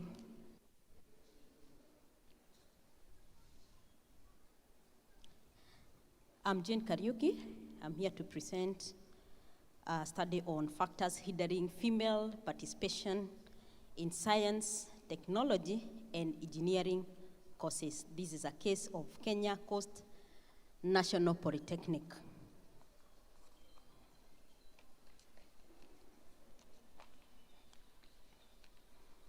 That is my abstract. Kindly excuse me, whatever is on the booklet. We made some changes thereafter, and it did not get to the printer in time. Thank you. So this study is set out to investigate factors hindering female participation in science, technology, and engineering courses with a case study of Kenya Coast National Polytechnic. I decided to look at that, and because in brew economy, there is a lot that is learned in science, things to do with food preservation, because we require food. Maybe in the cruise ship, we also require people to know how to analyze maybe the water because of the even conservation of aquatic life. We need technology for communication. At the same time, when it comes to the engineering courses, there is a lot of mechanical work that is there, and that is the reason why I decided to venture in those three, beside the fact that there is a lot that has to do with the poor female participation in the same courses. I used a descriptive research design. That is what I adopted, and I had 53 participants who are purpose-free selected, and among them were trainers. We have trainees and parents, and also HODs for those particular departments.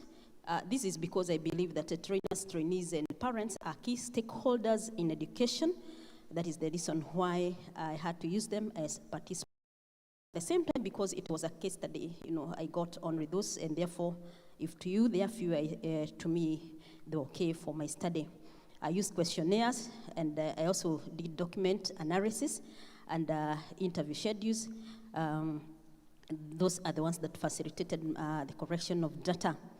Then the data was analyzed by SPSS version 26 and was presented using tables, charts, and graphs. The study revealed that culture, scarcity of female models in science, that is role models in science, technology and engineering, and lack of awareness are key factors that hinders female technology and engineering courses. Introduction. I looked at the background of science, and I realized that there was as early as 1600s, we had scientists, but looking at most of them, they were men, and it's only in the late 19th century when we had Marie Curie, who conducted pioneering research on radioactivity, and therefore you can see the imbalance, the gender imbalance that is there. Also in Kenya, future manpower needs, and as we continued in 1976, technical secondary schools with the assistance from the CIDA were developed in order to provide technical skills as preparation of more specialized training. And I've mentioned the 15 that were there: Kabete, Technical High School, Kitare, and the rest. And we look at all those schools, boys being admitted, and these are boys who are actually cream at the CPE level, cream of the primary school. Concentration of resources and the very conducive running environment, just to nurture the technical skills. But look at that, it is in boys. And therefore, check again the imbalance that is there, the gender imbalance that is there. However, with the coming of the 844, at least the girls had an opportunity to have some skills, and that is some technical skills. Colleges, which actually have led to increase in female participation. Statement of the problem. There is a lot that our government have done, and also the donors being employed. Kaidre, will you consider over 50% of those ones improve balance for the sake of also sustainable development? Thank you. Thank you very much, Jen. I can see you're very passionate about gender in TVET, especially the role of women. And thank you for a good presentation. I appreciate especially the preparation of your slides. You are very sure that you do not leave out any content. I thought your objectives were already biased. They didn't give you the opportunity to explore other factors that may be responsible for the gender divide in Tibet. You already had set your mind on the 3 factors you are going to look at. You could also consider in future looking at the factors openly, where you have not declared a bias, that you will look at culture and the others that you looked at. There is a finding that you kind of alluded that the percentage of female trainers in a department seems to have an influence on the number of female trainees in the department. I think also you need to explore that further so that you can test whether there is any statistically significant relationship between the two factors, because the data you presented do not clearly show whether that factor is actually scientifically tested to prove whether there is a relationship between. Finally, on a very light note, I found it very interesting that you kept using the word manpower in agenda paper. Thank you. Okay, thank you so much. In Somalia, little children were shying away to go to school, specifically schools that do not have female teachers. To them, they believed that as a headmaster, they felt that there will be exertion of the same authority of the man unto them, and therefore they feared to attend those schools. And therefore, I realized that there is kind of correlation, and most the kind of kids that are affected in Somalia are girls. And therefore, to me, there is a kind of correlation, but I can explore more on that, and especially in the Tibet. But I believe in one way or another, when our students go out and they measure the teacher who teaches them, then in one way or another that can also attract and also increase the enrollment, and that is the reason why I said in one way or another that there is that body, and of course we can see it through the data, and therefore I feel that it is there. Then when it comes to the factors, actually there are quite a number, and I decided to narrow down because it would have been very wide. If I went to all the factors, it would have been very wide. Therefore, I decided to narrow down to 3, and could be my next research will be on those others, and we shall be together doing that.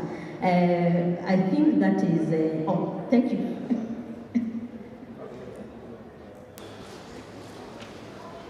Okay, thank you, Jane, for that very passionate presentation of your well-researched paper. I was looking for this issue of making sure that the females participate in various areas of academics, just like the boys are doing, is worldwide. And that's how people like Sekan and Young Africa are coming across and always running it up to us that we should ensure that there is that gender equality in many areas in our institutions. So I was interested to see maybe in your work to see what is that common denominator that sweeps across the world that is making the female kind of be hindered in pursuing these areas that the boys are doing very well. What is that common all over? Number 2, I was also expecting that in your research suggestion, you would also suggest that such a research would be taken because when you talk of resources, European countries compared to us, they have resources. America have resources also. So what is that is affecting the female participation all over the world? Okay, thank you so much. I feel all of us have realized that there has been this, and therefore everybody is actually in arms to empower the girl. This one is because even if you look at our society, we actively participate in economic development. Go to the market, you will find very many women there, including venturing into those preparing the cocoa and doing so many other things. And therefore, if they are ready to participate in that, why shouldn't we give them the skills? Yeah. At the same time, you're talking about, so we don't want a lot of animosity. As long as we're talking about socio-cultural development in sustainable development, then we should also consider empowering women. Therefore, it is not wrong to do affirmative action. Whatever SECAN and other people are doing, I think it is not wrong. We are on the right track because we want to bring this woman from where she has been, because we can actually see her participation in economic development.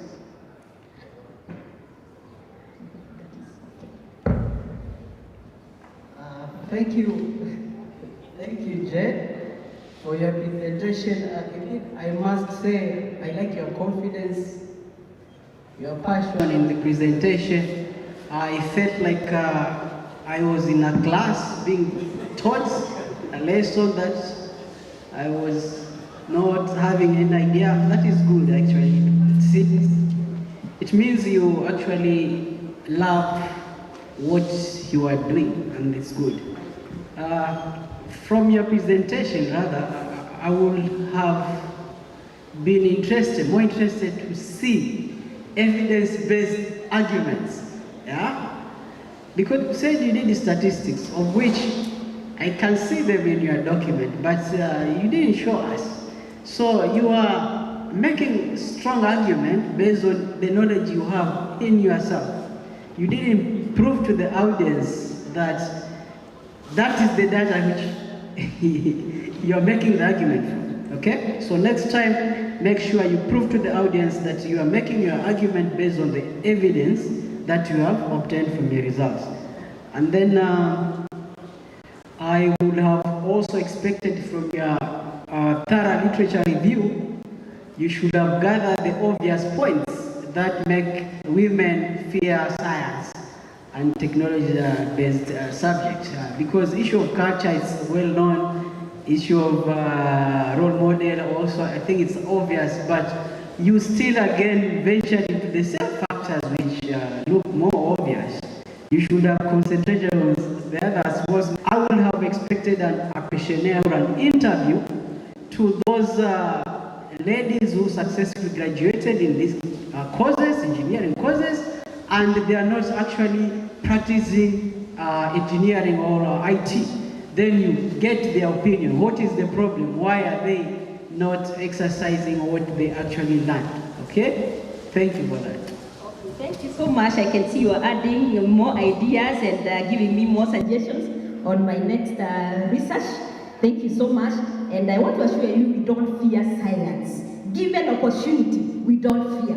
But what is brought in our mind before we come here is what makes us prefer the other subject than science, but we don't fear. I am a scientist. Thank you so much.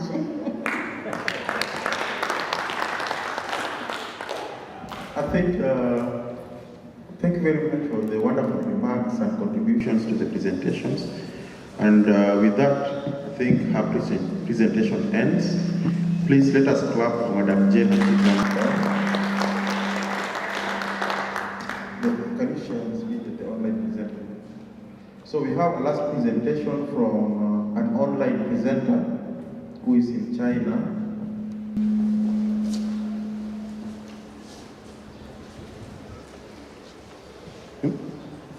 Hello?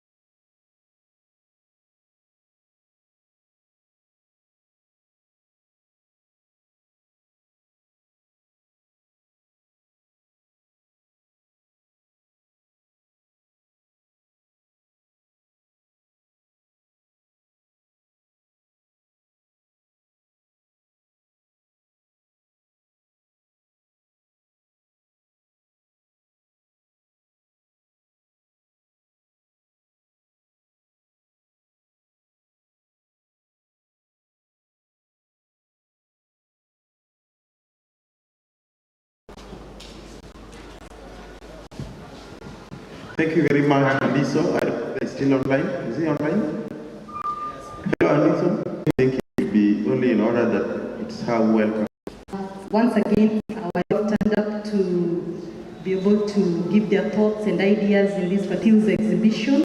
This particular evening, we are delighted to have with us our team and partners from CICAN that are here.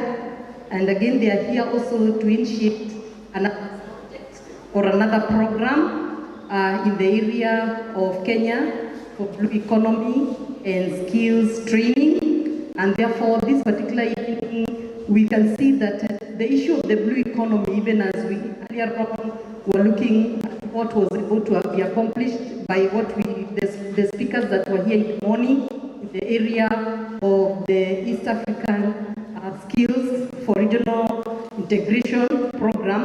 We are seeing the Big Four agenda so that we are able to provide adequate skilled personnel, so that also we are able to take advantage of the blue resources that are at our disposal. And therefore, this particular evening, I want to take this opportunity to briefly welcome, we have Tom, who is the director of the K-Best and also in charge of the program at Canada. And because they are all able to speak for themselves, I will give them an opportunity, 1 minute each, to undertake an introduction so that we can know them. And as we continue to work with them, then we shall also be talking from a point of information and having met for the first time this time. You're most welcome. Asante sana. My name is Tom Tunney, and I am with Colleges and Institutes Canada, or CICAN. 200, now I'm very grateful, 200 people, thank you. Just pleased to be here with my team. We were here for meetings, separate meetings, to introduce a new program that we have that is funded by the Canadian government and in collaboration with the Ministry of Education's Department of TVET in Kenya around the blue economy. So this is an exciting 70-year program that we're right now consulting. We want to do our design, we want to make sure we're getting it right, we want to speak again to the key stakeholders and leaders and participants who will be involved in this initiative. But the bottom line will be to ensure that their education, meaningful employment for young women and young men living in regions that are impacted. And this will involve partnerships between Kenyan institutions, TVET institutions, as well as Canadian colleges and institutes, building on many years of collaboration between Canadian and Kenyan institutions. And so a lot is to come. So maybe I'll just say K-Best project, which is Kenya Blue Economy Skills and Training Program. Thank you, Asante sana, and I wish you the best. Thank you so much, Tom. We also have with us, she's in charge of the programs, and so this afternoon we know that once we start off in the area of blue economy, then we shall be waiting to be able to see the delivery of these particular skills in the market. Karibu, Shalina. Thank you, Madam Principal. We're very happy to be here today. And as our manager said, we're here to scope out areas that we can collaborate on in the blues, and we expect to take the same model and the same relationship, this time impacting institutions that KCNP can also mentor in terms of TTIs and BTCs. So they're really very happy to be here today, and thank you very much for hosting us. Thank you, Shalina. And it's also good to note that with that, it is not just enough to have the Canada being in Canada. When they come here, we also have a system where those programs are able to be trickled down. And so we will briefly just introduce the program that is the Colleges and Institutes Canada. Eric, you can stand up and just wave. So this is a Kenyan partner representing CICAN here in Kenya's collaborations within our country, and we appreciate. And secretary here this particular afternoon, Professor Gul. I'm the TVET advisor to Professor Magoa. And I'm really excited to be here, even though we had other arrangements which we had, but the Chief Principal said, look, we got to say hello, come and see what's happening here. And we've had a lot of good things that are going on here. I can see some of my friends are here. I can see Dr. Osawa is here from Tibet, so you're well represented. There are brains here.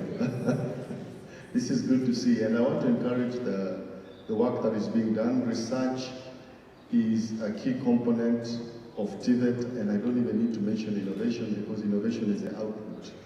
All of that knowledge that has been gathered, innovation comes out in the form of output that then needs to be exploited by society. So I'm very happy to find out some of the other things that you've been able to discuss, see how we can concretize them so that in the next second international conference, we build on what we already have and we are able to exploit the opportunities, including patenting some of the technologies that you have. And nothing is to be taken for granted. Everything counts, your intellectual property, your intellectual knowledge, even filing a utility model, that is still intellectual property that is valuable. We normally say akili ni mali, and so that's something we value. So I don't want to say much other than to thank you so much, Madam Principal, for bringing us here to at least say hello, and want to encourage you to continue with that endeavor. And then next time, make sure that our schedules don't conflict, so that we do not have other arrangements, and we dedicate our time for the next conference, which I look forward to attending. And probably this time I might also present a paper. Thank you very much.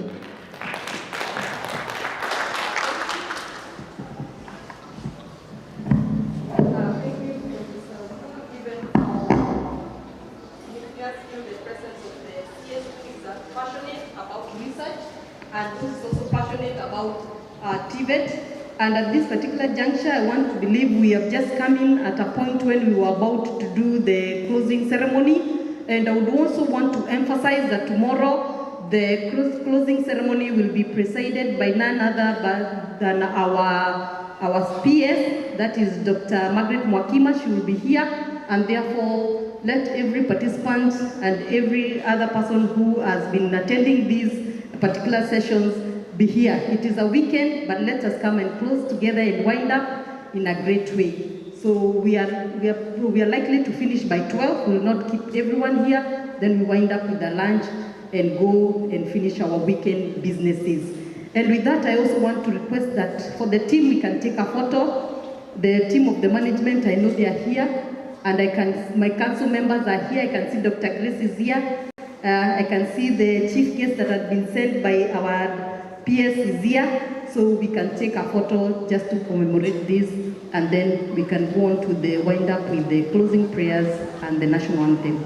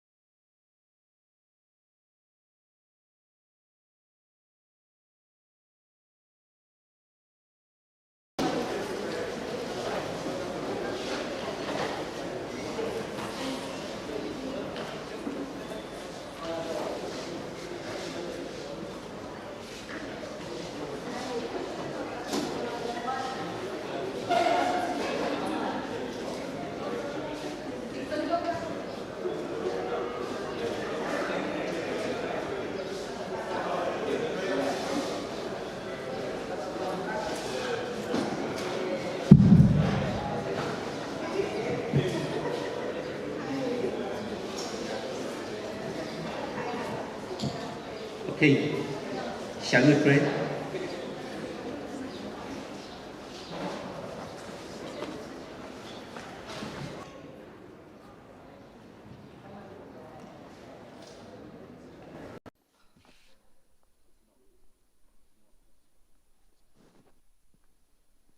Okay, shall we pray? Heavenly Father, we are thankful because you've been with us, and we are also thankful because of the deliberations that have gone on in this hall.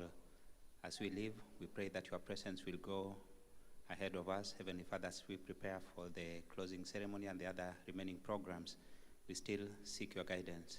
We pray in the name of the Lord. Amen.